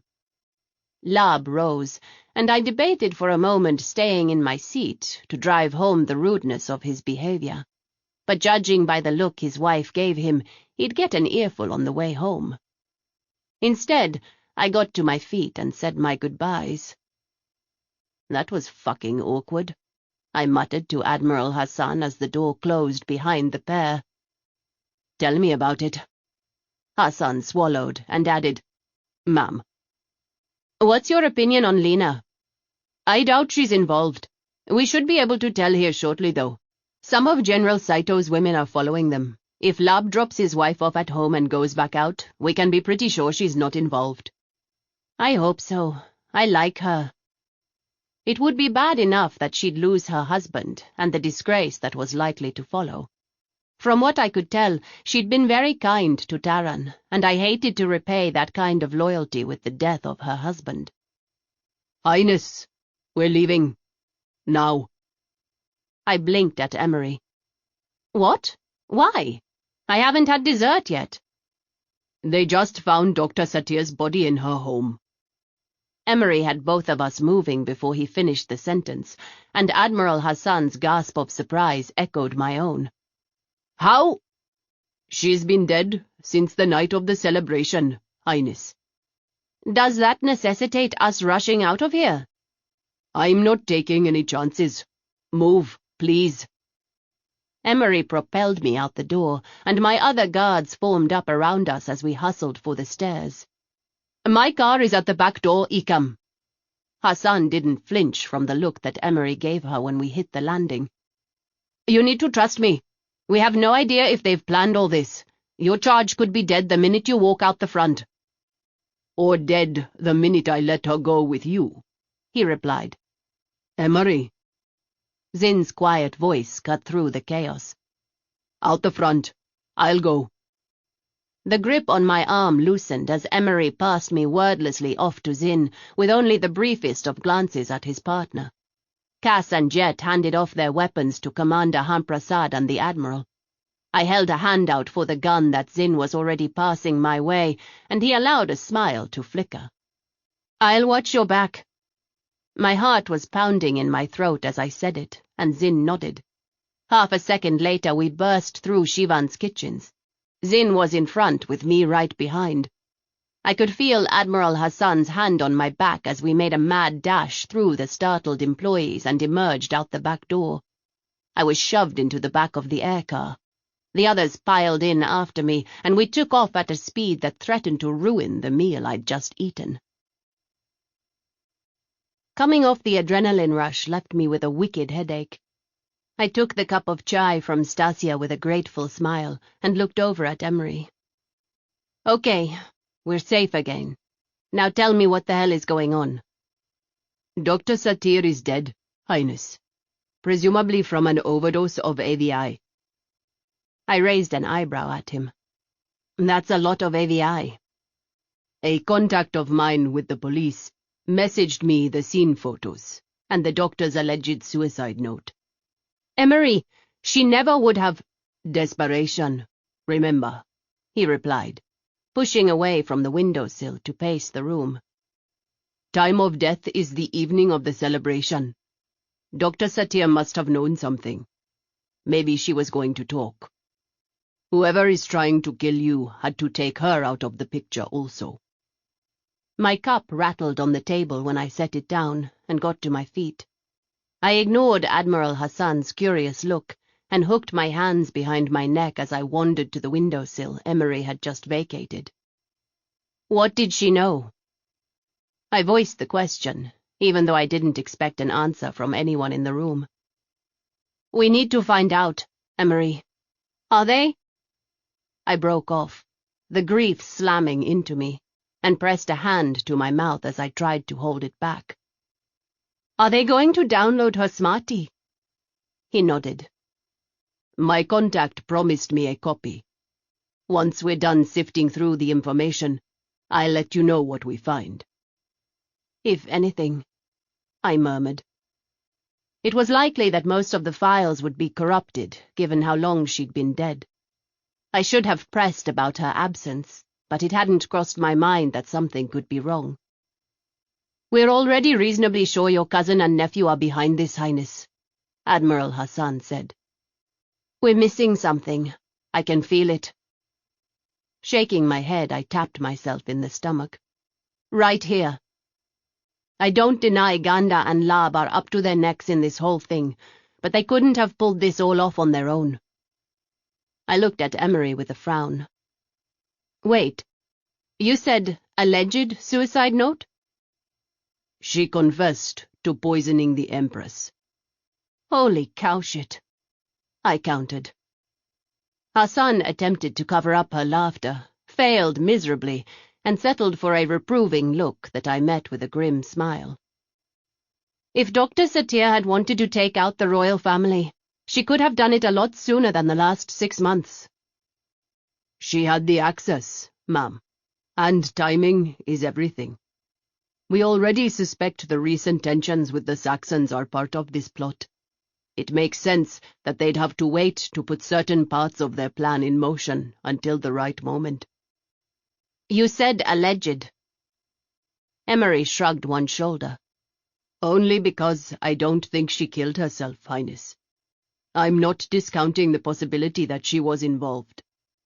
"She loved my mother, Emery. I don't believe it." He looked at Hassan and then back at me.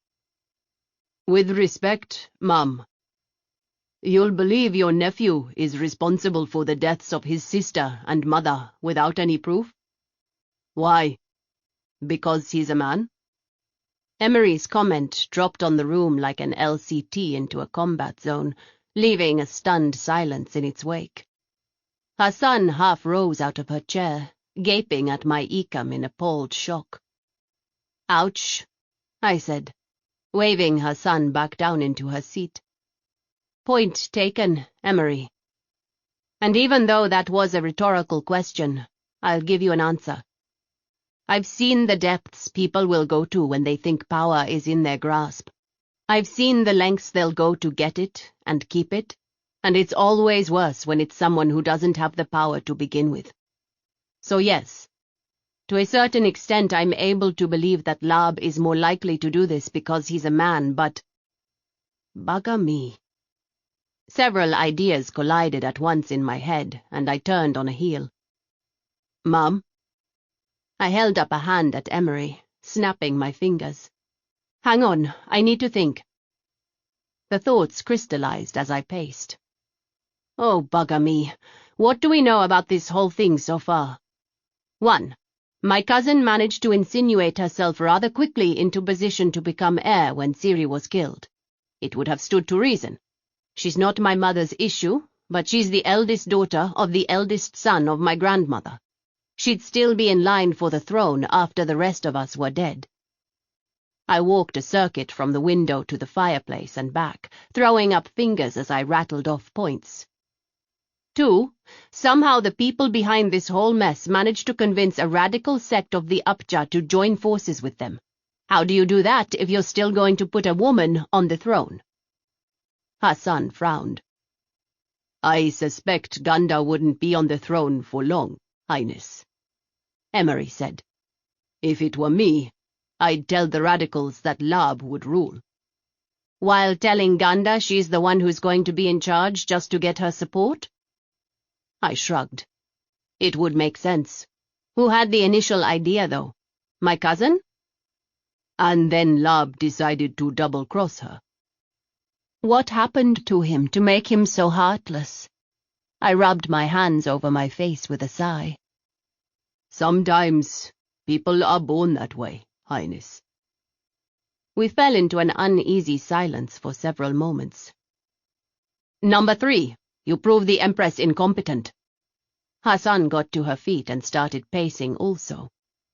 Which would be enough to sway certain members of the military to your side when the princesses are suddenly removed from the picture?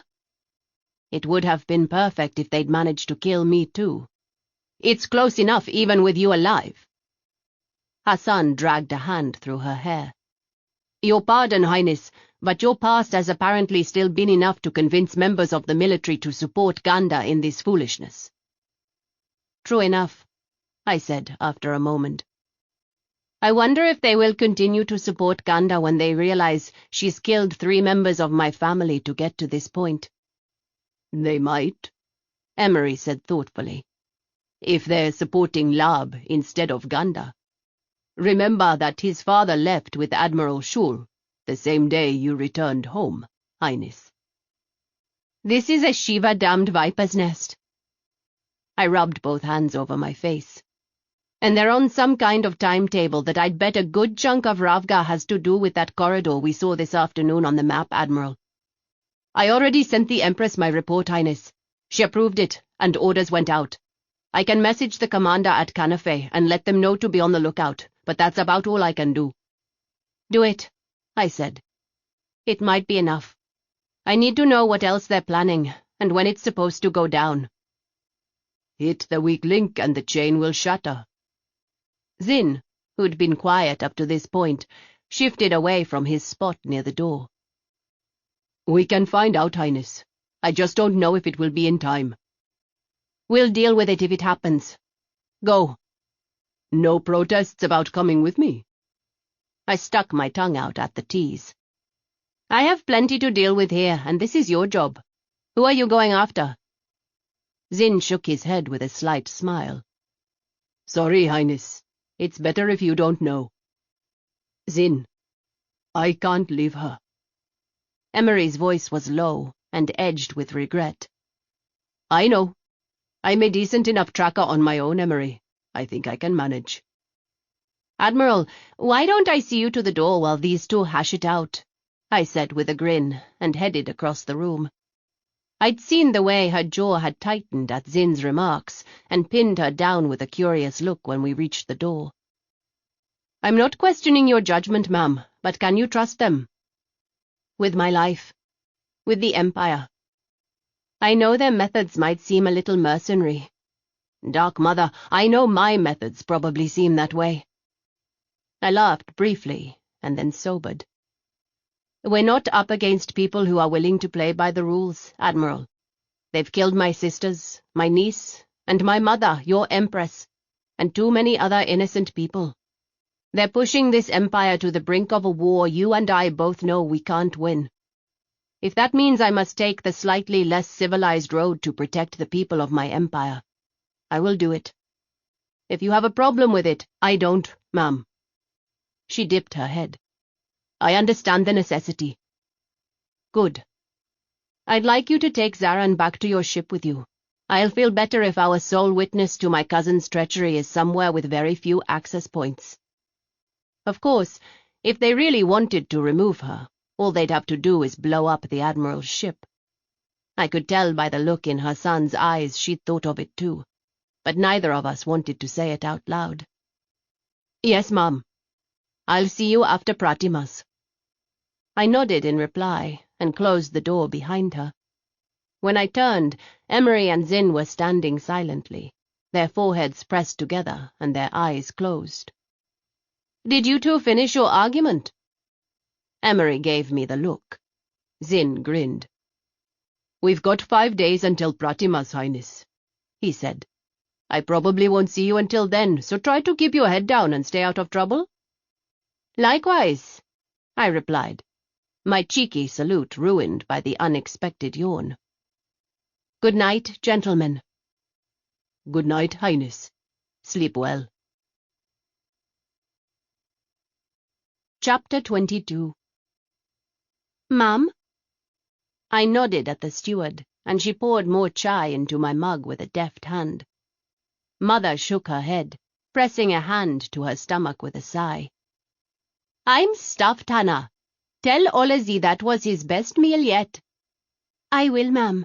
He'll be pleased to hear it. She bowed and left the room. Mother and I sat in silence. We were alone in the room. Even our Ikams were outside the door, but the silence wasn't awkward. It was 3 days since Zin had taken off. 3 days filled with a ridiculous schedule of meetings, more meetings, and Pratimas rituals. For once in my life I enjoyed the rituals, mostly because they gave me respite from the meetings. The one today had involved touring several carefully selected private homes to light lamps and trade gifts with the owners. Neither Emery nor Bial had allowed Mother or I to eat any of the carefully prepared treats the men of the house had presented to us, until Mother snappishly reminded them she was dying anyway.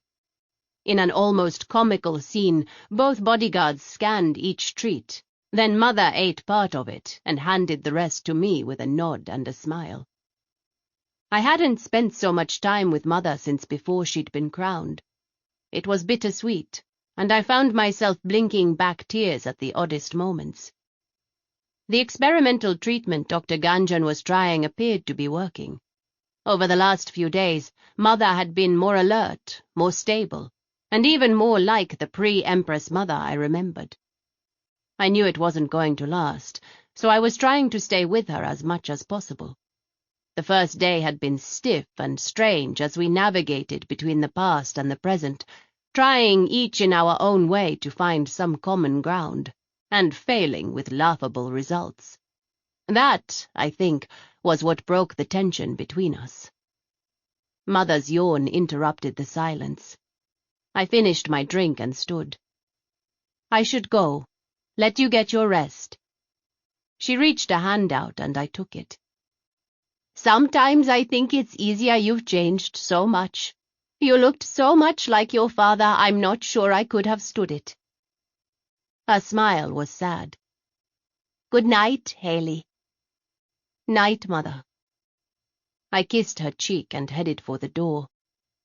Alba met me at my rooms. I'm sorry, Mum. I know it's late, but can I trouble you? Sure, what is it?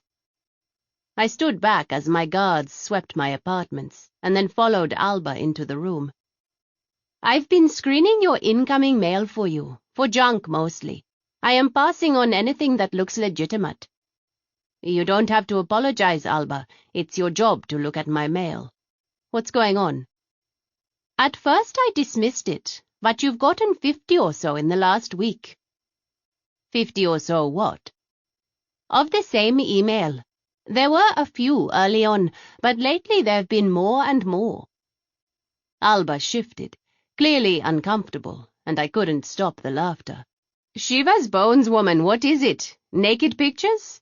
I can't imagine death threats would bother you so. I'm sure I get a dozen a day." "No, ma'am, nothing of the sort. It's just weird."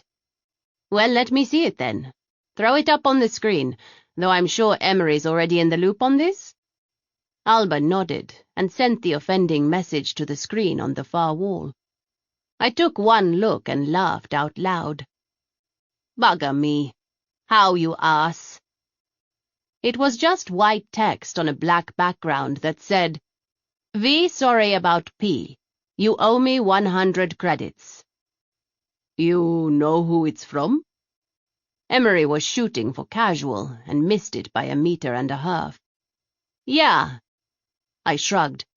"When did the first one come in?" "About a week ago, Highness." "It's how. He must have been on a news fast or something. That took him longer than I figured it would. I'll have to think of a reply." "Highness, you cannot send 100 credits to a known associate of Po Sin's." "I don't owe him 100 credits, Emmy." I paused. At least I think I don't. Maybe I do. Either way. I waved a hand in the air. "It's just How letting me know it's him. He's not looking to collect. He always liked it when I owed him money because he could bring it up as often as possible." "Should I message back a reply, ma'am?" Alba asked. "Tomorrow. I need to think of what to say, and I have to be up ridiculously early in the morning. Night." The next morning found me up before the sun, dressed in a horrible petal pink sari that clashed with my hair. It was traditional, so I hadn't complained, out loud anyway, and my mutterings were quickly followed with an apologetic prayer. Normally, I wasn't one for paranoid superstitions, but we could use all the help we could get in surviving this mess, both literally and figuratively. So I knelt in the flickering light of the temple, dressed in that awful pink sari with the statue of Ganesh looming over me. He was massive, our dancing god with 1 foot raised in the air and his 4 arms spread wide. His ears were stained with red, and a great stripe coated the length of his trunk. Garlands of flowers in red and yellow were draped around his neck and lay in great piles around his foot, along with the piles of offerings brought by devotees. The temple was still, except for Father Westingkar's quiet chanting. The sweet smell of the treat offerings, modak and ladus, mingled with the spice of burning incense. The great elephant-headed god looked down at me with an expression I always felt was a mixture of amusement and pity, and I found myself wondering if he remembered that time Siri and I stole his sweets. "I don't think we should be doing this." "Hush!" I hissed, tugging Siri back down by my side. "The priests will hear you if you don't shut up." Together we crouched, hidden in the broad leaves of the midget palms that ringed the reddish columns of the temple belonging to Lord Ganesh. We found some relief from the oppressive heat of late Bhadrapad in places like this around the palace grounds. The dying summer sun did what Mother couldn't. It made us too tired and lazy to attempt to outwit our bodyguards and venture out into the city. Instead, we confined our mischief to the palace grounds, and today, on the last day of Ganesh Chaturthi, the 10-day festival, I'd promised Pace modak. She'd been sick with fever for most of the festival, and Mother was being mean. I knew a few of the sticky sweet treats wouldn't harm my little sister, but the physician said no, so Mother said no. Not even Father had been moved by my pleas. So I was taking matters into my own hands. "We can't steal from a god, Haley." "Be quiet." I felt a little pang of guilt as I brandished my fist at my sister, and she subsided with tears in her eyes. Sorry, Siri. Really. But Ganesh isn't going to begrudge a few sweets. They're not for us. They're for Pace. He loves Pace, and if you do too, then you'll quit your bitching and help me. Siri's lip quivered. I do love Pace, she whispered, in a voice thick with tears, and I knew I'd gone too far. I wrapped my arm around her. Siri was the oldest, the heir, but sometimes I wondered if my kind-hearted sister would survive as Empress. I know you do, I whispered back. You keep watch. Whistle twice if you see anyone. I'm going in. Om Gam Ganapataye Namaha, Father Westinka chanted, jerking me back to the present. He pressed his thumb to my forehead and left a smear of precious red sandalwood paste there before bowing low. Om Gam salutations to the Lord of Hosts. I echoed the chant, folding my hands together and bowing until my forehead touched the cool temple floor. I was suffering from the early morning hours, so I focused on the puja instead of the sun crawling up over the horizon on my left. It was a ritual we'd repeated every morning for the last several days, a plea to the one who trampled obstacles under his broad feet, a lead-in to the holiday, a wish for him to guard the light and keep us all safe. For all my bitterness about the gods, there was a special place in my heart for Ganesh. I'd never told Siri, but when I scrambled up on the base of Ganesh's statue to steal those modak for Pace, I'd left the bracelet our father had given me at the start of the celebration, and whispered a quick, reverent prayer to the god to make my sister better. I'd told my father I'd lost it, and he'd looked at me with disappointment, but it was worth it when Pace recovered that very evening. Highness. Emery's voice was worried, and I realized why when a hand to my face came away wet. Are you all right? I was just remembering something. I squeezed his forearm. Give me a moment, would you? He nodded and moved off to stand with Jet, two silent shadows against the reddish column less than 10 paces from me. Ganesh's temple on the palace grounds was a small one, meant more for private ceremonies like ours. I'd always preferred it to the gigantic temple on the far side of the capital, which was filled with too much noise and confusion. But even here I apparently wasn't safe. Cass was on the other side of the temple, and the members of Team 3 stood at parade rest along the far wall. Sinking to my knees again, I reached a hand out and rested it on the god's foot. The flowers tickling my arm were forgotten when I made contact with the statue. A tingle of electricity shot through me, and I closed my eyes, dropping my head and pressing my free hand to my heart. I haven't been the most faithful, Father, I whispered in the old tongue. My travels took me far from home, and I'm afraid I've forgotten how to pray. But I haven't forgotten what you did for Pace, and I won't, not ever. I don't know if I can do this, but I do know there's no one else. I need help, Father.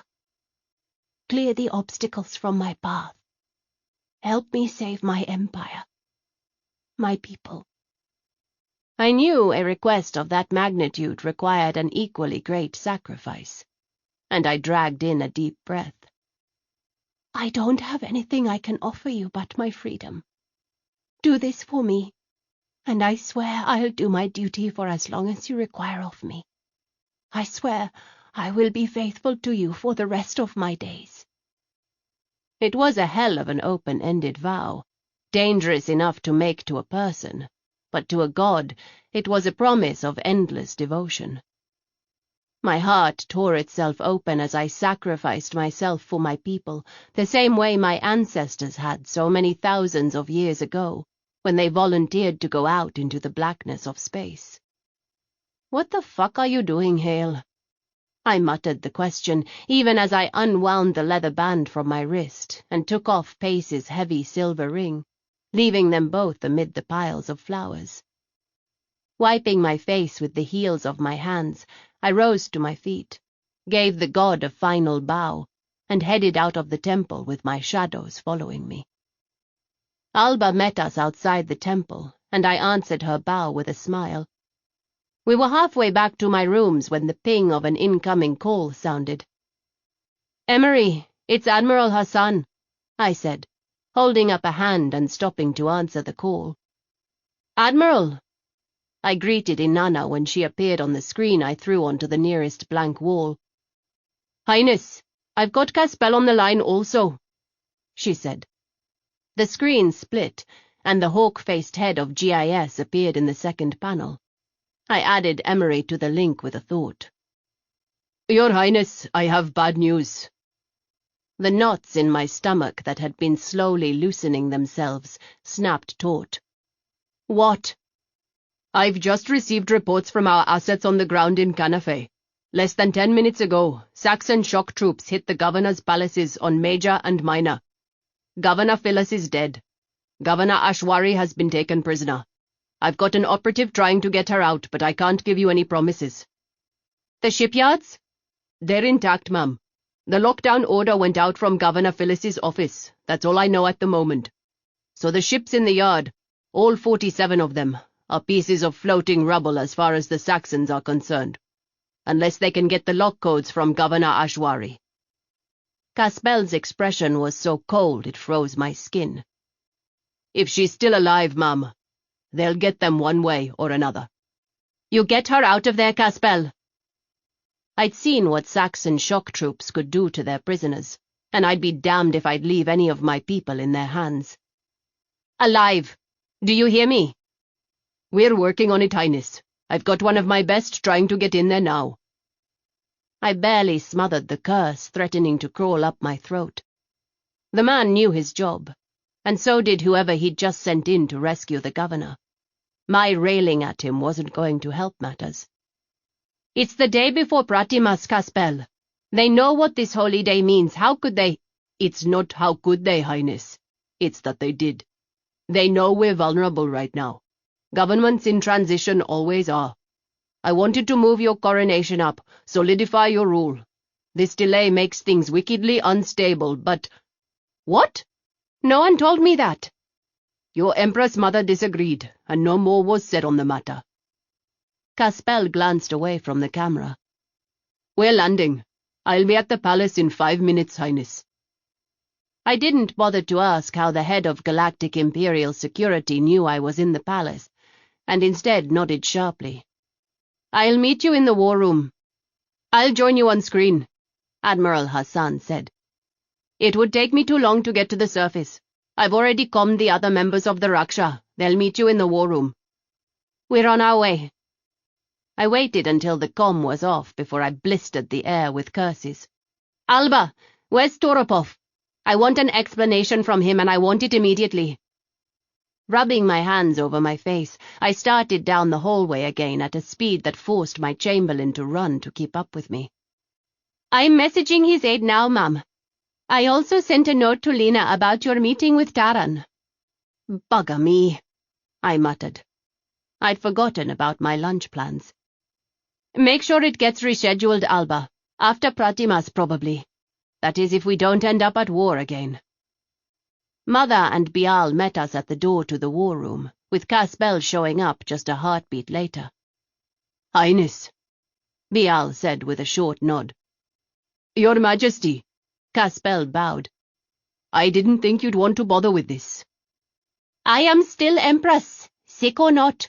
Next time you try to tell my Ecom not to trouble me, I'll have you cut into pieces and fed to my cats." I raised an eyebrow, but Caspel didn't look the slightest bit abashed. He shrugged a shoulder.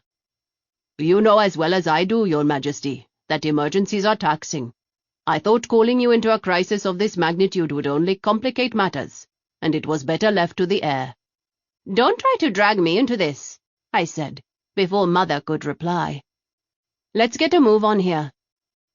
The other 3 members of the Raksha arrived only minutes later. The Raksha was the military council of Indrana, consisting of the heads of the armed forces, the tracker corps, and the bodyguard corps. "Your Royal Highness, we haven't met. I'm Esa Suvish." The Commander-General of the bodyguard corps was a no-nonsense-looking woman with a shaved head and piercing dark eyes. She nodded briskly at Emery and Bial after shaking my hand. Mila Vandi, the head of the Imperial Tactical Squads, was the only woman I'd had a lot of contact with before my flight. My father's old friend extended her hand with a smile, bowing at the same time. "Your Highness, it's a pleasure to see you again." "You're the first person, I think, who's actually meant that, General." I shook her hand, feeling more than a little guilty that I didn't trust her. "Have you met Generals Saito and Prajapati?" Mila gestured at the 2 women next to her. "Yes, they were at the briefing I was at the other day. Generals?"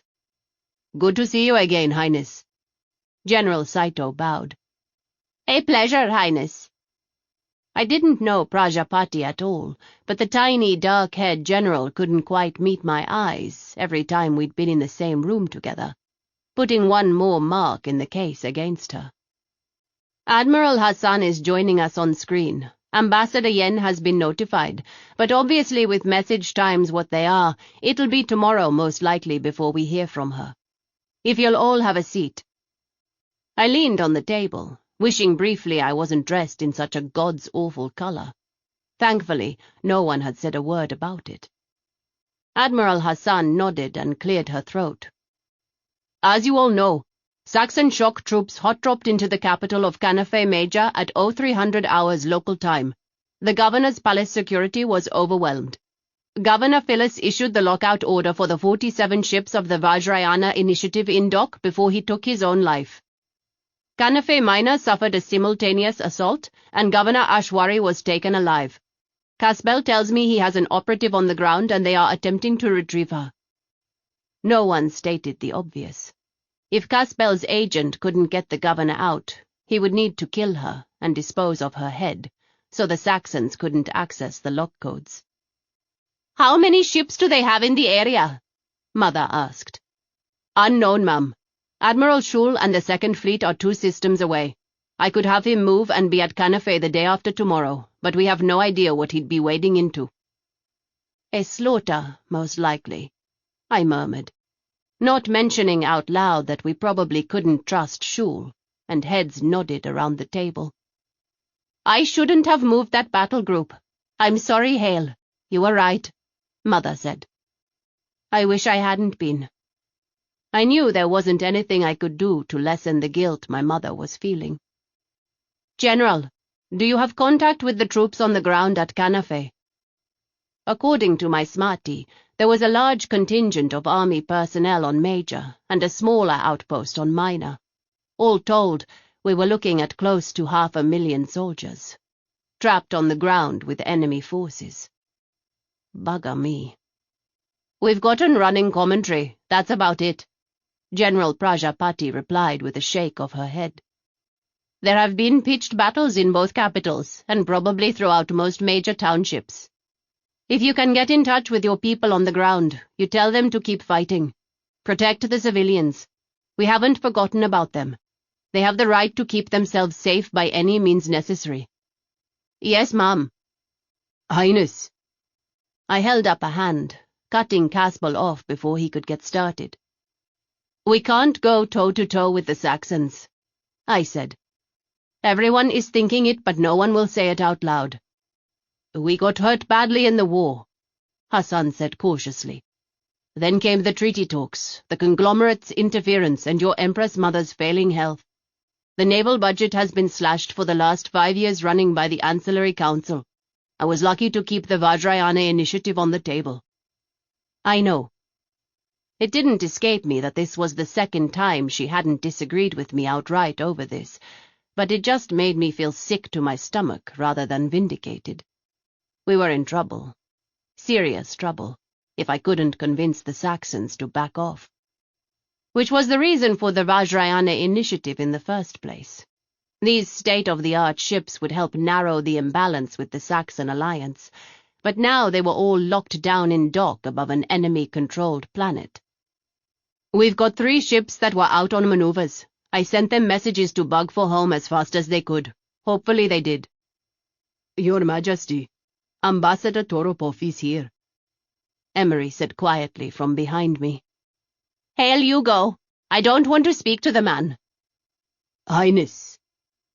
Caspel's quiet voice broke into the uneasy silence that dropped as I got to my feet. "You will not be able to declare war.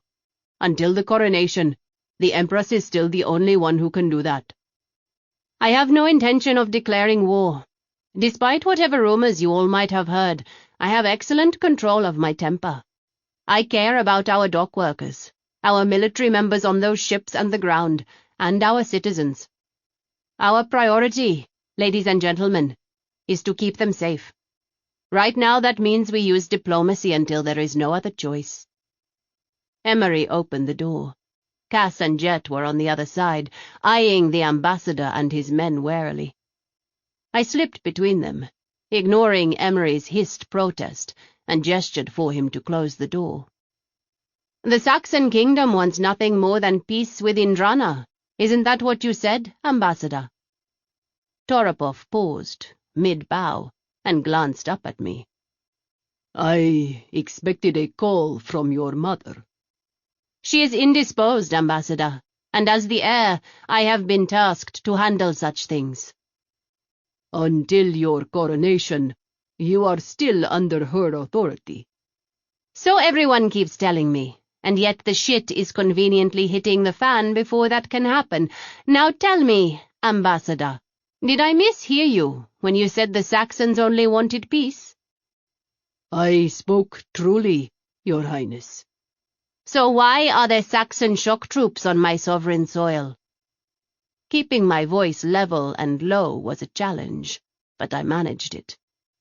The ambassador straightened, his pale eyes still on mine, and he lied straight to my face. "I have heard of no such troop movements, Your Highness. All our ST battalions are accounted for." My hand flexed at my hip, looking for a weapon that was no longer there. Toropov saw it, and so did his guards.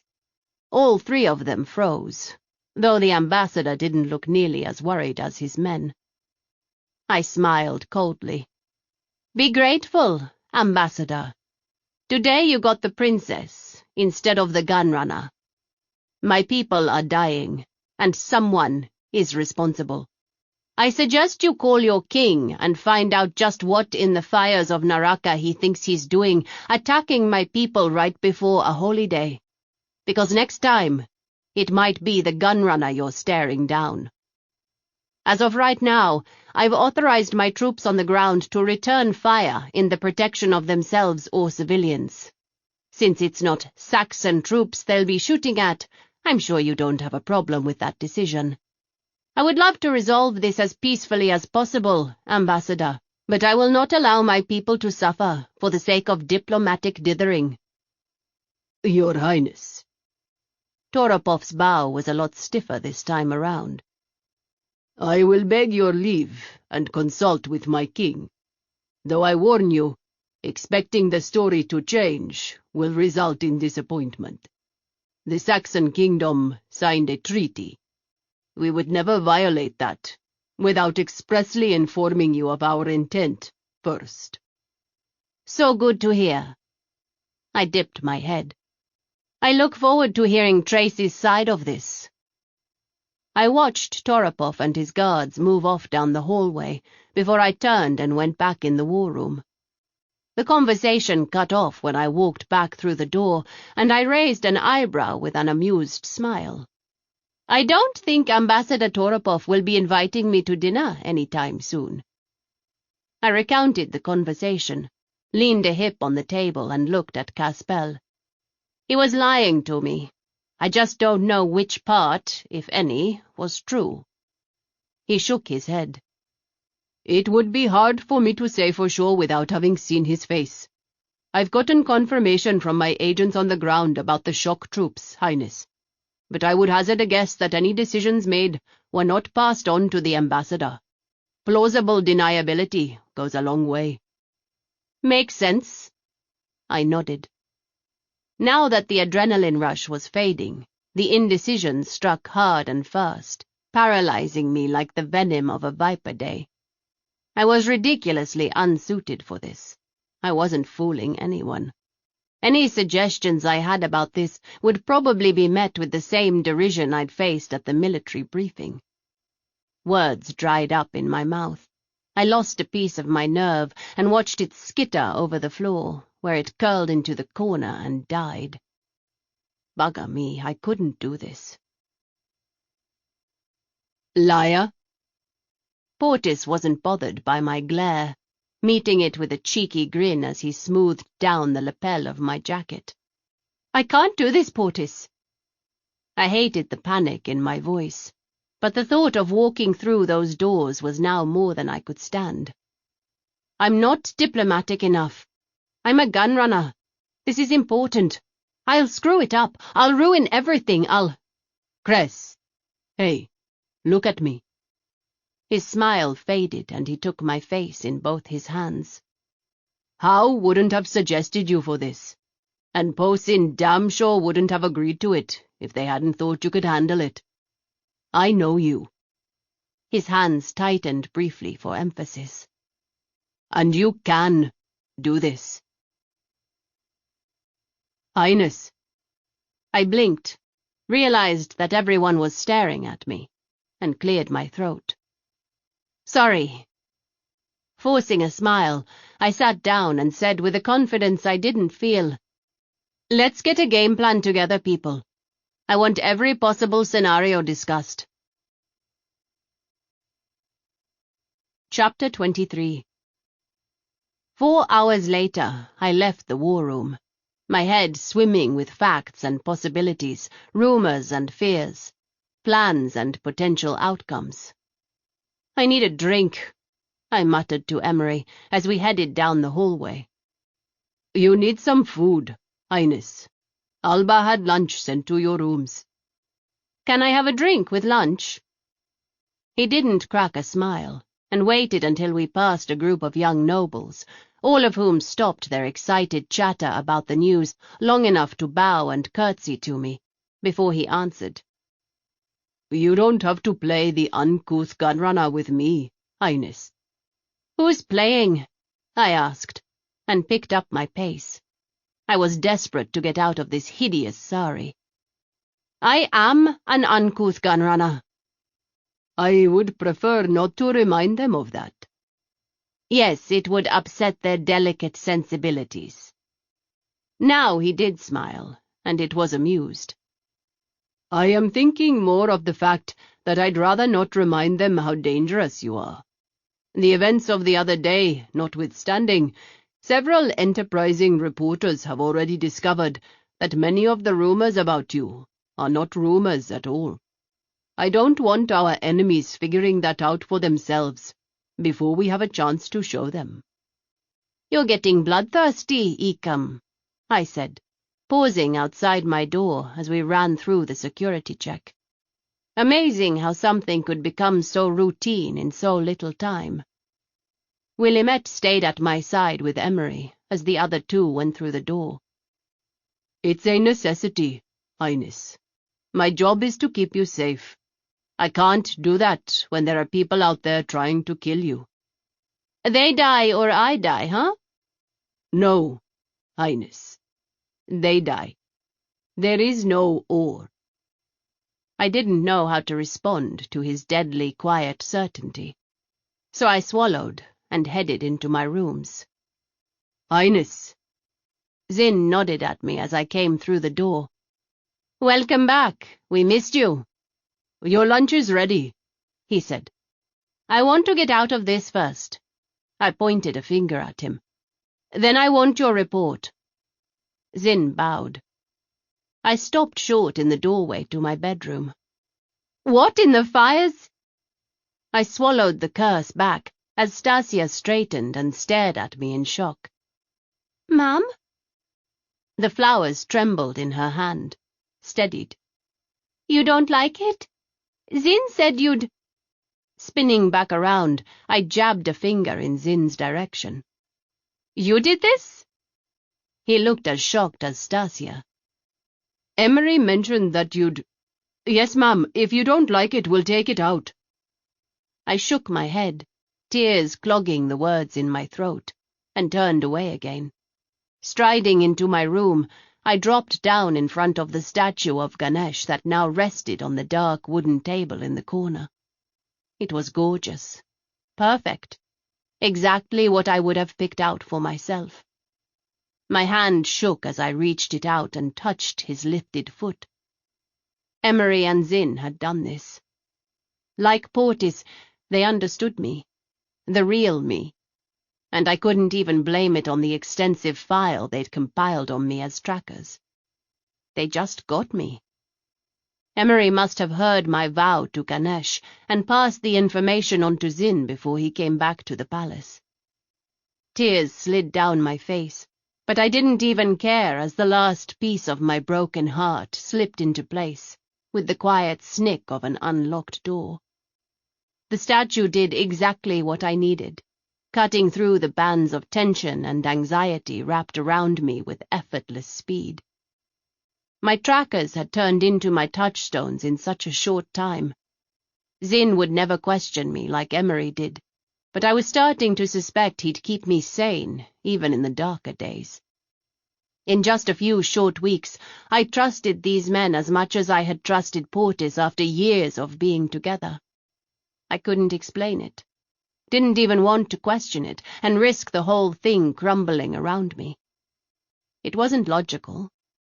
It was just life.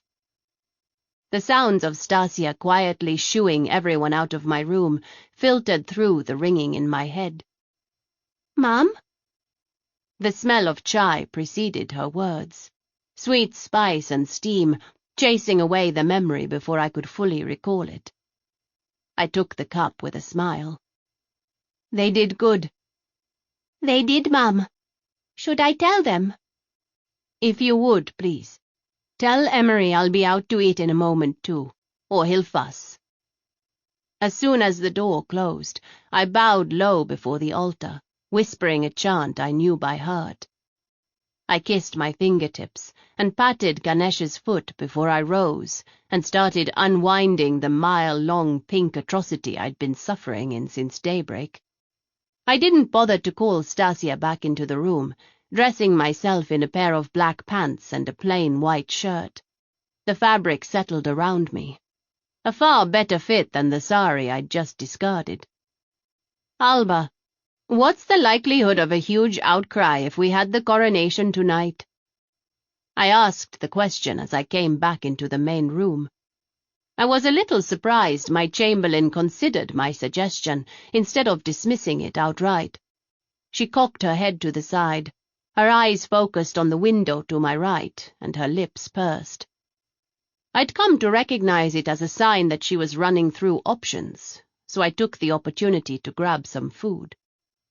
"Highness." I took the glass of Alcaric's whiskey from Emery with a grin. He gave me the look and leaned a hip on the table. I cheerfully ignored him, flopping down into my chair and grabbing a fork. "I just don't think it's doable, Highness," Alba finally said. "Technically, all we really need is for someone to put the crown on your head and the matriarchs to swear their allegiance. But the logistics of that and the subsequent rumors that would accompany such a rush job—" She trailed off with a tiny shrug. We were in limbo here, vulnerable as long as Mother was still on the throne in her unstable mental state. Worse, I didn't have a huge power base, and I couldn't afford to start off my reign under any suggestions of impropriety.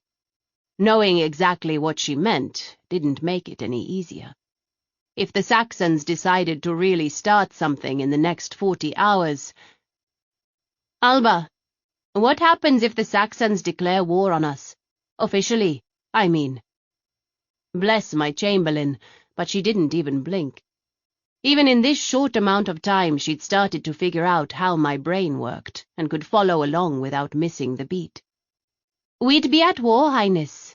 the articles of conflict would be in effect. The articles called for zero confusion in the chain of command during times of war. One such provision dealt directly with the scenario we were facing here. That if the current empress was in the process of abdicating the throne, the heir would automatically assume control. No coronation, no fuss, no approval from the matriarch council. Good. Sipping at my drink, I waved the other hand in the air. We won't worry about it then. Maybe it was arrogance on my part, but I already knew I had the backing of a chunk of the military, and of most of the matriarch council anyway. They would do what was necessary until my coronation to keep the empire safe. And if not, I had a legal excuse to put my ass on the throne without all the pomp and circumstance. Yes, ma'am. If that's all? I stretched my legs out and nodded at Alba. It is. You go on. I know you have a lot still to do for tomorrow. I'll see you in the morning. She bowed and left the room. Emery? He spotted my gesture, answering it with a nod. We're clear, Highness. What did you find out? I asked Zin. Quick and dirty version. His grin was bright, and Emery actually elbowed him, dragging a laugh from me. I cleared my throat and gave them both a look. I followed Lab around for a bit. He's got a group of friends, some of whom are interesting company for a member of the royal family. Then I had a long conversation with the youngest grandson of Ganda's #1 fan on the council, Matriarch Kaitri. Did you now? I murmured, digging into my food. He's going to spend the next few days in a tracker holding facility. Technically, it's not illegal detention, Highness. He did confess to plotting against the throne. Zin continued when I nodded. About a year ago, young Hebin fell in with a bad crowd, radical members of the Upja, who weren't happy with the alliances Abraham Suda was making. You mean my sister? Hebin didn't say as much, but I suspect that's what it was. Lab and several others in their social circle used to throw parties and sneak out to attend these clandestine meetings. Anyway, he and Lab were approached by a man shortly after one of the gatherings. Lab and the man hit it off and regularly went out to dinner. Hebin occasionally tagged along. One night about 10 months ago, the man, Hebin didn't know his name, asked for an introduction to his grandmother. I raised an eyebrow. Let me guess, this is our mystery man. I'm assuming so. The alternative is that there's yet another person involved here, someone else we don't know about. Zin shrugged. I'd just as soon that not be the case. Hebin managed to arrange a meeting. He doesn't know what was discussed, only that both Lab and Ganda were there. After that, he said it seemed like Ganda was hanging around his grandmother's house more often. About 5 months ago, he stopped going to the underground meetings. Said that the tone had taken a decidedly ominous turn, and that Lab had started acting weird. Define weird.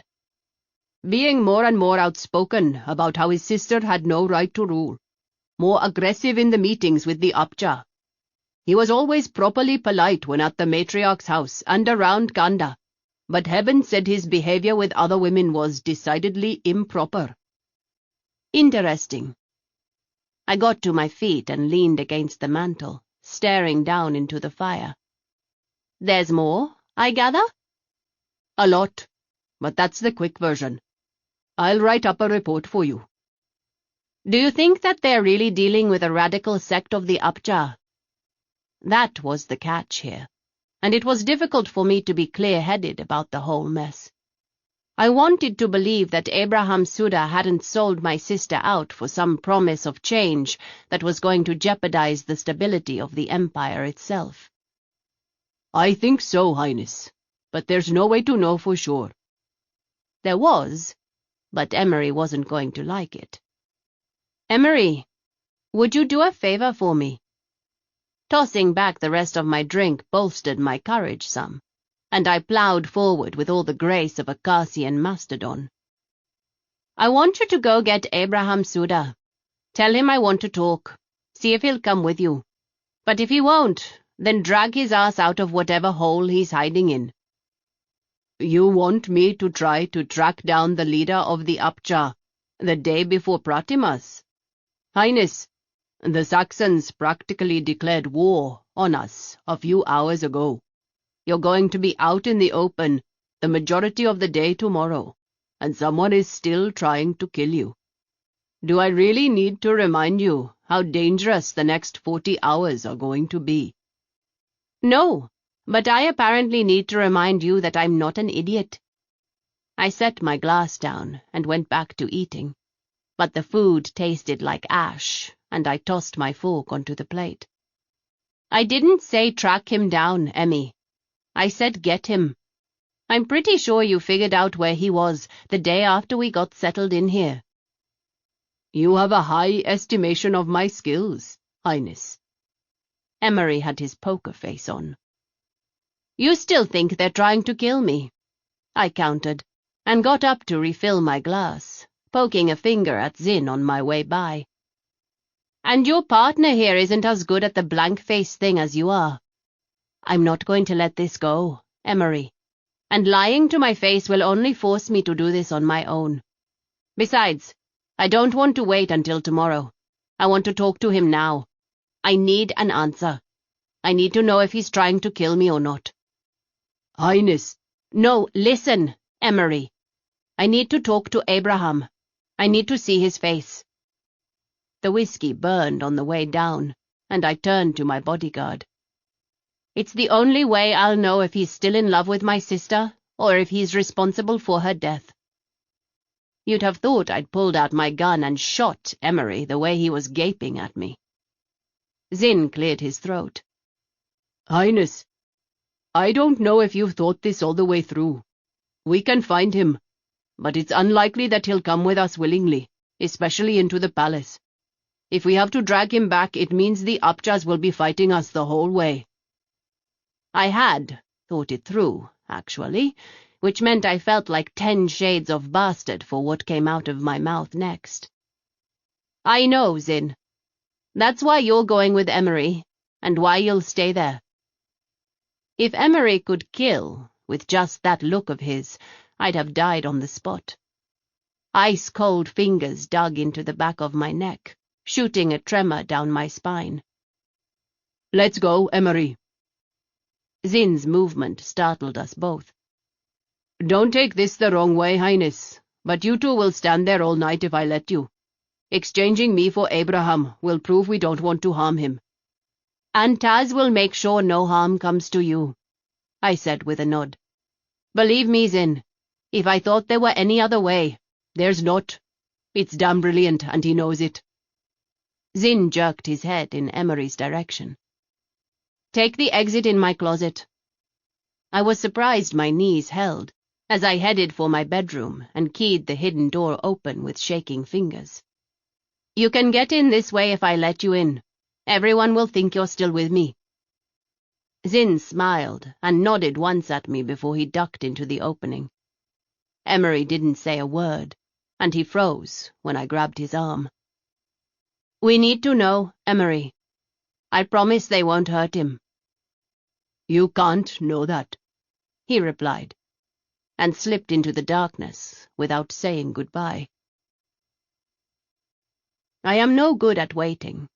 Working with Howe taught me patience of a sort, and I could plan out my moves with what others must have assumed was some bottomless well of calm. Once I had my plan, however, it was no holds barred. The hour Emery and Zin were gone was an eternity. I paced my bedroom and drank whiskey because there wasn't anything else to do, until I heard a tapping on the door in my closet. Grabbing my S-Colt, I held it loosely in my right hand while I unlocked the door with my left. "You asked me here, Hale. Why the gun?" The years had been kind to the man my older sister had loved. Abraham's blue eyes were like pools of water in his dark-skinned face, a handsome face that gave no hint of the steel resolve within his soul. I still didn't understand how Ciri had walked away from Abe to do her duty, how he had let her marry another man. So goddamned noble, the both of them. It made my teeth hurt. Someone's trying to kill me. I think I'm entitled. I rolled my eyes at him and shoved the gun into my waistband so I could help him and then Emery to their feet. My ecam no longer vibrated with anger, so I dared a little smile in his direction. It wasn't returned. Okay, let's get this done. If you're gone too long, your people might get twitchy, and if anything happens to Zin, I'll have to kill you. Believe me, it'll be nicer than letting him do it. I pointed my thumb at Emery. Same old Hale, making threats you can't back up. I think I'd surprise you, Abe. You don't need to worry about your man. Taz is watching him. The only reason they'd kill him is if I don't come back. Come have a seat. I headed over to the fireplace and settled into my chair.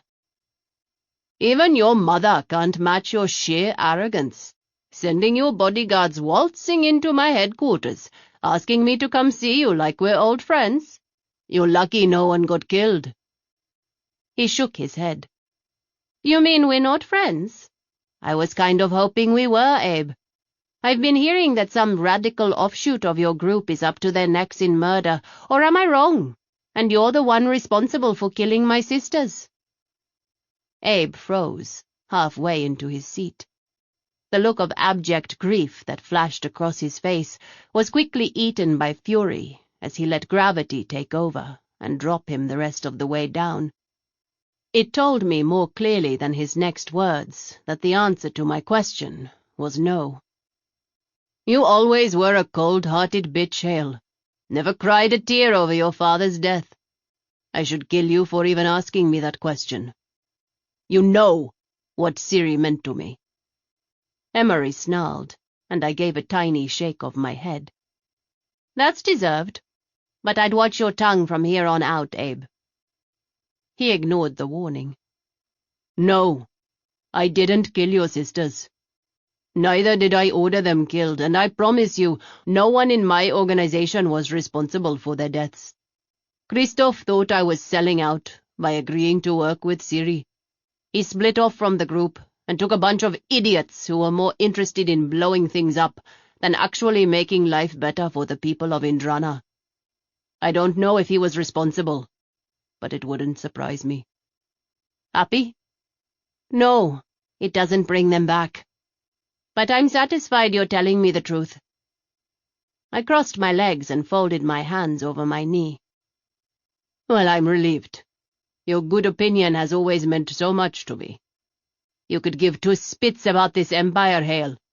You said as much before you ran away. Why are you back pretending like you give a damn? Surging forward, I grabbed Abe by the throat before he or Emery could react, and jerked him out of his chair so he was on his knees in front of me. Does this feel like me pretending? I hissed in his ear, tightening my grip until he choked. This empire is my business, and I left for a reason. My family is my business, no matter how many goddamned years have gone by and how far away I was. They may have had to drag me back, but I'm here now, and God's help you all. I get that you loved Ciri, but she was my blood. You question me on how much I loved her again, and I will kill you and burn the Upja to the ground. Is that clear? He nodded once, and I shoved him back into his chair. Seething rage rolled around in my gut, begging for blood, and I fought to get it under control, while Abe struggled to catch his breath. I managed to drag in a breath of my own, ironically feeling just as desperate for air as Abe probably was. When I didn't feel like my heart was going to explode in my chest, I spoke again. What about me? I saw Taz in the crowd just before someone took a pot shot at me, and a servant claiming to work for you tried to shank me my first day back. What happened to you, Hale? Abe whispered, rubbing at his throat. I left home. I grew up. You don't want to know the details. Trust me. Now answer my question. We didn't. Abe said, still rubbing at his throat as he got back to his feet and sat down again. I told Taz to stay away from you. He listens as well as you always did. You'll have to tell him I said hi. Someone poisoned Mother with AVI. Excuse me? And that answers that question, I murmured, shooting Abe a sad smile. She's got flutters. Probably has had them for a while. Dr. Ganjan has her on some experimental drug, and it's made her more lucid. But she doesn't have much longer. His sharp inhale jabbed at the wall I'd constructed to keep all the pain inside, and it shook a little. I looked at my hands, struggling to steady the wall before it all came crumbling down. I'd always liked Abraham. He'd treated me like a bratty little sister rather than a princess. I'm sorry, Hale. So sorry. That simple apology meant the world. I mustered up a smile and met his eyes. We don't know when it started, but it's likely that whoever is responsible somehow got to her first. Siri sent Emery to find me, Abe. I think she knew something was wrong before Pace died. I didn't want to come back, even after I found out what had happened. But you did. Emery didn't give me much choice. I laughed, and the edges of it caught in my throat on the way out, ripping me open. We'll probably have to thank him properly when this is all over for saving the Empire. I'm going to be Empress, I continued after a deep breath, and looked up at Abe. I'm sure you heard Mother has already abdicated. The matriarchs, most of them anyway, have agreed to my ascension to the throne. The official coronation will be the day after tomorrow. We'll release the news about the AVI after that, so if you'd keep it to yourself until then, I'd appreciate it. Abe nodded. I can do that. What else do you want from me? Initially, all I'd wanted was to confirm that Abe hadn't killed my family, and that he wasn't trying to kill me. But now that I was staring him in the face, it occurred to me that maybe we had a chance to achieve the things Siri had wanted for our people. I want you to come see me again, officially, after my coronation. I'll offer pardons for the Upja where I can, and we'll start working on building the future. Abe studied me for a long moment before he finally nodded. Deal, Your Highness. I stood, offering him my hand, and he took it with an amused smile. I think I underestimated you. Most people do. Thank you, Abe, for everything. He nodded once more and squeezed my hand. Then he followed Emery back to my closet and ducked into the tunnel. Get some rest, Highness. Zin and I will come back into the palace via another route. You don't need to wait for us. Normally, it would be amusing how easily my Ikam could dismiss me. But right now, it just raked over my raw and bleeding heart like salt-coated fingers. His face was emotionless. His eyes were as icy as the frost-laced windows. All I could do was drop my chin in acknowledgement and then close the hatch behind him. Sliding down the wall, I buried my face in my knees and wept. I'd betrayed his trust by sending Zin deliberately into danger. This hadn't been about protecting me, not really, though I could make some argument to that end. It had been about information gathering and gaining allies, and I'd used my bodyguards like pawns. If it had been just Emery, I had a feeling he wouldn't have cared. But I put Zin in danger, and I wasn't sure Emery would ever forgive me for that. Chapter 24. Pratima's morning dawned clear and cold. I woke up early and watched the lights from my bedroom window as they flickered to life outward from the palace. I couldn't take any joy from the ritual of hope. The events of the night before had surged up to smother me the instant I opened my eyes. I'd made contact with the Upja, possibly even secured their support. But at what cost? I shouldn't even care so much about the opinions of a man I barely knew, but I did. I valued Emery's counsel and his respect, and he was my last link to Portis. That I might have lost those precious things cut me to the bone. Emery was the first man to earn such trust from me since Portis. Not even Po Sin or How had gotten under my skin like my Ecam had managed. "Oh, bugger me," I muttered, blinking back the tears as I slid from the bed. Starting the day off with swollen eyes wasn't particularly appealing to me, especially since I'd be on camera from the moment we left the palace. Stasia was nowhere to be seen, so I headed for the bathroom. By the time I'd showered and composed myself, evidence of her presence was on the table by the window. A steaming cup of blue chai and a plate of breakfast made my stomach sit up and take notice. I belted the heavy white robe and passed the table, sinking to my knees in front of the colorful statue of Ganesh. I lit a stick of incense and settled back on my heels. As the sweet smoke wafted through the air, indecision struck, and I stared at my hands until my eyes crossed. Was I supposed to talk out loud? To just sit here? I had been telling the truth when I said I'd forgotten how to pray. It seemed wrong to ask for something every single time I sat down, but I was pretty sure Ganesh didn't need a litany of my day either. "I don't know what the fuck I'm doing," I hissed. Portis would have laughed at me. The thought made me giggle. "I miss you, you jerk. You'd be laughing so hard at me that you'd be crying right now." I rubbed at my face and looked up at the statue. "I'm sorry I'm messing this all up, Father. I hope you can bear with me here. I promise I'll get it figured out sooner or later." I offered up an uncertain genuflection and got to my feet. I'd just settled into a chair and grabbed for my mug of chai when there was a knock at the door. "Come in." Jet stuck his head in. "Morning, Highness." "Morning." He bowed low. "Anand. May your light be stronger than the darkness." "To you also. How's your wife doing?" I saw the surprised look on his face turn into delight. "Well, Highness. Both she and my daughter are doing well. I'll tell Reva you asked about her." "Do that."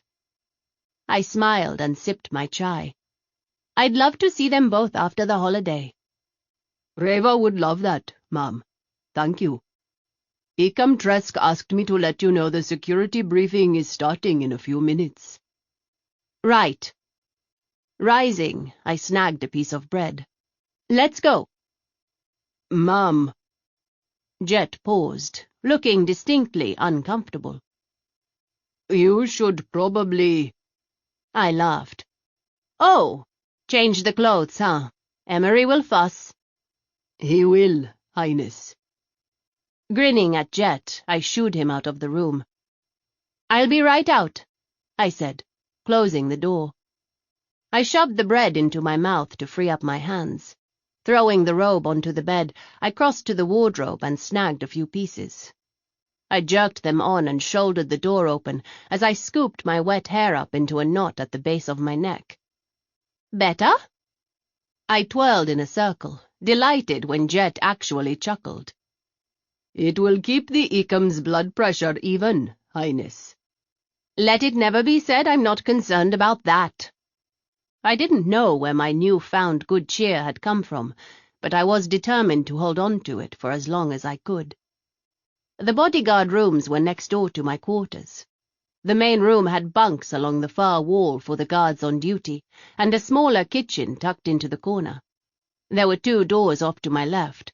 One led to the bath facilities, and the other was the command center. There was a 3rd door that joined the rooms with my waiting room, making the whole section a self-contained compound in the event of an emergency. I really hoped it never came to that. The guards scattered around the room scrambled to attention when Jet and I walked through that door.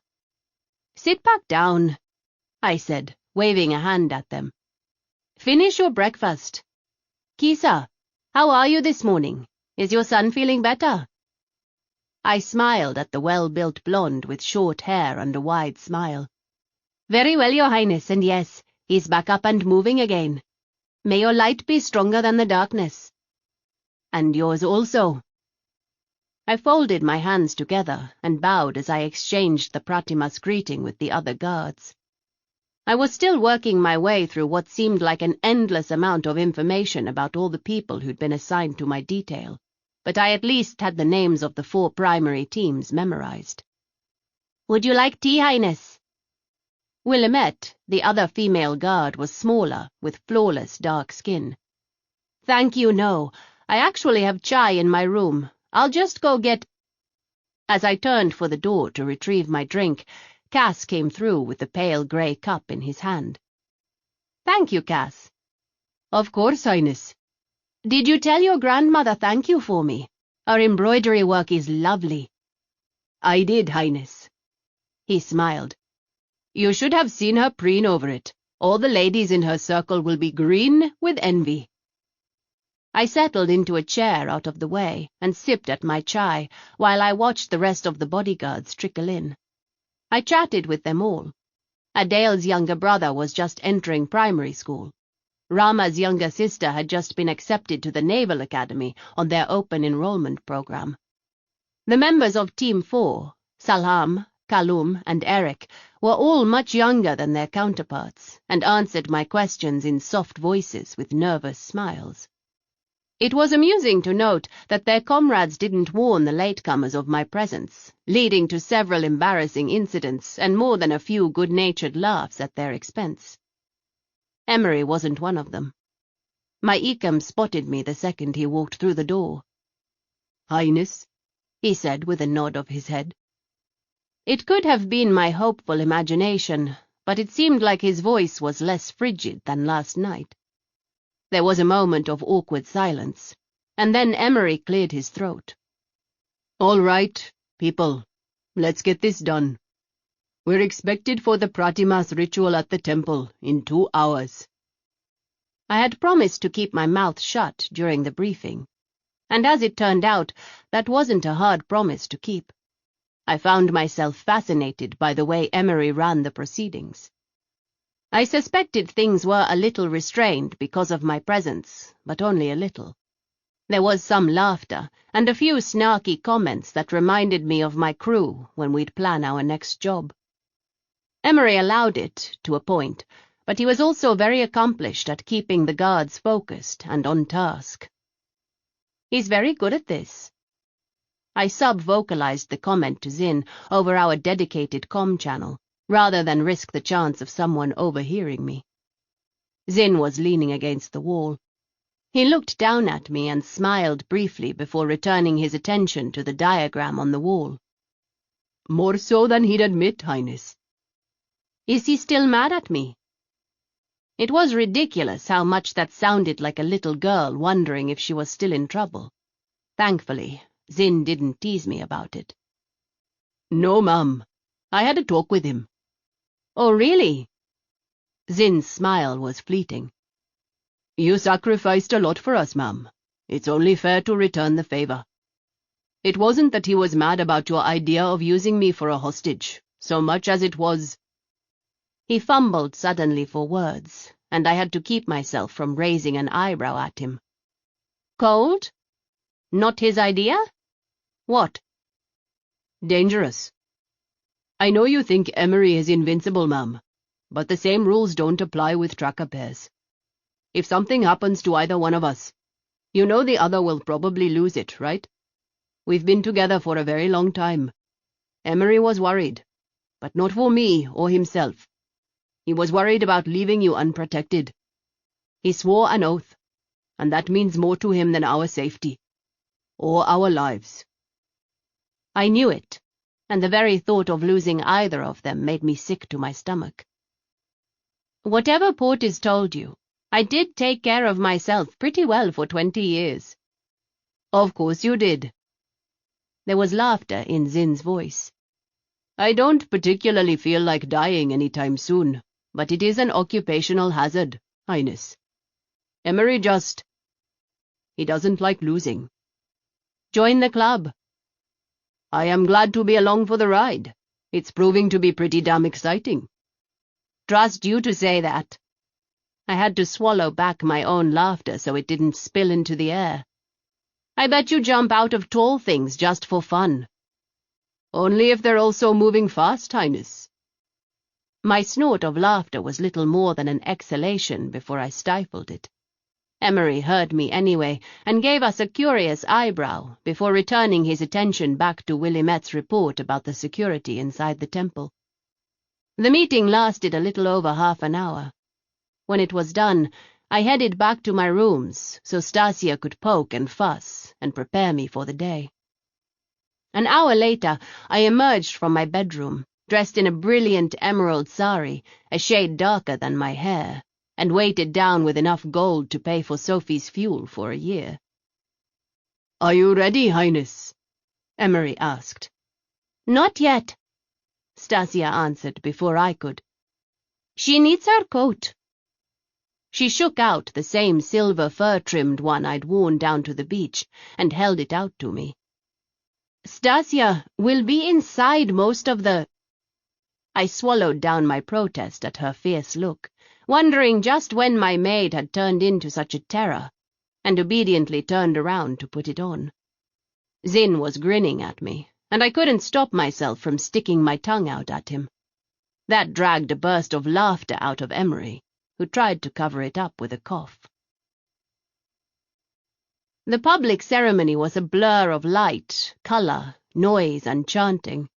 Coloured sparklers flared even with the sun high in the sky, and people greeted each other with kisses on cheeks and holiday blessings spilling from their lips. The unease that had plagued the Empire had disappeared in the flood of celebration washing through the capital. Today, the grief over my sister's deaths faded. Today, the concern over the Saxons' recent attacks was put aside. Pratimas was, quite simply, the release we all needed to shake off the miasma of the dark year. The triumph of the light over the dark. The end of all the things that had plagued us. I knew all this hope was being pinned on me, but for once it didn't scare me. "Anand, Highness." The young woman bowed low, her bracelets jingling. "May your light be stronger than the darkness." I pressed my hand to her dark hair. She glanced at Emery as she rose. "Highness, may I?" Emery nodded, so I pressed my cheek to the girl's and smiled for her picture. She thanked me again and moved on with her friends, all of them giggling with delight. "Highness." The young man who followed had solemn brown eyes and a threadbare coat. He held out an unlit sparkler. "For you, light of Indrana. I hope your reign brings us the peace and equality we have so long awaited." I let Emery take the sparkler. Our agreement about how best to handle the potential dangers had been discussed in the air car on the way over. "Thank you for your faith in me." I took the young man's hand in mine. "What is your name?" "Mika, Highness." He couldn't have been more than 15, still a baby in a society that so clearly discarded his worth without a second thought.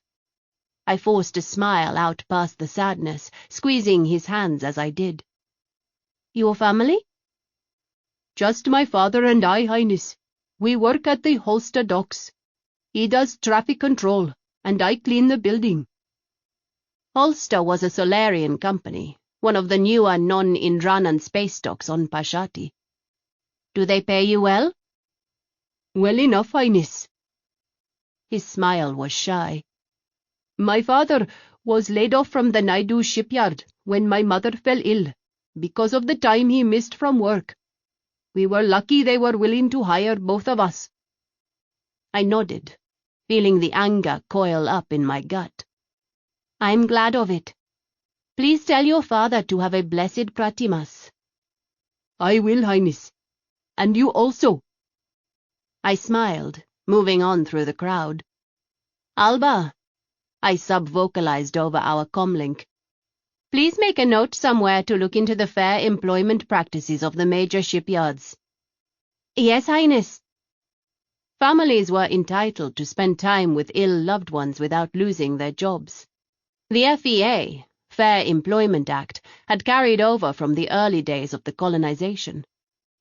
My good mood dampened by the conversation, I continued through the celebration, even convincing Emery to let me light the sparkler Mika had given me and spin it around, to the delight of several nearby children.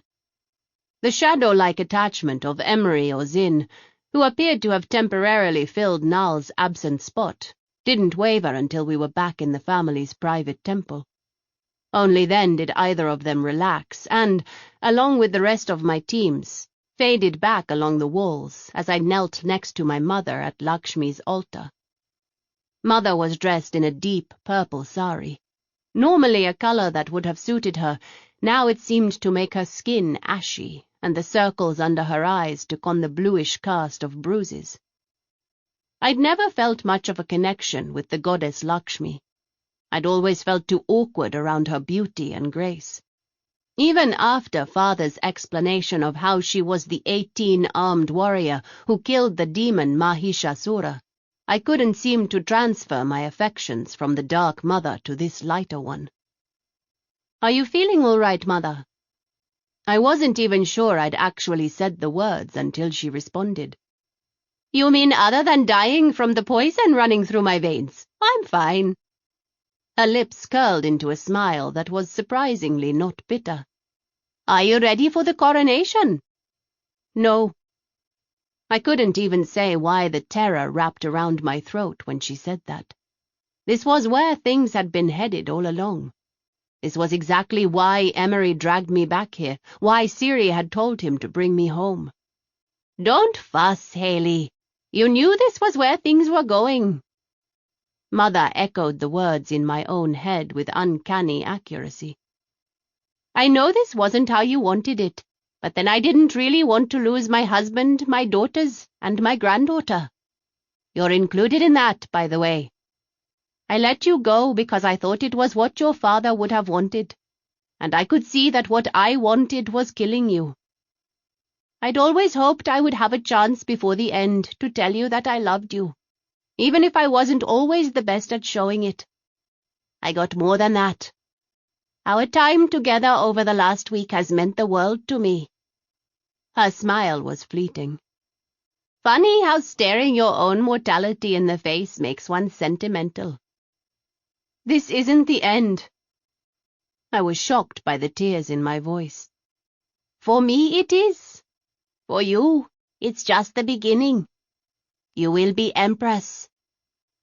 I didn't know what to say to that, so I stared back up at the candles, trying to ignore the tears tracking down my face. "It's not fair. I'm going to lose you too. That's life, Haley. I'm sorry. Sorry to leave you with this mess. Sorry that I couldn't figure out how to let you live your life a little sooner. Sorry that I couldn't keep your sisters safe." She gave my hand a squeeze. "I'm exhausted, Hale. I'm going on back to my rooms. I'll see you in the morning." Leaning heavily on my shoulder, she pushed herself to her feet, then transferred her weight to Bial and shuffled from the temple. I stayed on my knees and stared at the flickering candles until my vision blurred. "Highness." Turning to look at Emery, I blinked my now dry eyes until they cooperated and refocused.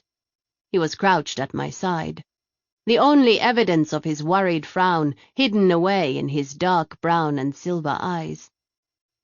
"I'm all right," I said, reaching out and squeezing his forearm. "We're running late, aren't we?" "Just a little, Highness." Alba melted out of the shadows to answer my question. "You need to be at the Garuda Square to see the children's dance troupe in about 15 minutes. "We'd better get moving then." I pushed to my feet and took my coat from Cass. We took an air car and made it to the square with just enough time to get settled for the performance. I'd loved the square as a child, even though our visits were rare, and the older I got, the more I was expected to behave. rather than splash through the colored waters rolling in tiny waves around the base of the massive fountain. Garuda Square was named for that fountain topped with a white marble statue of Krishna riding on the back of an eagle, but other statues of imperial heroes decorated the kilometer-sized area. Right now the fountain was dry for the winter, but still popular with the children milling around its base. They sang and danced, their bright costumes standing out against the grey sky and their voices tumbling through the chill air. A pair of older girls performed an intricate dance routine, their saris swirling as they spun across the stage in a mock battle. One was dressed all in black, the other in shimmering white. They fought and spun and sang until the dark one dropped exhausted to the floor. The girl in white posed in heroic triumph over the top of her vanquished foe, beaming with pride. The performance ended, and I rose with the rest of the crowd, clapping my hands for the beaming children on stage. "There's a sweet shop on the far side of the square. I want to pop in after we're done here," I whispered to Emery. "I'd rather you not." "Come on. I want to see if Mr. Havisham is still there. That, Emmy. It's not like some member of this shadowy group is going to be in a candy shop just waiting for me to come in so they can kill me." "It's not outside the realm of possibility," he replied, without looking away from the crowds. Through the whole conversation he kept scanning left to right, his augmented eyes tracking more things than I could hope to follow on a good day. "I realize I pay you to be paranoid, but really—" I broke off when the message rang through my head, locking my knees to keep from falling to the ground. I knew the others who were linked into the palace network received it at the same time, because their faces reflected the same shock and sorrow in mine. "The Empress is dead. Long live the Empress." "No." My denial was useless, a wasted breath lost in the collective inhale of the men and women around me. "Majesty, please sit down."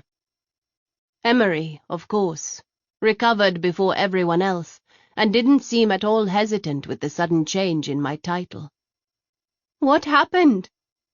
Emery, what happened? She was just—" I pressed my gloved hand to my mouth to keep the insane babbling from spilling out into the air. "I have an incoming message from Bial," he said. "It appears your Empress Mother suffered a stroke shortly after returning to her rooms. Dr. Ganjan was summoned and was present at the time of death. Bial wishes to know if you would like him to send out an official notification." "No, I'll do it. We need to get back to the palace." I wrapped my arms around my waist at the news, knowing full well I couldn't lose it in front of everyone. This was the moment I had known was coming all along. Those closest to us in the crowd were throwing curious glances our way, but no one except my bodyguards and Alba had been near enough to hear the news. The kids were still clustered around the stage, laughing and chattering with their parents and each other. "That's the future, Hale," the voice in my head reminded me firmly. "That's who you need to keep it together for." I got it now.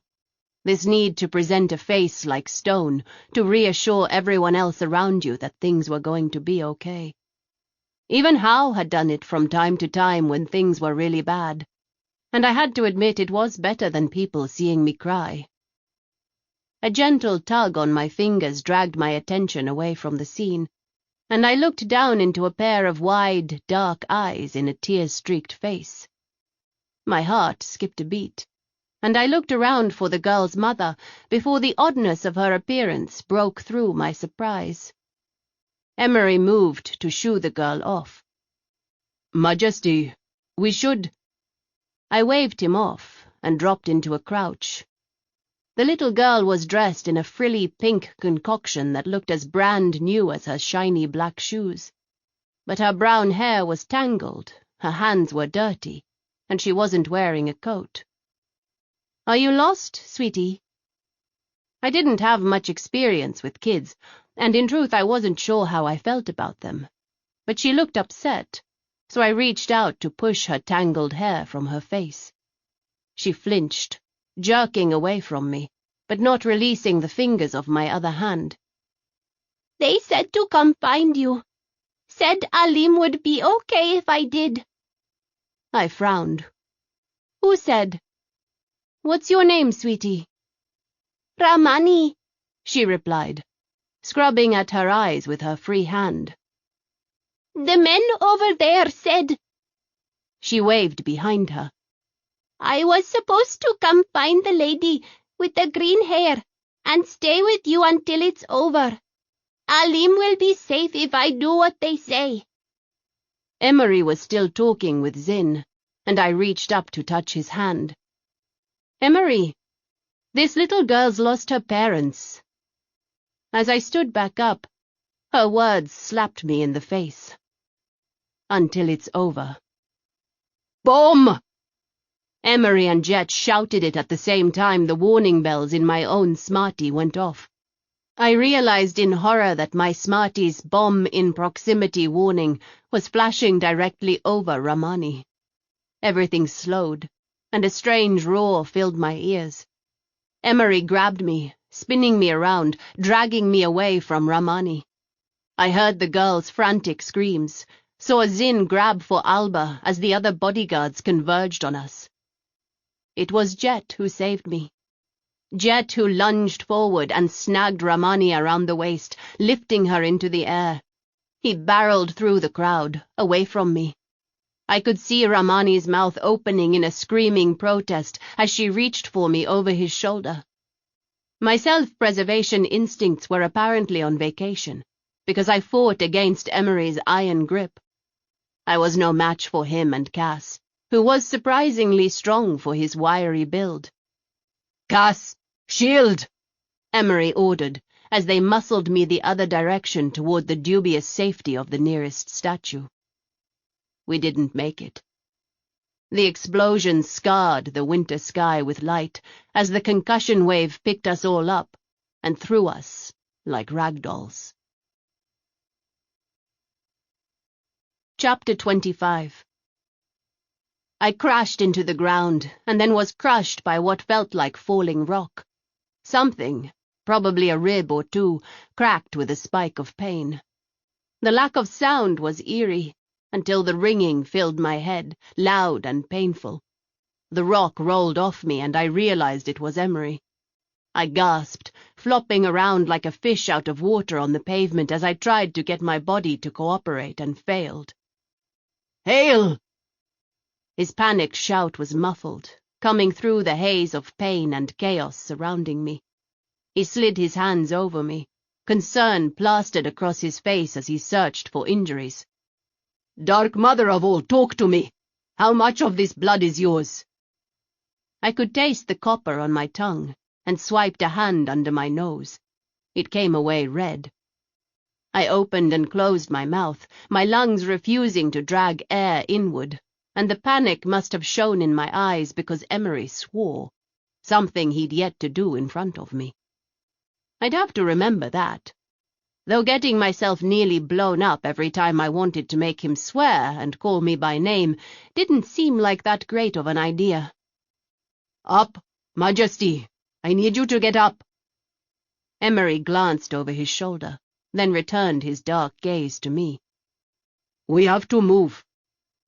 He hauled me to my feet and practically plastered himself to my back, one hand on my neck to keep my head low. Cass was on my other side, his gun out and his young face stone hard. "This is Ecom Tresk. Confirmed Charlie-level emergency at Karura Square. Suicide bomber. At least 4 bodyguards dead. I need a check-in from all bodyguards now." "I'm okay," I finally managed to gasp as I got some air into my lungs. "I'm not hurt." Which was essentially true. I hurt, and I probably had a cracked rib, but beyond that and a few cuts and some bruises that were going to make me not want to move tomorrow, I was fine. Jet was... "Jet!" I struggled to turn in Emery's grip. "Oh, gods, Emery, he..." I saw, he said grimly. Don't look, Majesty. You don't need to see. That poor little girl!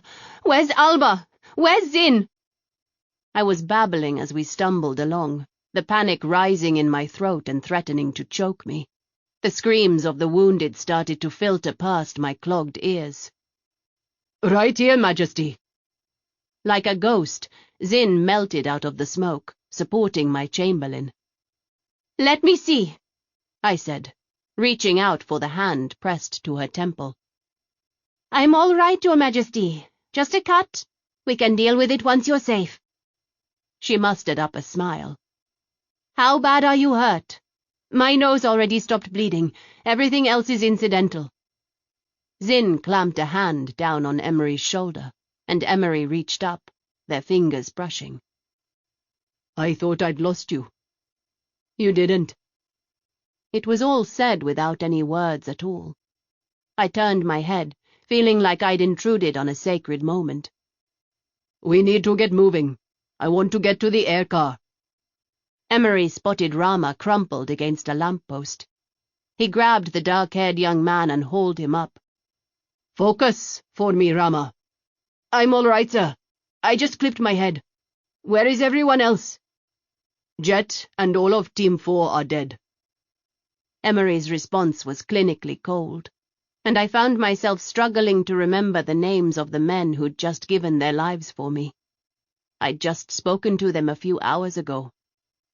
I'm getting responses. Pezan was injured in the blast. Adele is with him. Willamette hasn't checked in yet. Tanish and Jewel were on the perimeter and are circling around to meet us at the air car.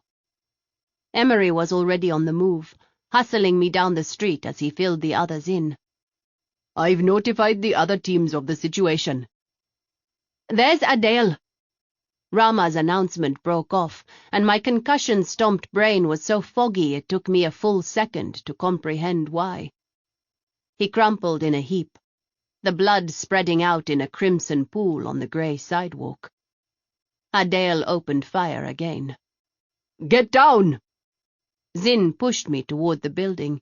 We slammed into the doorway, falling through the door when the lock gave. My already bruised body protested the additional abuse, and the air left my lungs for the second time in less than an hour. He slid off me with a muttered curse. You okay? No, I wheezed, lying there a minute struggling for breath. Never mind bombs and shooters. You two are going to crush me to death. Sorry. The breathy pain in that single word slapped at me.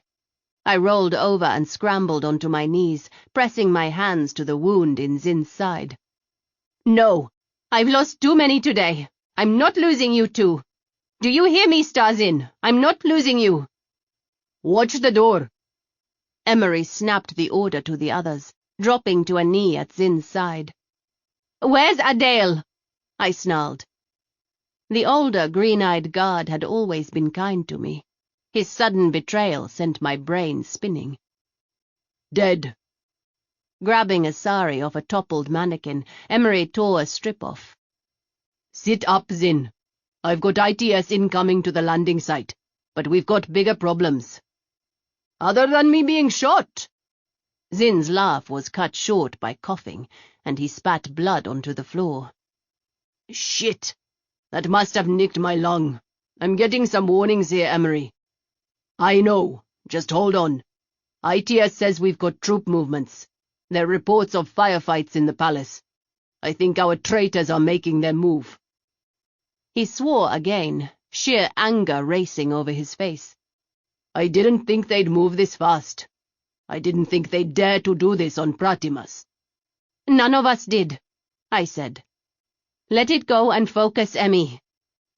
I tore strips from the sari as fast as Emery could pack them against Zin's wound and bandage him up. Once that was done, I wiggled out of my coat and unwound my own sari with Alba's help, piling the jewelry Stasia had draped on me that morning on top of the green fabric. I'll keep it for you, Majesty. I'm going to stay here and try to help with the wounded. No one will bother going after me. Alba, it's better this way. I don't want your bodyguards to have to worry about me. Their focus should be on you." I embraced her. "Stay safe, please." "You too, Your Majesty. We need you." She smiled. "I know you don't think it sometimes, but we need you. You will carry us through this dark." Pulling my S-Colt from the holster at the small of my back, I shrugged into a long jacket taken from another downed mannequin and crouched at Zin's side. Emery was funneling updates to my smarty as fast as he got them, and the news drove frozen claws into my chest. I wasn't badly hurt because Team 4 had put themselves between me and the blast and brought up their kinetic shields to cover us. They'd paid for it with their lives, and the blast had still been bad enough to knock us around like dolls. Things were too scattered and confused for a clear picture, but what I was piecing together was that at the same time as the explosion, there'd been an assault on the palace from a force of unknown strength and origin. "I've got troops assaulting the palace gates. Saxon uniforms." "Security for all the matriarchs reports their residences on lockdown." "I need some backup over here." The ground shook beneath us. "Holy Mother! ITS headquarters just disintegrated." I turned off the audio when the incoming ping rang in my ear. "Admiral, thank Vishnu you're all right. You dropped off the grid and I thought—" Admiral Hassan didn't even try to hide her relief. "Majesty, where are you?" "Can't tell you. A shop in Garuda Square." I looked around, catching Emery's eye and mouthing the Admiral's name. He nodded once and held up 4 fingers, then jerked his head toward the door before he went back to binding Zin's wound. "Someone tried to blow me up, and it sounds like ITS HQ just went up in flames." Hassan's little gasp was as clear as the gunfire that suddenly echoed outside. "Majesty, we don't have much intel, but I'll send you what we've gathered so far. All Navy ships are holding at present." "Are there any Saxon ships incoming?" "No, ma'am." "Well, that's something at least. Pass the word, Admiral. We've got a coup in progress. Unsure if foreign or domestic. If anyone approaches the planet and won't stand down in my name, you blow them into dust. Is that understood?" "Yes, ma'am." A second broadcast tone sounded in my ear, and it took me a moment to realize this one was coming over the planet-wide system, not just the palace smarty link. "Citizens of Indrana!" Ganda somehow looked both regal and girlish, facing the camera with only a hint of tears still staining her cheeks.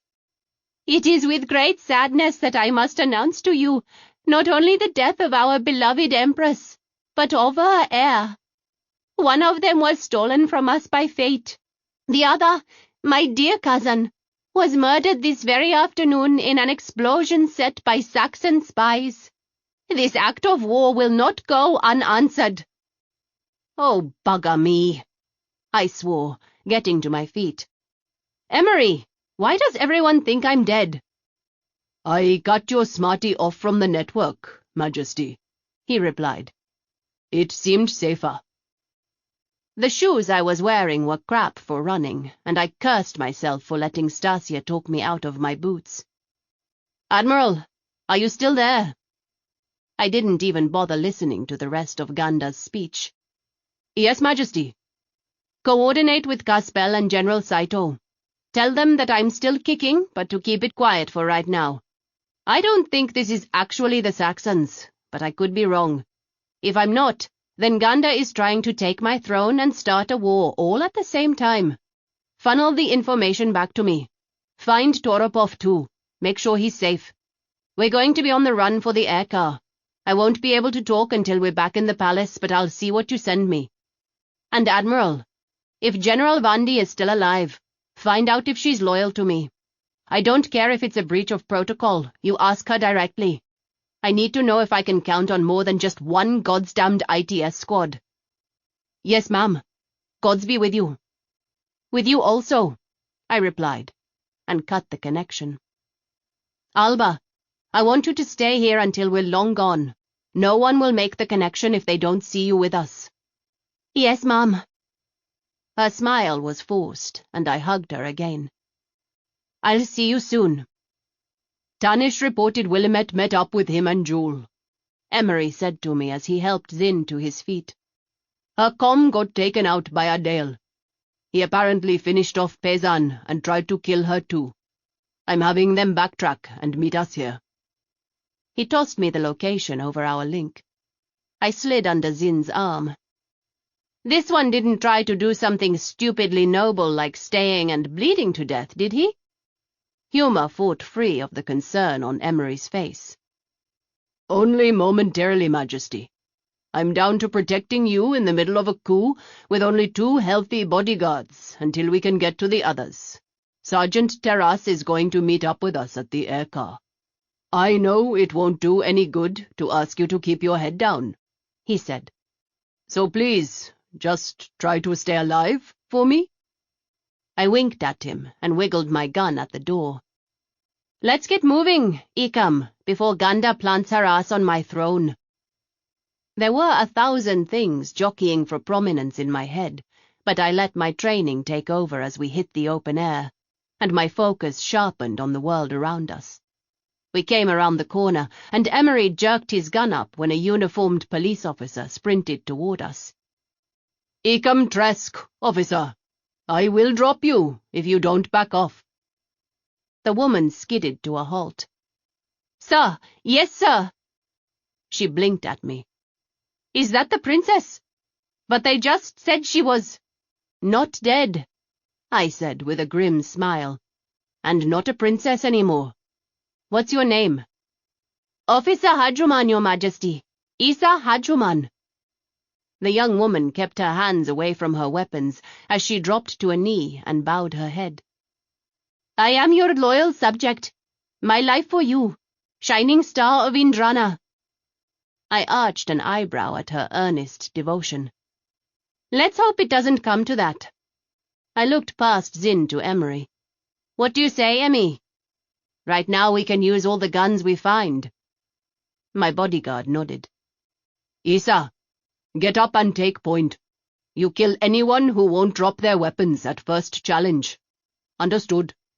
Perfectly, sir. We kept moving. I didn't have a clue where Emery was headed, but I trusted him. Cass was on my other side, blue eyes scanning the deserted landscape around us. Sir, I've got ITS on the landing pad.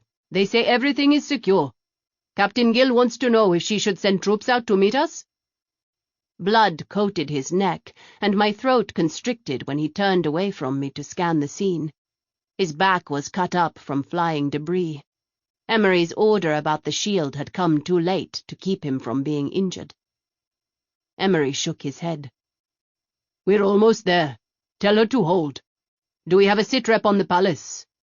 Nothing yet, sir. It's chaos over there. Tanish melted out of a side street so fast it even startled Emery. Shiva, man. I almost shot you, he muttered, lowering his gun. Sorry, sir. Joel and Willie scouted out an approach to the landing pad. Everything looks good. We didn't contact ITS, though. I wasn't sure what the situation was. Good job. Emery patted the younger guard. The ITS is Captain Gill's squad. We're safe. He turned around and looked at Zin, who gave a sharp nod. We sprinted down the sidewalk, across the landing pad to meet the ITS shuttle. Troops had fanned out, weapons at the ready, and they hustled me into the relative safety of the shuttle's interior. The shuttle lurched, taking off before I made it to a seat. Zin stumbled, throwing me into Emery. I felt my Ikam wince as he tried to steady us. You're hurt too, I whispered, swallowing past the lump in my throat when the realization hit me. I'll be fine. His black coat was charred on one side, and he was as spattered with gore as I was.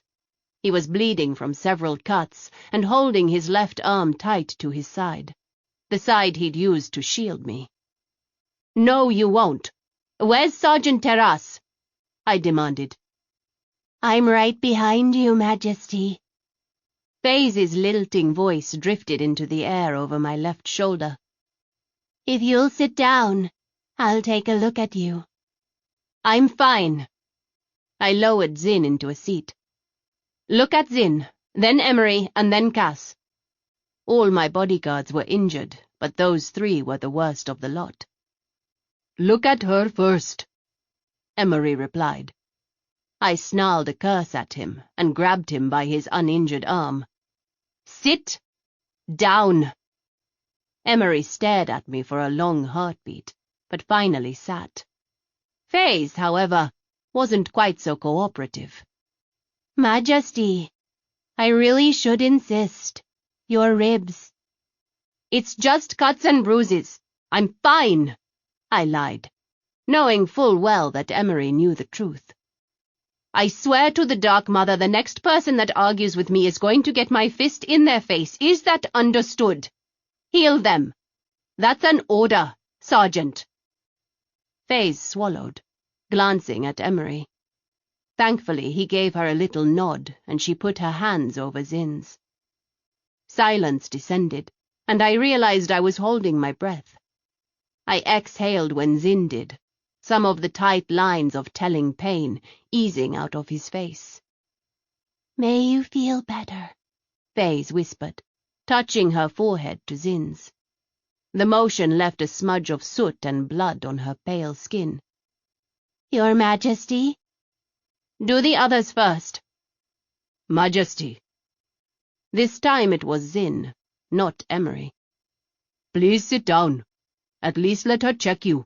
We need to be sure you aren't seriously injured. I already knew I wasn't, and Emery did too, but he wasn't speaking up. Muttering a vicious curse under my breath, I sat and held a hand out to Faze. All right, get on with it. Her fingers were cool as she wrapped them around my wrist. I meant what I said about not healing me. You need to save your strength for them. I closed my eyes, resting my head against the back of the seat. I felt vulnerable just lying here. I wanted to be up doing something. It was a bad idea to close my eyes. The minute my lashes fell, I saw Ramani's face, Jet's back, and then the explosion. Oh, bugger me! I shoved away from Faze, stumbling for the facilities and barely making it before emptying the contents of my stomach into the toilet. Majesty? Faze, if you don't go take care of the others, I'm going to be very upset with you. I didn't even look up from the toilet when I said it. Easy, Majesty. Don't you tell me to be easy, Starzin, I snapped, struggling to keep my voice low. Someone just tried to blow me up. Someone just killed my mother. I stood up, steadying myself against the wall. Emery got toasted, you got shot, the others, and Jet. All these people dying for me. What's the fucking point? I'm nothing more than a gunrunner. Zin caught me when I sagged forward. The door closed behind him, shutting us in the tiny bathroom. You've got a minute, Your Majesty. Then you have to pull yourself together. His words were shocking, flat and cold. All I could do was stare at him in astonishment. Those are friends out there, but you don't want them to see you like this. They need to see their Empress. They need to see... Stone. I shoved away from him as far as the space would allow. You want me to be a goddamned statue. I want you to be the Empress. Those people need you to be that leader. No. I shook my head so hard, stars flashed in my eyes. I saw what that did to my mother, Zin. I won't do it. I won't pretend like I'm not grieving for my people, or the fact that Jet's wife will have to raise their daughter alone. That I'm not dreading having to talk to Rama and Salham's parents and tell them how their sons died.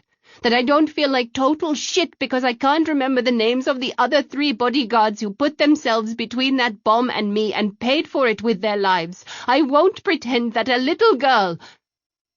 I jabbed a finger into his chest with such force I was surprised it didn't sink knuckle deep. Didn't die right in front of me today. I'm not asking you to pretend. I'm asking you to do something with it, rather than wallow in it. You don't understand how much your people love you, Look." He held his hand up, using his smarty to project the images onto the bathroom wall with the tech in his fingers. News articles about my return, comments on the Hansi network, more beaming selfies that I only half remembered taking. Being loved doesn't make me a good Empress, Zin. I don't know what I'm doing. "Cow shit," he replied. The curse so at odds with his normally polite demeanor that I blinked at him in shock. "You're smarter than you give yourself credit for. We're on the brink of war. The gunrunner I retrieved knows what she's doing, and right now we need her." "Make up your goddamned mind," I hissed at him. "Gunrunner or Empress, Zin?" He shook his head slowly and smiled. "This isn't an either-or proposition, Majesty. You are a gunrunner. You are the Empress."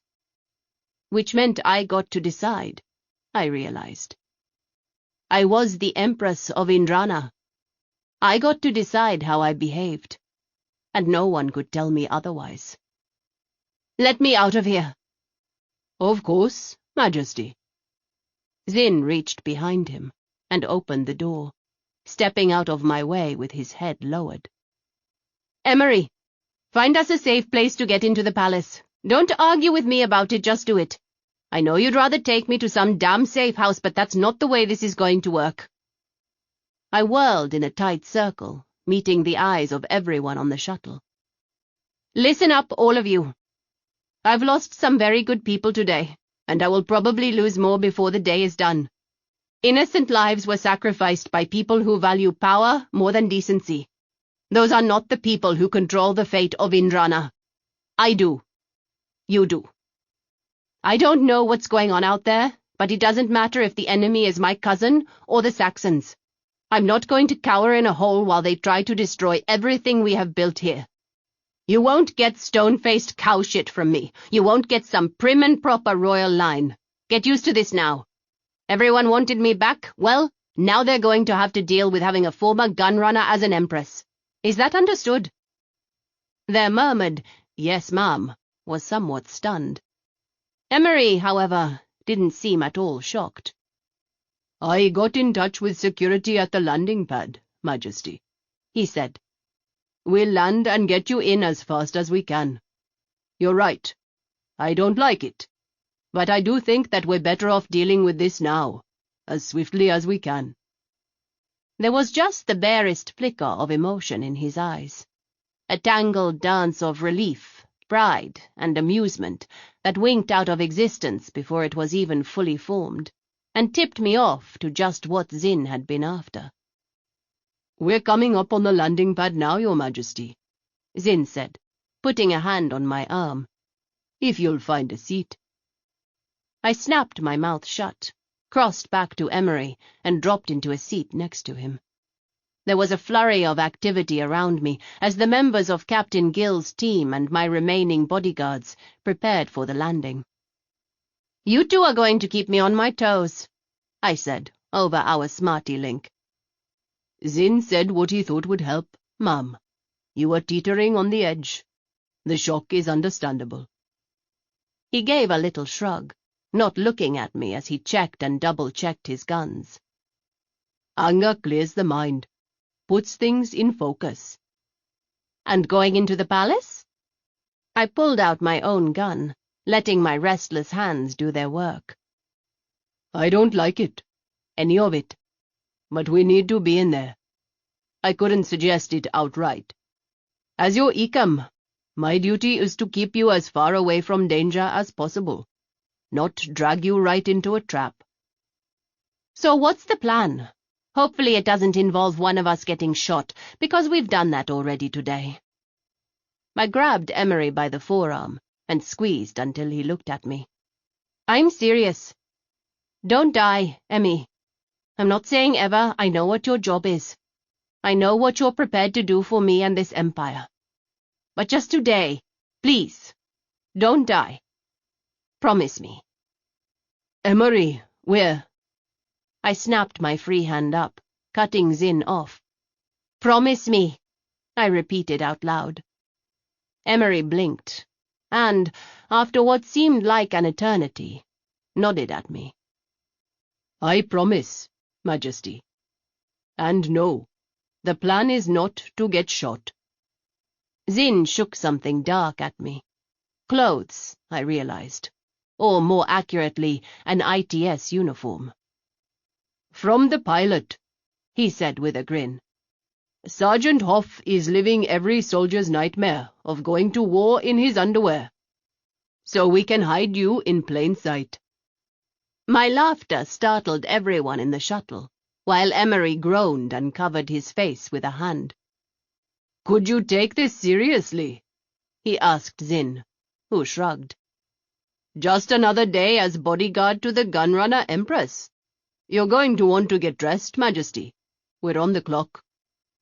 I grabbed the uniform from him and hustled into the bathroom again, stripping out of what remained of my outfit and wriggling into the flat black pants and jacket. When I came out, Faze handed me a helmet. There were dark, bruised circles under her eyes, and her hands were shaking a bit. "You're exhausted," I said. "You should stay with the shuttle." "No, ma'am. I need to stick close to you, just in case." I forced myself not to argue, and not to run back into the bathroom to be sick again. "Get used to it." The voice in my head sounded like Portis, and it was sympathetic. "You're the most important person in their world right now. They'll give up everything, even their lives, for you." I twisted my hair up into a knot, put on the helmet and keyed into the comm system. The display lit up, making the shield in front of my eyes as transparent as glass from my side. From the outside, it was just one of a dozen blank helmets. No one would know who I was. Emery tapped me on the helmet. "No heroics, ma'am." His voice was clear on the comm. "Back at you," I replied. "Let's go get my throne." It felt right to say it after days of fighting the idea. I was the Empress of Indrana. May the gods save us all.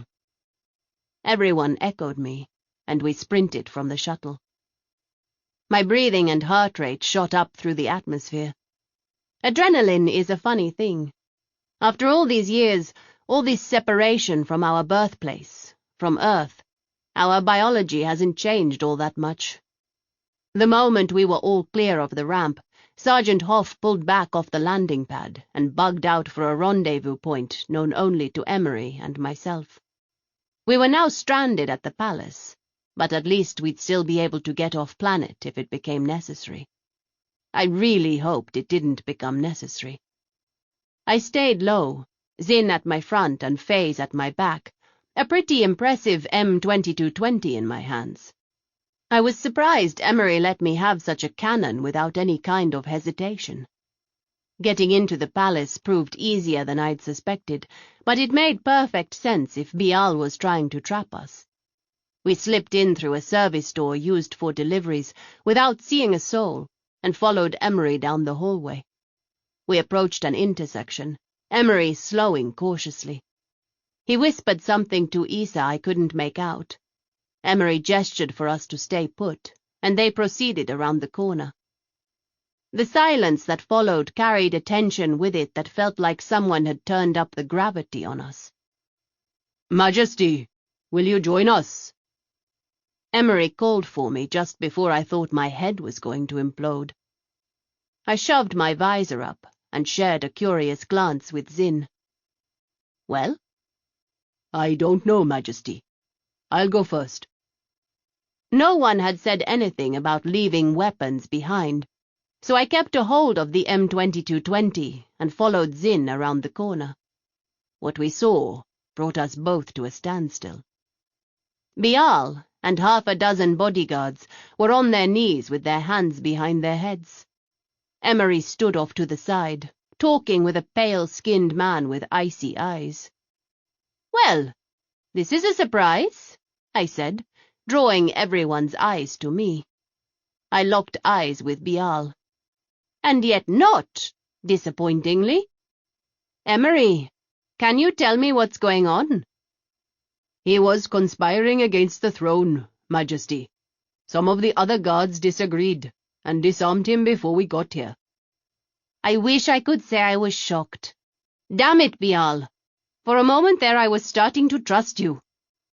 I did what was best for Indrana, Bial said. His jaw was set, and there wasn't a trace of remorse on his face. Ganda should be empress. Is that so?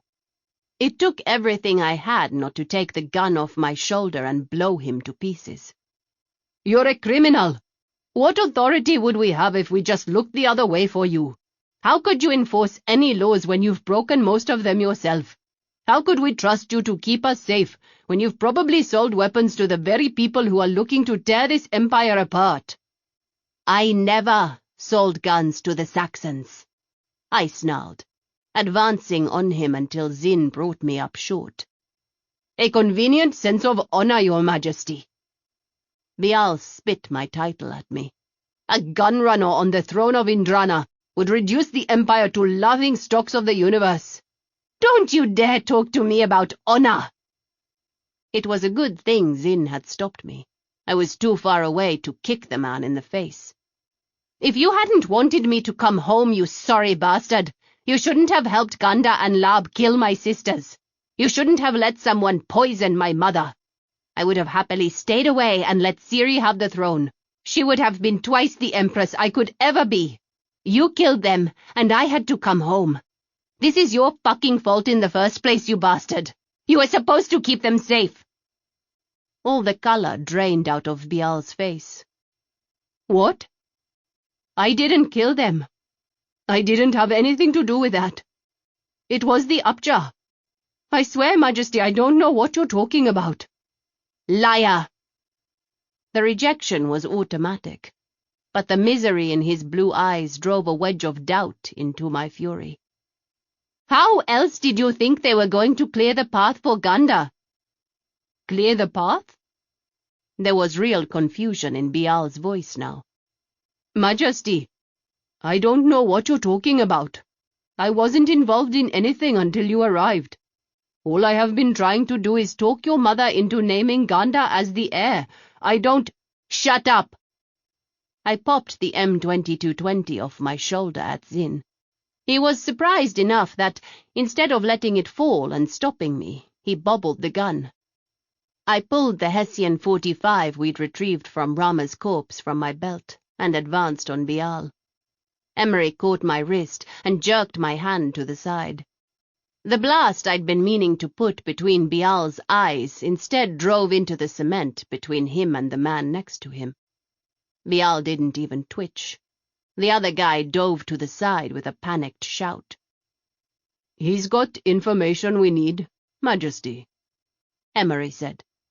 Plus, we need him mobile at the moment. What for? To get into the throne room. Indula here says they weren't going to kill us. They were just supposed to stop us and give you the choice of abdicating or being taken to your cousin. So, why aren't we in custody, Ikam? Apparently, the idea of taking you off the throne didn't sit right with some of the guards. I've seen the video of you taking out that assassin, Majesty. I've heard the stories about your exploits. The man Emery had been speaking of gave me a quick nod, lowering his pale eyes to the floor for a moment. It looks like we're headed into another war with the Saxons, and I'd rather have someone on the throne who knows what they're doing. Indula shrugged a shoulder. Plus, you're the heir. There's no denying that. If we were that chaotic mess they call a democracy in the Solarian conglomerate, our opinions would matter on the subject. But they don't. She's a gunrunner! Bial protested. I kicked him in the stomach, not hard enough to damage anything, but just enough to knock the air out of his lungs. You wouldn't let me shoot him, I said, when Emery gave me the look. So you decided to side with the gunrunner, rather than my royal cousin? That was aimed at Indula. Indula shrugged. My mother worked in a bar, Majesty. My father was a mechanic. Bial's mistake, and your cousin's, I guess, Was thinking those of us in the guard care about someone's breeding. We're all common folk, though. Most of the nobility go into the navy. We don't care where you come from. We care what you do now." "I like you," I said, pointing a finger at him, and he gave me a surprisingly boyish grin. "I'm glad to hear it, Majesty." A similar conversation with Jet echoed up in my memory, carrying with it a wash of pain that brought tears to my eyes, and I struggled to get back under control. "All right." I took a step away from Bial and stuck my gun back in my belt. "What's the plan, Emery?" Chapter 26. The plan made me realize just how much information about my gun-running life my Ecam had managed to access. It was damn close to a replica of a job we'd pulled early in my career with Howe on Banosh 9. We'd left the guards who'd sided with Bial tied up and stashed in a storage room. Emery had executed his controversial ability to shut down their smarties just after arriving, so there was nothing for the men to do other than sit in the dark and wait for our return. Bial was not as lucky. We gave him an empty gun, and I glued myself to his side.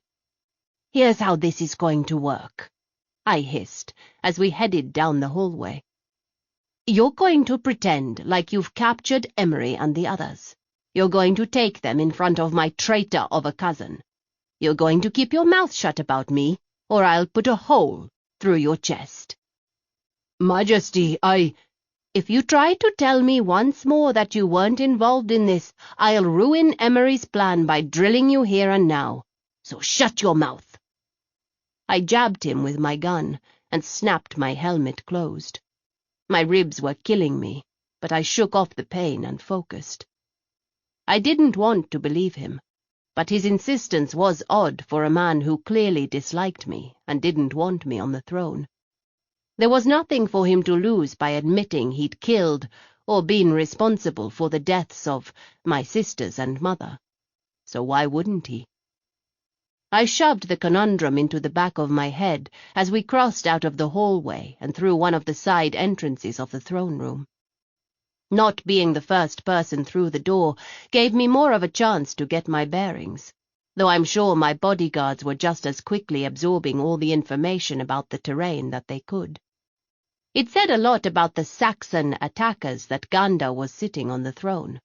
No bodyguard with a milliliter of sense would have allowed their charge to be so exposed in the middle of a crisis like this. Unless that charge was me. I choked back the laughter at that thought and gave Bial a subtle prod in the back as we moved into the room. Nal was, unsurprisingly, standing next to my cousin. No big shock there, even if it did make my hand twitch with a desperate desire to shoot her.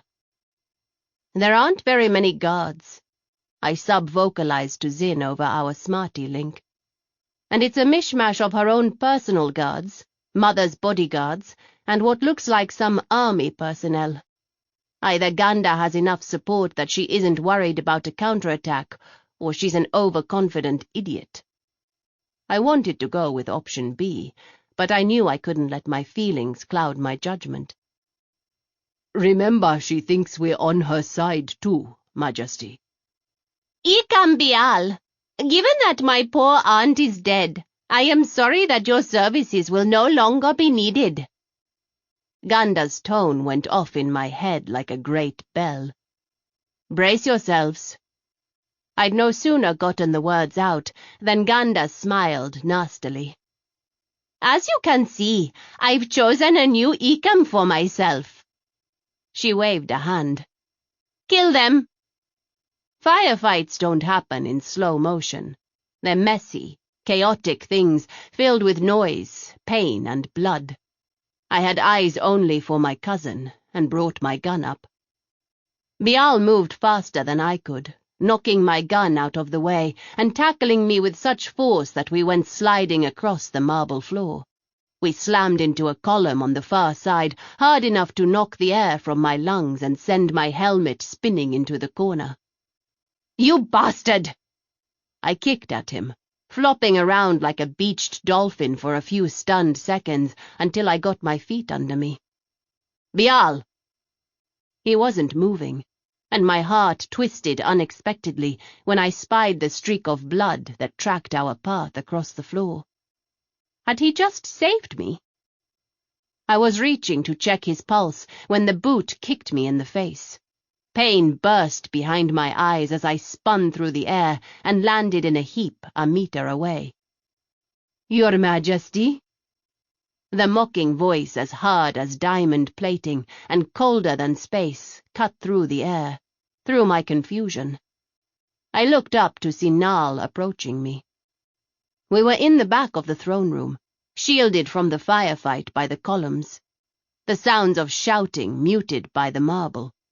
"You're like a fucking sewer rat, nearly goddamned impossible to kill." She didn't have a gun. I didn't know why, but I was grateful for it. I let her kick me again, trying to steel myself against the pain, but there's little you can do to prepare yourself for more broken ribs. I'd pushed off when Nal's foot connected, lessening some of the impact, but it still lifted me off the ground, and I rolled onto my back, gasping in agony. A spike of black pearls I'd missed came loose from my hair and dropped to the ground by my ear. I closed my hand over it as Nal locked a hand in my hair and dragged me upright. "We had everything set up, and you had to go and ruin it by refusing to cooperate. Ganda should have told you that's how I am." It is surprisingly easy to drive something small and thin through human skin, but harder to get it through the tendon and bone. I aimed for Nal's knee, and she howled with pain as the hairpin sliced through flesh and broke off in her knee joint. "Bitch!" She backhanded me. I used the momentum to roll away and up onto my feet. Pain made me dizzy, but I wasn't about to show it. "I'm not going to pretend to be shocked over your treachery or my cousin's. I just want to know why." Fury transformed Nal's face into something unpleasant. "And you think I'll tell you just because you ask? I'm actually hoping you'll let me beat it out of you." Then with a grin and a wink I said, "Come get some." I could see the rage crowd out the good sense. Nal rushed in like an aviator high on the pure stuff. I hit her, following the uppercut to her mouth with a kick to the chest that drove her back into the wall. I got in 2 more good shots before Nal reacted, catching my wrist and spinning me to the side. I twisted my wrist out of her grasp and avoided the worst of the side thrust she aimed my way. Stars exploded in my vision, and I bit the inside of my cheek to keep from gasping out loud. "Your family's arrogance is sickening," Nal spit. "Your mother gave up in the war against the Saxons just because she lost her precious husband. I lost my sisters because of your mother's weakness. She threw away the might of our empire because of a man. And your stupid sister was no better, involving herself with the Upja, promising them the same rights as the rest of us as if they were somehow equal to us. When we're finished here, the rest of the universe will think that the Saxons killed you. We'll be at war, and the people will welcome Ganda's rule. We'll crush the Saxons and restore the glory of the old days to the empire." Did I miss something? The Saxons will roll over the fucking top of us if we try to go to war with them. "What do you know, gunrunner?" Nal scoffed. "The Saxon kingdom isn't as strong as you, or they, might think. General Prajapati has plans, starting with the news that the Saxons were responsible for the death of your entire family." There was shouting in the background, and the sounds of more gunfire, but I didn't take my eyes off Nal. I trusted that my bodyguards were handling the threat. This was my fight. "Did you kill Pace?" Nal's smile was vicious. "It's amazing the things you can do as an Ikam, the trust they give you. It was pitifully easy to infect one of her favorite guards, the same time I was scheduled to be away for a week. We wouldn't have even bothered with the snivelling brat, except they'd have put her on the throne after Ciri and her spawn were dead, and Ganda felt it was best to start with the unimportant people. White-hot fury poured into me, and I gave Nal a look that would have sent even the most hardened gunrunner in the universe screaming for cover. She was too stupid to realize what it meant. Nal wasn't as good as Emery, or me for that matter, but my ribs were hurting me and the pain slowed me down. She blocked my first punch and threw out a sweep I easily avoided, but my timing was off, and she followed up with a strike that clipped my eyebrow as I pivoted out of the way. More stars exploded behind my left eye, but I didn't slow. Stepping into her, I slammed my elbow into the side of her head and brought it back once again with equal force. She staggered backward, stunned, and I moved with her. I jammed my palm up into her ribs, ducked under her swing, and swept her leg out from under her. The blood dripping into my left eye blinded me, and I didn't see Nal's hand snake out and wrap around my forearm. She jerked me to the ground. I landed on my knees, straddling her waist, and twisted my arm out of her grip. Nal whipped her arms up to protect her head from my elbow strikes, rolling to her side in an attempt to get away from me. It was a mistake. I let her roll underneath me, sliding the other direction so I was behind her. I snaked my arm around her throat, my elbow up under her chin, and locked my other arm behind her head as I slid across her back. Wrapping my legs around her waist, and ignoring the screaming pain in my ribs, I cranked back, cutting off her air. Nal fought, but she couldn't free herself. She went limp in my arms when she passed out. I released her, and slumped backward with a groan. "Majesty!" It was Cass, not Emery, who rushed to me. He shoved Nal to the side. "Are you hurt?" I lay there for a moment, staring at the ceiling and concentrating on my breathing until I was sure I wasn't going to pass out. "Yes. Bugger me, I'm going to sleep for a week. Help me up," I groaned, holding a hand up to Cass. "Sergeant Terrace is headed over, Majesty. Just hang on." "I can stand on my own, Cass. Get her tied up." I poked at Nal's unconscious form with my foot. What I really wanted was to take Cass's sidearm from him and put a hole through the woman's head. But the bitter realization that she was worth more to us alive kept me from doing it. "Majesty!" Emery's voice echoed over my smarty just as Zin and Faze arrived, weapons in hand, and concern splashed over their faces. "I'm fine. And you'll be pleased to know I was a grown-up and didn't kill Nal." I waved a hand at Zin and touched my temple to let him know I was talking as I mouthed Emery at him. "It's clear out here," Emery replied. "Your cousin is in custody." "Great. I want to talk to her." I turned a little too fast and would have slid to the floor if Zin hadn't caught me. "Easy, Majesty. Let's have Faze take a look at you first." "I'm fine. She just got in a few lucky shots is all. Plus, Bial." The spot where he'd been lying was empty, and I muttered a curse. "You are not fine," Zin hissed in my ear. "Your ribs are even worse now, and you've been beat to shit. Let Faze heal you, or I'm going to hold you down while she does it." I swallowed back the automatic challenge that rose in my throat. I couldn't breathe with my ribs like this. My head was pounding, and at this point it was more foolish pride than good sense to limp around half-conscious. Nodding sharply, I held out my hand to Faze. Relief was immediate and made me light-headed enough that Zin had to tighten his grip to keep me on my feet. In turn, I locked my hands around Faze's wrists when her eyes rolled back in her head, and I lowered her to the floor. "Cass, stay with her." "Yes, ma'am." I reached back and patted Zin's shoulder to get him to let me go. As I turned, He dropped to a knee and lowered his head. My apologies, Your Majesty. That was forward. I leaned in. Nothing's changed except my title, I whispered in his ear, suddenly understanding the weight that had settled on Mother's shoulders that instant in the corridor when she'd made the same promise to me. Everything had changed, whether I wanted it to or not. Up, Zin. I dragged him to his feet. I trust you to know when challenging me is appropriate and when it isn't. I grinned. And that your feelings won't be hurt if I step on you when you forget.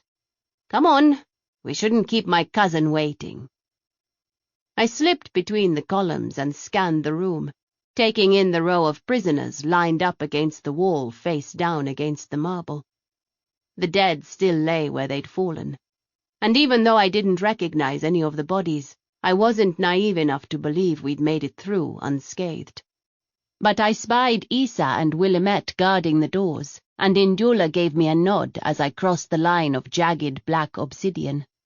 Some of my people had survived to die another day. Ganda was on her knees at the base of the dais, her face tear-stained. The shock when she spotted me spread faster than a palace rumor, and I felt a small tug of satisfaction curl my lip. "You're alive! Poor Ganda, you need to keep up." I spread my hands wide. "You didn't think this through. You really should have killed me first, leaving me to the end." I tisked and shook my head. Obviously that wasn't a wise decision. In 2 steps I closed the gap between us and grabbed her by the hair, dragging her away from the throne. "This throne will never be yours, and you would have been a pale, pale substitute for my sister." I threw her to the floor. She landed on all fours, crying out as the obsidian shards pierced one of her hands. Blood flowed, staining the white marble. "Ganda Naidu, for betraying the people of Indrana, you will die. For your part in the conspiracy to murder my sisters and my Empress Mother, you will die. If I could, I would just kill you now. But don't think this is a weakness on my part. I want you to know." I dropped to a knee beside her and jerked her head up so her eyes met mine. "That death here would have been a mercy compared to what you will face in the days to come. Because I will know every detail of your plans and every conspirator involved in this treachery before death finds you." Great tears appeared in Ganda's blue eyes, and her sobbing followed me when I climbed the steps to the throne. I eyed the golden monstrosity with distaste for just a second, then sank down onto the thick cushion embroidered with gold thread and crossed one leg over the other. "Emery, broadcast?" "Yes, Majesty." I sat up straighter when my Ecam turned his dark eyes toward me and started counting down from 3 with his fingers. At 1, I knew my smoke and blood-stained face was being shown throughout not only the palace, but the whole empire. "Citizens of Indrana, heed our words. Our Empress Mother is gone to temple on this most holy of days. As you can see, we have not followed her, despite the most recent of attempts. Traitors to the throne detonated a bomb that claimed the lives of too many innocent Indranans today. These same conspirators now assault this palace and the homes of your matriarchs. Those who thought to support my cousin and others in their attempt to take the crown, we call upon you to lay down your arms and surrender. This is your only chance for mercy. Surrender and be subject to the laws that govern our empire. Loyal citizens, we have not had long to get to know one another. However, I am my mother's daughter, and I will not desert this empire in its time of need. I am your empress until the Dark Mother calls me home. I swear this to you all, on our most holy of days. May the light of Indrana be stronger than the darkness." I touched my hands to my heart, lips, and head, never taking my eyes off Emery. He nodded at me. "You're off broadcast, Majesty." "Contact Admiral Hassan. Tell her the insurgents have one chance to surrender their arms and remit themselves into custody. If they won't—" I stopped and exhaled. "Kill them." "Yes, ma'am. I heard from Kisa. Your rooms are secure, and Stasia is safe." I cut off the sob with a hand over my mouth. The rush of relief was so strong it made me shake. "I'm glad to hear it. Find Alba, please." "I'll send someone to retrieve her. Admiral Hassan says ITS is on the way. Still no word from General Vandi. I'd like to get you back to your rooms, Majesty." Pushing out of my throne was harder than I'd expected. Even though Faze had healed me, the adrenaline had left me, and I found my knees only slightly cooperative. "Sir, we've got incoming." "They're loyal, Will. Let them in," he replied. "If they're loyal, Emmy, why are you standing in front of me?" "I don't trust to luck." He smiled over his shoulder. "Given the circumstances, I'll humor you. I want Captain Gill to take Ganda and Nal into custody. I'd rather the pair of them not end up mysteriously dead before we have a chance to get some information." Emery didn't look away from the troops filing into the throne room, but I saw him smile. "I had the same thought myself, ma'am." "Nal incriminated General Prajapati. Find her and Matriarch Kaitri." "Yes, ma'am." "Cass is with Nal." Zin approached us. "I already had him touch base with the captain to get someone over to help Faze, and a medical team for her." He waved a hand in Ganda's direction. "Good. Go round up the others. Tell Issa to stay here with Captain Gill's team for the moment. As soon as I get done running a background check, though, I suspect she'll be changing careers." Zin nodded, holstered his gun, and took off. "Tresk!" Emery stiffened, and then all the tension drained out of his shoulders. A pair of unfamiliar trackers crossed the marble floor. The man was light-skinned, shorter than Emery, but with shoulders almost a meter across. The pale blonde woman at his side was tiny by comparison, but the muscles in her arms and shoulders said she could take care of herself just fine. They stopped on the far side of the obsidian line and dropped to a knee, both of them dipping their heads with a murmured, "Your Imperial Majesty." "Friends of yours?" I asked. "Yes, Majesty. Allow me to introduce Trackers Pesh and Winston." Emery gestured at the pair.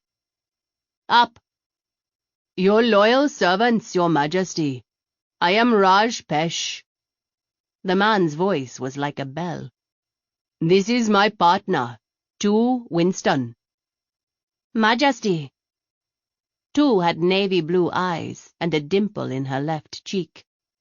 "Tarnish said it had been quiet at the Empress's quarters for a while, but clear the hallway for us, would you?"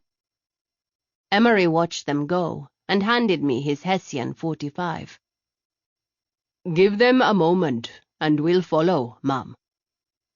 "I think Bial saved my life, Emery," I said, staring across the throne room at the smear of blood still decorating the marble. At first, I'd thought he was trying to keep me from killing Ganda, but someone took a shot at me that hit him. "It certainly seemed that way." He shrugged. "He's a puzzle. I want you to find him." "That may be more difficult than you think, Majesty. He's one of us." He's a tracker? Bugger all, why didn't you tell me this earlier?" Emery shrugged again and tilted his head toward the door. "We can move now. He's not officially a tracker, not trained anyway, but he was tested and paired. His sister died in an accident less than a month after the pairing. I snapped my mouth shut to keep from blurting something profane. Bial was in the accident also. The coma the doctors put him in probably kept him from losing it. His scores were nearly as good as mine, Majesty. He's got the talent for it. So, we have an expert-level tracker with bodyguard training who wants me dead on the loose? I stopped outside my rooms and exchanged a quick nod with the trackers waiting there. I'm not entirely sure he wants you dead, Majesty. I saw the whole thing. If he'd wanted you dead, he could have achieved that by not throwing himself in front of Nal's shot. Point. After Emery popped the door, Raj and Tu slipped inside and I followed them. I want to talk to him, though. Put your best on him. Whatever it takes. I could find him. He shrugged. But that means leaving me alone. I grinned over my shoulder at him as I crossed the room to Stasia. My maid dropped into a deep curtsy. I snorted at her and scooped her into a tight hug. "I'm so glad you're safe," I murmured. "Likewise, Majesty. I am sorry about your Empress Mother." Her quiet condolence lit a fire of panic in my gut. I was going to mess this up. Trip over my own feet and my sharp tongue so much until I started a damn war, or mortally offend everyone until I was all alone. "Please, you idiot." The drill sergeant voice in my head snapped at me in aggravation. "Mother's tongue was sharper than yours and she didn't alienate everyone. You survived the initiation into Po Sin's gang at the age of 19, Hale. You commanded a crew of mercurial misfits and are a goddamned legend in the gun-running world. I think you can handle this if you stop whimpering for a few minutes and just follow your gut." "Right." Okay, I hadn't meant to say that out loud. My bodyguards all stopped their rapid-fire discussion to look at me. I forced out a smile and let Stasia go. "I want Bial," I said, "and this damned mystery man. Find them, Emery." "Yes, Majesty." "Alba, I'm glad to see you unharmed." I smiled at my chamberlain when she came into the room, but it was brief and crowded out by the grief that settled around me. "Where's my mother?" "The Empress Mother's body is still in her quarters. Bial locked them. I believe now that your Ikam has access, he can unlock them." "Emery." "Yes, Majesty." "I want to see my mother." Chapter 27. Not only had Bial gone to the trouble of protecting Mother's maids, but he'd instructed them to prepare her body for the funeral. The mystery about my mother's Ikam deepened. If he'd been involved in her death, it made no sense for him to be so concerned about her body. It looked like she was asleep, dressed in a pristine white dress and a purple sari, with her hands folded neatly on her stomach. "Majesty." I flinched, startled by the sound of Emery's voice, and blinked up at him. "I never told her. I meant to, but it just never came up. She didn't know why I left home. She didn't know I was trying to—" I gave up and rubbed my hand over my stinging eyes. "It doesn't matter, Majesty. We don't get to say everything that needs saying before the end. She knew you loved her. You have to let that be enough."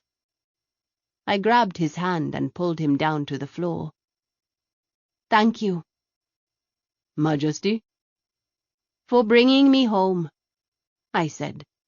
"Thank you for giving me the time with her. Sometimes I laughed, think that this might be a huge mistake for the Empire, because I'm pretty sure I'm going to screw it all up. But I owe you for this." "You don't owe me anything, Majesty." I was just doing my duty. I couldn't do it without you. How long have I been sitting here? The sudden pain of movement answered my question before he could, and I didn't fuss when Emery helped me to my feet. A while, ma'am. The timestamp on my smartie confirmed his words.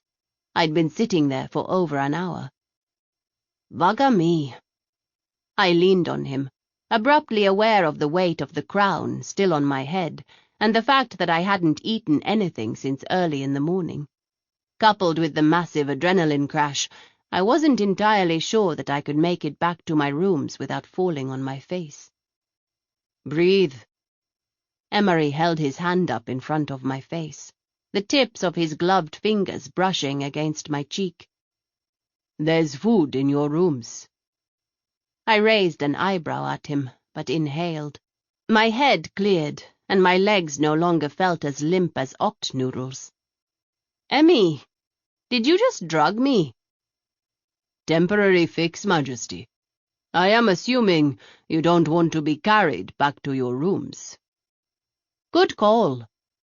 I straightened and cracked my neck. Right. Confident I wasn't going to fall over, I let go of Emery and cleared my throat. You said food? Waiting for you in your rooms. I didn't look back at my mother's body again as I left the room. I'd see it at the funeral. And anyway, it didn't matter. She was gone. My family was gone. Emery's hand on my elbow stopped the tangle of emotions before they could well up and strangle me. It kept me from losing it when Mother's head maid stopped and bowed before me. Your Majesty. I'd never much cared for Subra. She had been constantly on my case to behave as a proper princess when I was younger. But she'd taken care of my mother so faithfully, right up until the end. Thank you, I said, holding out a hand. She took it, the grief clear in her blue eyes. It was an honor, Majesty. You will need maids. I know. I smiled at Subra as I laid my other hand over hers. And we both know that trying to corral me would drive you crazy within the hour. You are always very good to my mother. I won't forget that. Please, go grieve. When this is all over, we'll talk about your retirement. I promise that you and all of Mother's maids will be well taken care of. Of course, Majesty. Thank you. Surrounded by bodyguards, I made my way back to the rooms. Collapsing onto the couch, I took the offered plate from Kisa. Thank you. Of course, Majesty. I wasn't sure I was ever going to get used to people calling me that, but I tried to roll with it. I wasn't going to get her or anyone else to just call me Hail, not without almost getting myself blown up again. Majesty, Ambassador Toropov would like to see you, Alba said. All right, send him in. I made an effort to sit up, and even though it was a useless gesture, I tugged my stained shirt into some semblance of order. Cass came through the doorway first. Highness! He broke off, crimson stains appearing on his cheeks. Clearing his throat, he tried again. Your Majesty, my apologies. His new rank as second-in-command gleamed on his low collar. I was privately surprised that Emery had chosen Cass to replace Nal instead of Zin, and made a note to ask him about it later. Forgiven. The promotion suits you, Cass. Thank you, Your Majesty. Your Majesty, it's a relief to see you well. Ambassador Toropov didn't look at all like he'd just spent the last several hours holding off an assault on his living quarters, and I felt a little uncomfortable in my disheveled state. You also, Ambassador. Have a seat. Are you hungry? Would you like something to drink? A drink would be appropriate at this point, I think. He nodded once and sat across from me. If I may, Your Majesty, it has been an interesting few weeks since your return. I am an old man. I'm not sure my heart can take all the excitement. I laughed and picked my plate up again. I suspect you've caused your share of excitement in your time, Ambassador. True enough. He took the glass Stasia handed him with a nod of thanks. I have heard rumors that some of the insurgents were dressed as members of my kingdom's military. I heard the same rumors. I have yet to see any actual proof of it, though it's not outside the realm of possibility that those responsible for all of this decided to play on the tensions between our nations. Well said, Toropov murmured, sipping at his drink. It would also explain the supposed attacks by Saxon military on your territories. Thankfully, I had just taken a bite of ajazut, a local lamb-like creature, and couldn't say the first thing that came to my mind. Instead, I gave Toropov a smile and a tiny shrug. I set my plate aside and swallowed as I stood. Well, I am glad you're unhurt. I'm sure someone is taking care of cleanup around your quarters. If you need anything else, please don't hesitate to let Alba know. Ever the consummate politician, Toropov took his cue and rose. Your concern is appreciated, Your Majesty, and I am much relieved to see you well. We will talk again soon. I will, of course, inform King Trace. I suspect he will contact you tomorrow. I look forward to it.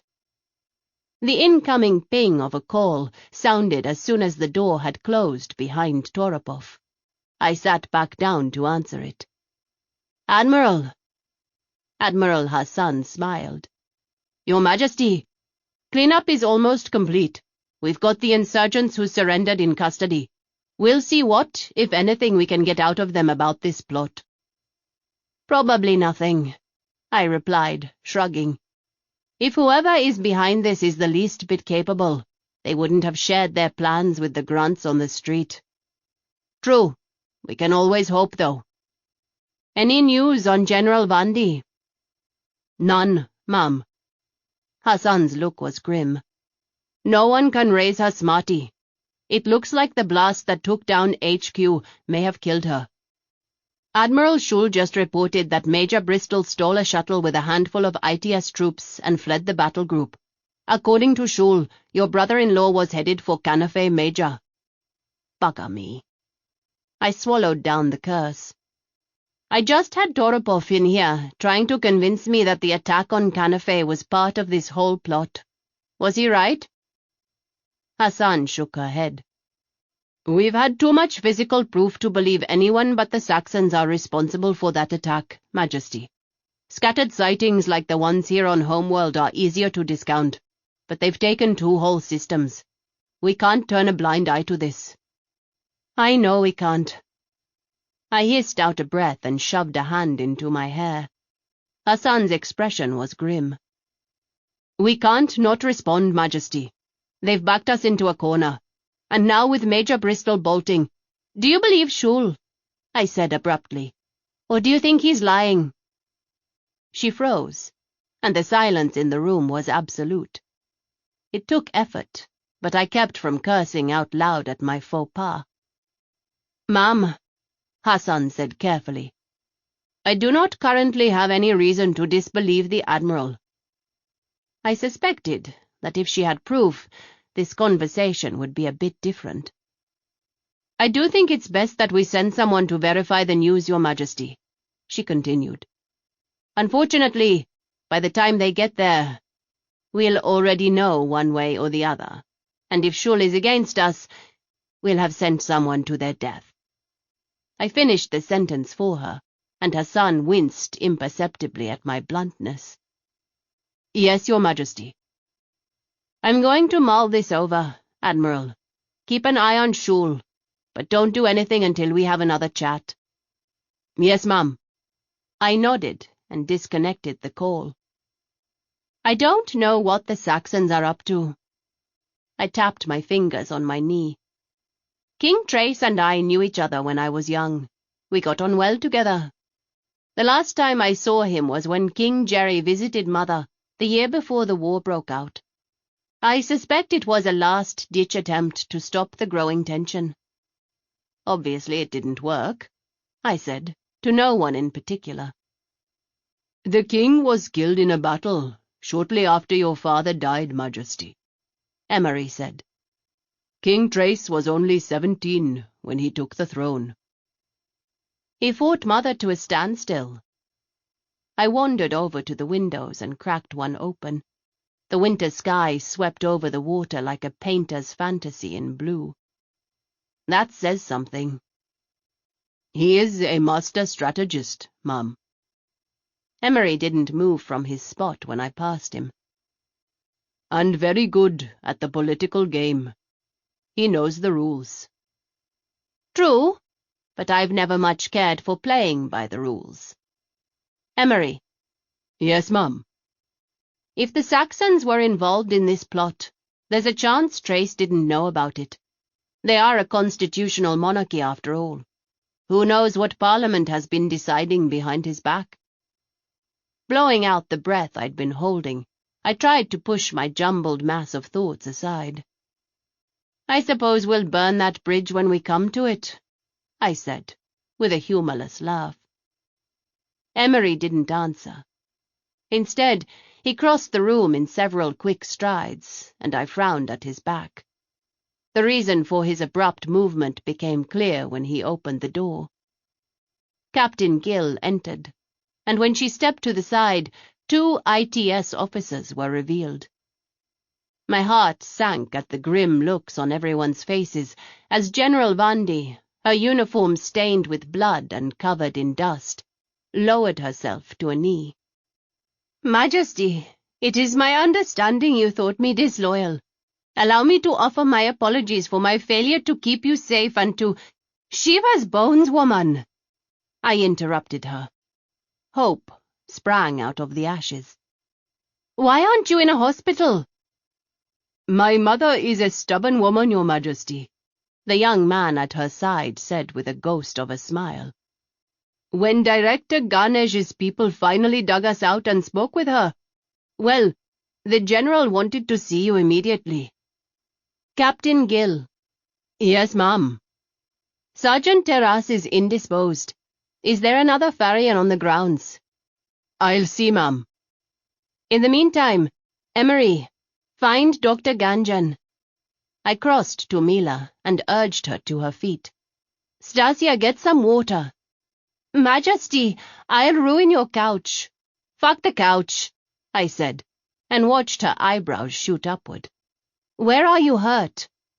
Everywhere, ma'am, but nowhere seriously. I don't know how he survived. My son. She looked at the young man hovering uncertainly next to her.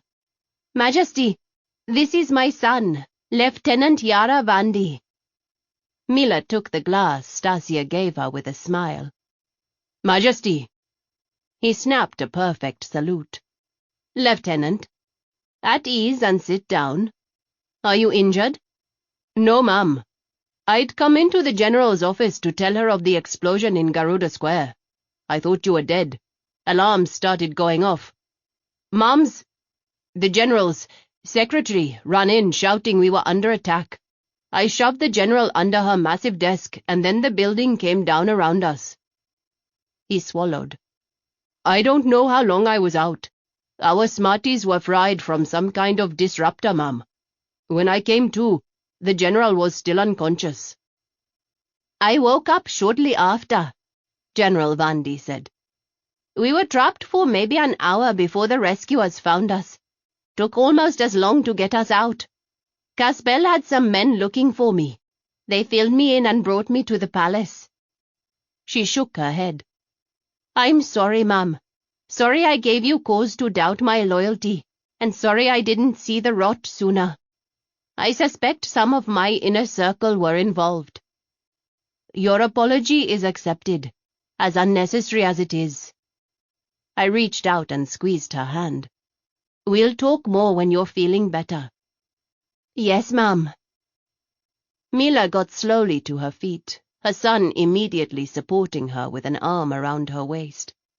The room spun around me, and I had to lock my knees as whatever drug Emery had used on me ran its course. My readings must have dropped because my Ecam was at my side, one arm unobtrusively holding me upright. He shared a look with Alba, who began to herd everyone out of the room. Stasia appeared on my other side, and between the pair of them I shuffled for my room. "Sleep well, Majesty."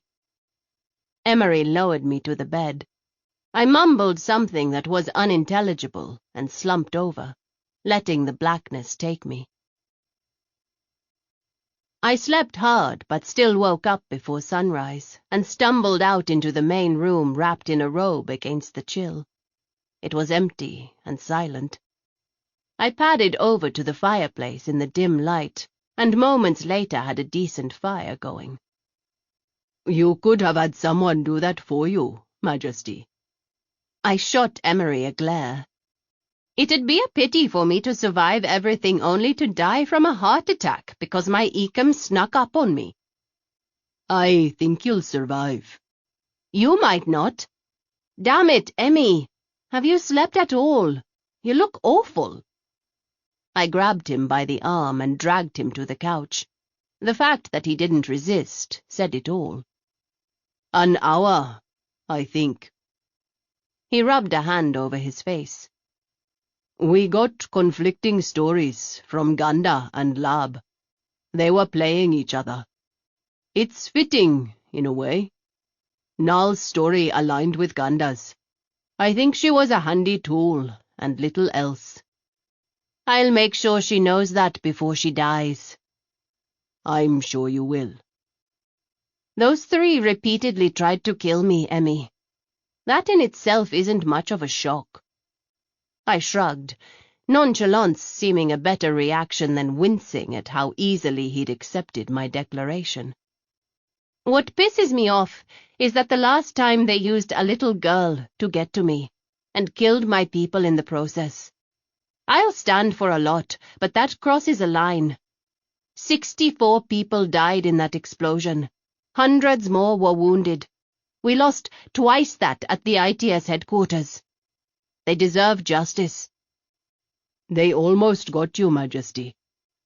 Jet—" Emery broke off and grimaced. "I've got readings on the bomb. He sent them to me before it exploded. It coalesced in that little girl, less than 10 seconds before it went off." Ramani. "Majesty?" Her name was Ramani, I murmured. She was... Wait. What? It coalesced in her? "We had no warning until just before it went off." Emery nodded sharply. "If we'd been trapped in a building, the explosion would have been magnified. Or if Jet had been a few seconds slower, we wouldn't be having this conversation. I've got Kisa and Tanish working on a way to detect the bomb components before they fuse together inside the person." They put the bomb inside that little girl. Shock and horror waged a war inside my chest, reducing my heart to ashes. I didn't know why this was so much more awful than the idea of a bomb strapped to her, but something about it shut down the tender, forgiving parts of me. "Majesty." "I am going to kill them myself." Emery caught me by the arm before I could get up. "First, Majesty, you're still in your robe. Secondly, you've already forbidden a trial for them. The public will support you on that, because they're still in shock. You won't get away with it for everyone who's involved in this." "There will be no trials. There will only be those guilty of this massacre. I have every right to bring judgment down on their treacherous heads." He met my venomous tone with calm silence, staring at me until I felt like I was about 4 years old. They killed a little girl, Emery, I whispered. They killed my men, he countered. They killed and injured a lot more people than just Jet and Ramani. Don't mistake my calm for apathy, Majesty. I want this rot cut out and destroyed, as much as you do. But I've already told you we're dealing with powerful people. There's your mystery man to think of. We're not so lucky as to have Ganda and Lab be the ones actually behind this. We have to be careful. Doubly so because you're trying to cement your position. Emery put his hand on mine. The warmth of it sank past my horrific chill. The Empress thinks 10 steps ahead, not just 1 or 2. You damn sure can't afford to make any snap judgments here. These aren't gunrunners with nothing to lose. They're powerful people who'll stop at nothing to keep their power and to get more. What do we do? I asked. We wait. He won't hide in the shadows forever. We'll find him, I promise you, and we'll make them all pay for what they've done. I exhaled, turning my hand up to squeeze his once, and then nodded. He'd promised me revenge, what seemed like so long ago in the temple as I mourned my sisters. Soon I would have it, at least partially. The satisfaction echoed in my hollow chest. Zin's compiling all the data now. He'll have a clearer idea in a few hours, Emery said, trying unsuccessfully to stifle a yawn. You have time to rest, then? Majesty, I should... I put a hand on his chest and leaned down. Learn to obey orders. I promise I won't toss them around frivolously. A crooked smile surfaced. There is nothing frivolous about you, Majesty. I should go back to my quarters. You won't sleep there, and we both know it. Just close your eyes, Emery. I'll be in the other room if you need me. I think that's my line. His words were slurred, and before I'd hit the doorway of my bedroom, my Ekam's breaths had evened out into sleep. I distracted myself for close to 2 hours until the jitters won out, and I messaged Zin. What have you got? Good morning, Majesty. Did you sleep well? He looked better than Emery had, but not by much. Well enough. I can catch up later. What have you got for me? It'd be easier to show you. I'll come over. No, you'll wake Emery. I'll come to you. He raised an eyebrow at me. You won't get out the door without waking him up. How much would you like to bet? I wasn't expecting him to agree, and the number Zin named had me grinning. I've rubbed off on you, Starzin. Maybe a little, ma'am. I'll see you and Emery in a minute. I stuck my tongue out at him before I cut the connection and tossed my robe onto the bed. I took a deep breath and released it as I carefully opened the door to my room. The lights were still dim, and Emery's breathing steady as I took slow, rolling steps across the room. The door to the hallway was the problem, electronic and heavy. All I could do was tap my fingers to the panel and slip through the moment it opened. I reached a hand out. Majesty, what are you doing? Paying your husband a lot of money. I slapped the panel and crossed the hallway into the guard quarters, shooting Zin a dirty look on my way through the door. I told you, Majesty. How much did she bet you? Emery asked, rubbing his face as he followed me through the door.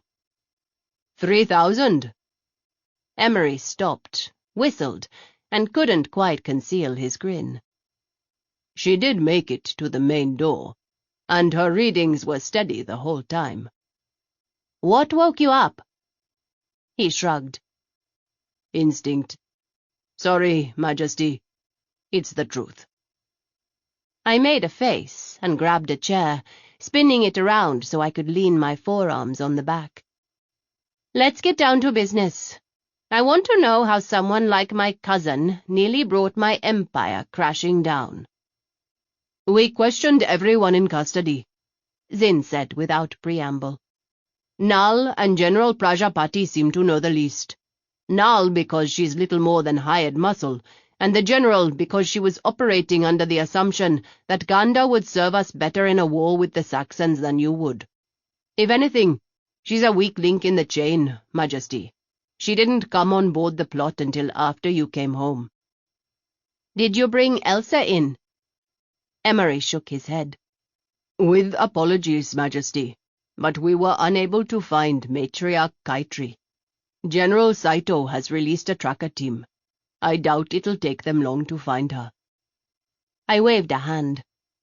Kaitri was the least of my worries at the moment. Go on, Zin. Obviously, Lab and Ganda were our main focus yesterday. Their stories intersect occasionally, but it's where they don't match that things get really interesting. According to Ganda, our mystery man approached her a year ago with this plan to put her on the throne. She met with Lab, who incidentally claims the mystery man made contact with him separately around the same time about accepting Ganda's offer. They both identified him from the image we got from Zaran, Majesty. Emery hissed a little in frustration. Ganda said he called himself Kama, but Lab said his name was Wilson. I'm running searches on both. Wilson was also the name he used when I was tracking him. They're probably both fake. I shrugged a shoulder. He hasn't stayed alive this long by being stupid, and giving either of them his real name would have been very dumb. Lab was their connection to the radical Upcha. He befriended Christoph, encouraged his rage, and provided him with his mother's schedule so that they could plant the bomb. We suspect it was the same type they attempted to use on you.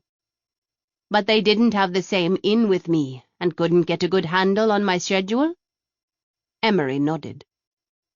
Plus we were lucky, ma'am, Zin said. That's the plain truth of it. According to Lab, Wilson had a plan that would put him on the throne, not Ganda. He played them off each other, and yet somehow got them to work together, Majesty. They never even questioned it. Ganda's job was to insinuate herself into the Empress's inner circle, a job made easier by your Empress Mother's illness. How did they manage that? Lab, Majesty. Zin swallowed and looked down at his hands. Sort of. He laced the locum his brother was bringing on his visits. And because it was Taran bringing the candy, no one ever checked it. Rubbing the bridge of my nose between thumb and forefinger, I swore. I owe you an apology for your obsessiveness, Emmy. It's my job, ma'am, he replied, without a hint of a smile. I think Ven was starting to get suspicious. That's when they killed him. So my nephew used his little brother to addict mother to AVI. He used the Upja to kill his mother and his sister. Nal said she killed Pace by infecting one of her other guards with Ebolenza. I'm the only one left, but no one knows where I am. Zin nodded grimly. Our best guess is that Wilson found the man who did your mod and was tracking you himself. He paid off Mems in Shanghai to kill you. Everyone from the royal family is dead or incapacitated. Ganda takes over. It's a perfect plan. I leaned back in the chair. What happened? Emery's laughter was loud in the stillness. You ruined it, Majesty. Chapter 28. I ruined their plans by surviving? I laughed myself, shaking my head as I did. They'd have had better luck if they'd just blown up Sophie. Mems never could beat me at anything. I'm glad Wilson didn't take the time to figure that out, Emery said. It threw things into serious chaos when you came home. I suspect that's part of why the attempts on your life since your return have seemed desperate and disjointed.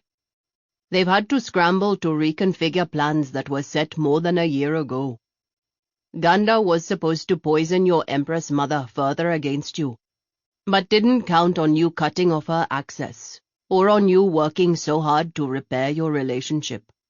She got Nal appointed as your bodyguard, but we all saw how well that worked out. Matriarch Kaitri's job was to try to discredit you, but again, she misjudged your appeal, with both the general population and with the other matriarchs. Even your history wasn't as much of a black mark as they'd thought.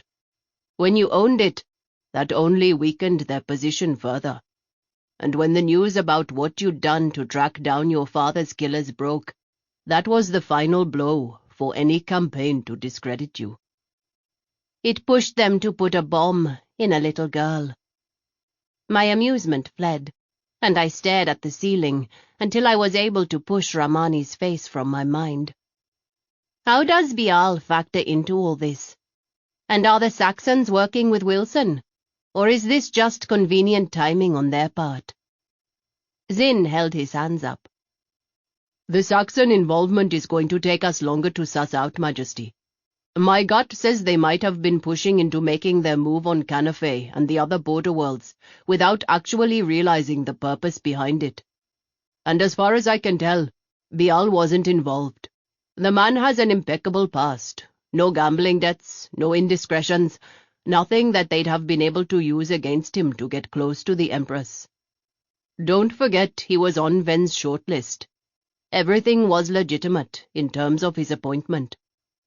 So he was telling the truth? He just hated that I was going to be Empress? I threw my hands in the air.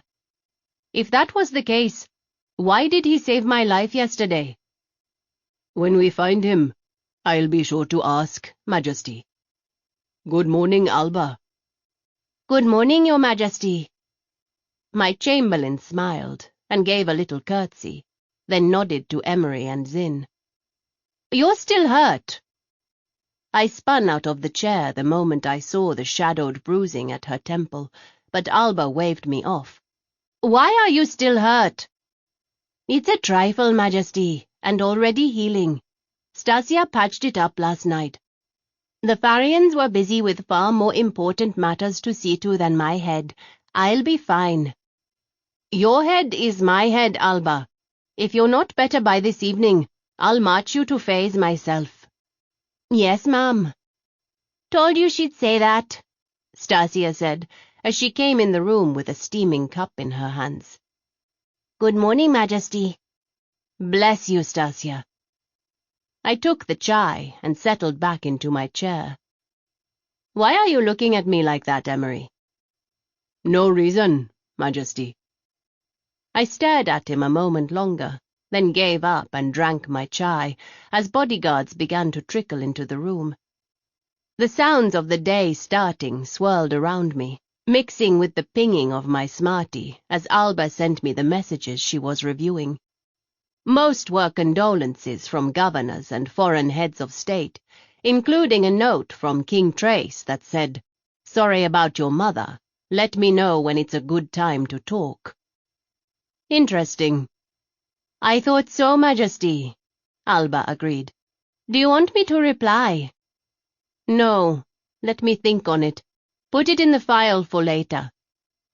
Majesty, Matriarch Desai has been cleared through the checkpoint and is here to see you.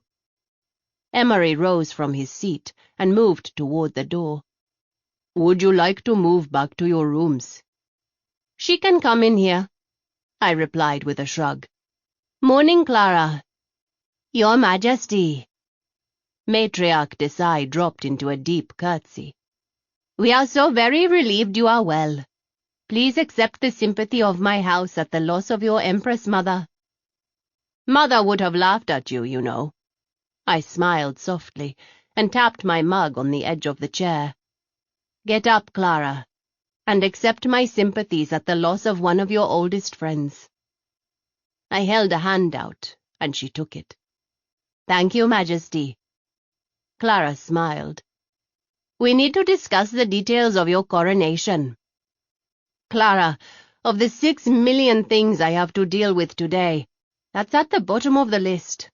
I am the Empress. The coronation is window dressing. Majesty, it's an important tradition. That we will do later, Clara. Right now I have traitors to hunt down, executions to set, funerals to attend, and a war to avoid. I held up a hand before she could respond. Here's what I am willing to do. You may plan the coronation, and if there's time tomorrow evening, we'll do it. Deal? Yes, Majesty. She nodded sharply and dipped a curtsy. With your permission, then, I'll leave you to get your day started. Later that day, Stasia strolled at my side through the ornate gardens at the center of the palace. It was almost noon, and the gigantic atrium was filled with the heavy scents of blooming flowers and greenery. Water splashed and hammered down over the wide bronze waterfall fountain set in the middle of the room, and the calls of several exotic species of birds imported from all over the empire echoed off the wide glass ceiling. I'd always loved the atrium, especially in the depths of winter. A storm had hit about an hour ago, and snow swirled above us, battering at the glass with the whim of the wind. But inside it was warm, almost unpleasantly so, and I trailed my hand through the pale orange blossoms on the trellis bush. They danced with the disturbance, releasing their spicy vanilla perfume. I was dressed in a cream dress almost the same color as Stasia's skin, with wide, belled sleeves. My crimson mourning sari streaked across the surface of the fabric like a jagged wound. It seemed like a petty, useless gesture. Jet deserved better. My heart twisted at the sight of the 2 women I had come here to see, with their heads bent over a wiggling bundle. Jet's family. I didn't know what to say. What did you say? What could you possibly say to ease the pain? Some noise alerted them to our presence, and the younger of the 2 raised her dark head. Emotions flashed too quickly through her pale blue eyes for me to read, and then she was dropping into a bow, still holding her baby. Your Imperial Majesty. Up, please. I crossed the space between us with my hands held out. Reva Gaiden was about as tall as her husband had been, putting her just above my shoulder. Her hair was a wild mass of dark curls, and her face, though lovely, showed the strain of grief. Majesty, this is my sister Joy. Thank you both for seeing me, I said, feeling awkward as I squeezed one of her hands. The older woman took my other hand with a slight smile. Of course, Majesty. Jet. Reva stopped and swallowed. He always spoke so highly of you. He'd said you wanted to see Abha. Would you like to hold her? 1,000 panicked thoughts whipped through me, but I nodded and gingerly took the tiny bundle from her mother. She was surprisingly heavy, only slightly more than the weight of the M2220 I'd carried into the palace. She was so tiny and perfect, her eyes a startling blue, and her hair as dark and curly as her mother's. I could see the echoes of Jet's features in her little face, and had to bite back the tears. She looks like her father, Reva said, as if she'd read my mind. She will want for nothing. I looked up at Reva, saw the confusion in her face. Yes, ma'am. Your Ikam explained Jet's benefits to us when he escorted us into the palace. Beyond that, Reva, those benefits are for you. What's for Abha comes directly from me. Whatever she needs, whatever she wants to do with her life, I will take care of it. It is not enough to repay what Jet did for me, but... I lost the words and shrugged helplessly. Reva's composure cracked, tears filled her eyes, and she turned into her sister's embrace. Thank you, Majesty, Joy said. her voice filled with soft island lilt. "May the gods bless you." She smiled sadly. Abha wiggled and made a pitiful little noise. I froze, and the panic must have shown on my face, because Joy's sadness transformed into amusement that she struggled just as quickly to hide from me. Reva turned, tears still streaking her face, and took her baby back with a soft smile. "She's just hungry, Majesty." "I have to go." I stumbled over my words like an awkward teen. "I will see you at the memorial?" "Yes, Majesty. Thank you." I nodded and strode away from the women before they could see my tears. "Majesty!" Cass was at my side, frowning at me.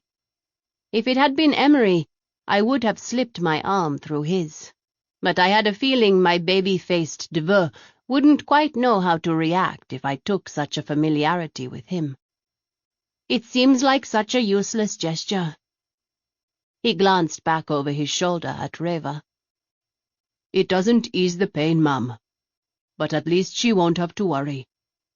I was only 15 when my father died in a mining accident." "I'm sorry." He shrugged a shoulder. "It's an old hurt, ma'am. He was there that morning to see me off to school, and wasn't there when I came home. My mother had to take a second job to make ends meet, because the death bennies weren't even a fraction of what he'd been making, and she refused to let me quit school to get a job. Said I deserved a life away from the mines." "What did you want to do?" "This, ma'am." He seemed surprised by my question. "All I ever wanted was to become a bodyguard. Same with Jet, you know. He loved this job, and I don't mean any offense, but he loved you too. I'll miss him every day from here on out, but I don't doubt for a second he'd do it again, even knowing the cost." It was too much. I dropped down onto a bench with my arms wrapped around my head and wept. "It's all right, Majesty." Zin rubbed my back. "It's all right." "I'm sorry, ma'am. I didn't mean to make you cry." Cass hovered helplessly at my side. "Sit down." I put an arm around his shoulders when he obeyed, and I hugged him. "It's all right. And thank you." An inexplicable wave of relief washed over me.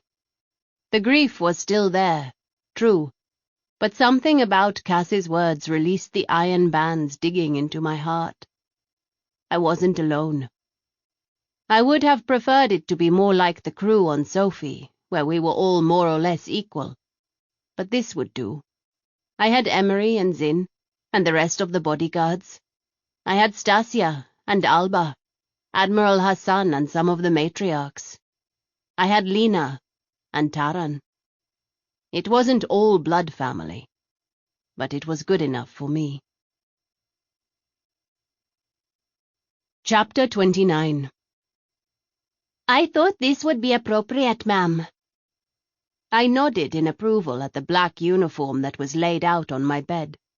Matriarch Desai had planned the coronation, and true to my word, and some none too gentle nudging from Emery, I'd agreed to show up the next day. "Very much so, Stasia. Thank you." "Make a note," I said, as I wiggled into the pants she handed me. The long-sleeved shirt slid over my skin like water, and I smoothed it out before I sat down so she could fix my hair. "As much as the idea of being fussed over pains me, we're probably going to have to get a few more maids." I shot her a sideways glare when she snickered. "You're in charge there, Stasia. I want you to pick out a few of the younger girls from my mother's set who can handle themselves." "I'm assuming that means what I think it does, ma'am?" "Yes." I smiled at her. "I suspect Emery would like to give you a few names also, and he'll definitely want to vet them. It would also give Emery one less thing to worry about." Stasia twisted my hair up into a trio of knots at the base of my neck. the severity of the style not softened by the few braids she left out to frame my face. She painted a swatch of black across my eyes, then the same red gold onto my mouth I'd donned when I first got to the palace. Had it really been 3 weeks? It seemed like yesterday.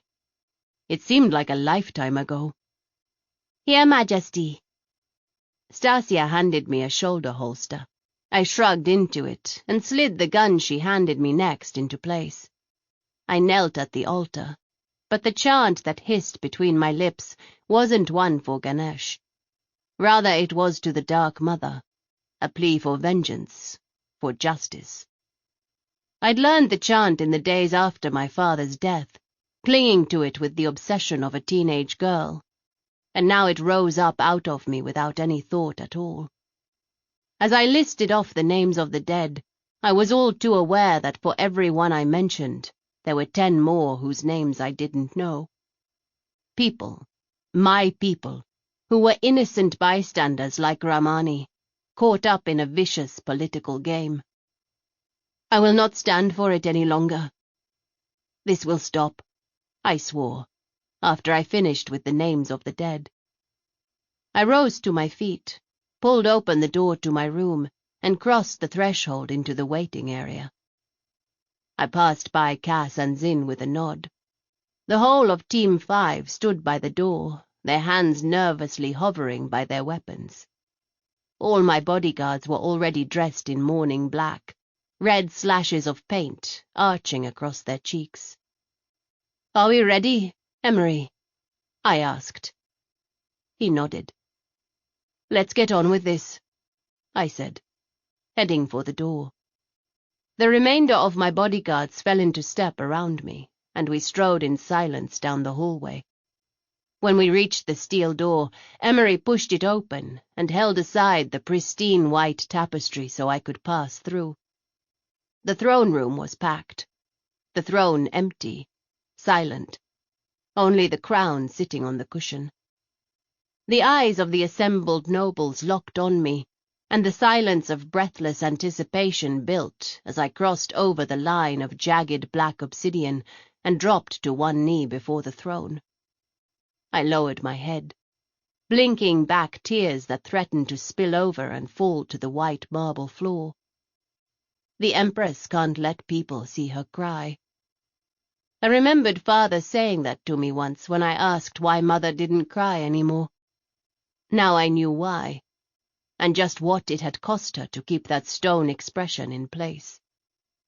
I stood, and the entire assembly went down on a knee, bowing their heads to me when I turned. Looking out at the sea of faces, I suddenly felt very alone.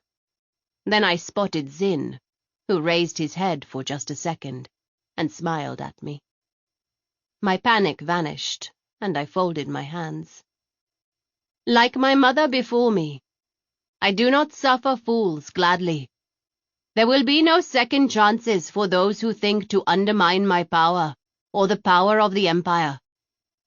I looked out over the crowd, saw the uneasy shifting as people threw glances back and forth. This has been a dark time for the Empire. These horrible events have tarnished the face of Indrana and brought us to the brink of war. I am here to take the throne that is rightfully mine. Those responsible for the unrest and division in our empire will be punished." Utter silence echoed back at me. Zin marched a limping Nal to the front of the crowd, stopping on the far side of the jagged obsidian line. Behind them, Kisa practically carried Ganda, dropping her next to Nal with an impassive look on her face. Finally, Cass dragged Lab in. My nephew was disheveled and dirty, and had an impressive black eye. I won't lie. I struggled with the urge to pull my gun free and splatter their brains all over the marble. Bodyguard, cousin, nephew. I came down the dais as I spoke. Conspirators, traitors, murderers. The silence in the room was absolute. Lady Ganda, so good of you to join us. I crossed the line of jagged rock and bent down. I didn't want you to miss seeing me crowned. I whispered the words in her ear and watched the hatred flash across her face. For waging war against the state, treason, and regicide, you 3 are sentenced to death. That caused a ruckus. I let the noise swell, watching calmly as the exclamations and protests flew through the air. After counting to 10, I looked at Emery. Silence! His amplified voice sliced easily through the din. Understand, these traitors are proclaimed guilty from their own mouths. There will be no trials, no courts for them. There will only be the justice of the throne for the royal blood that has been spilt and justice of the empire for the blood of its citizens. We have other names, other conspirators who can consider themselves lucky that we will turn them over to the courts. But these 3, I gestured at my feet, these 3 are mine. Ganda Naidu, you are hereby stripped of your titles and any inheritance you may have received, I continued.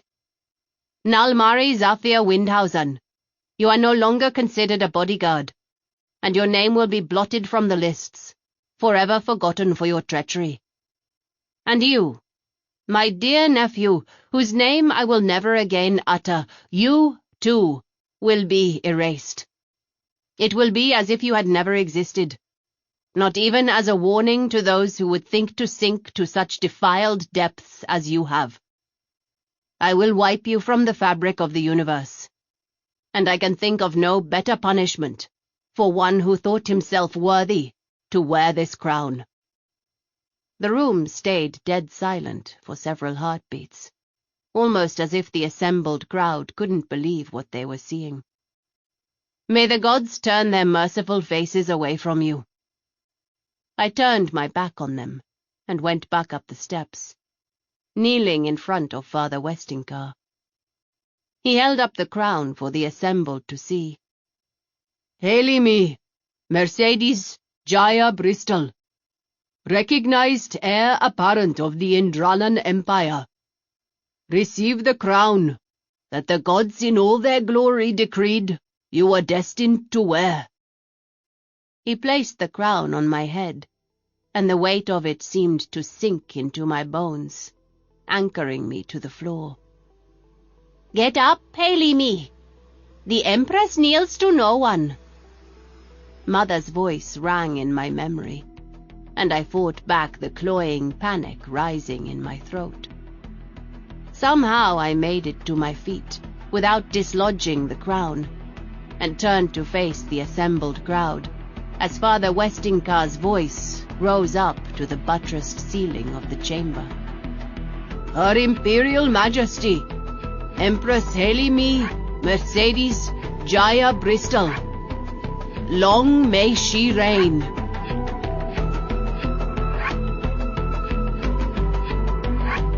This has been a Hachette audio production of Behind the Throne, The Indranan Wars Book 1, written by K.B. Wagers, read by Angel Masters, produced by Ryan Jones, directed by Greg Cooler, recorded by Mala Corbett, post-production by Listen Up Audiobooks, production supervised by Tommy Herron.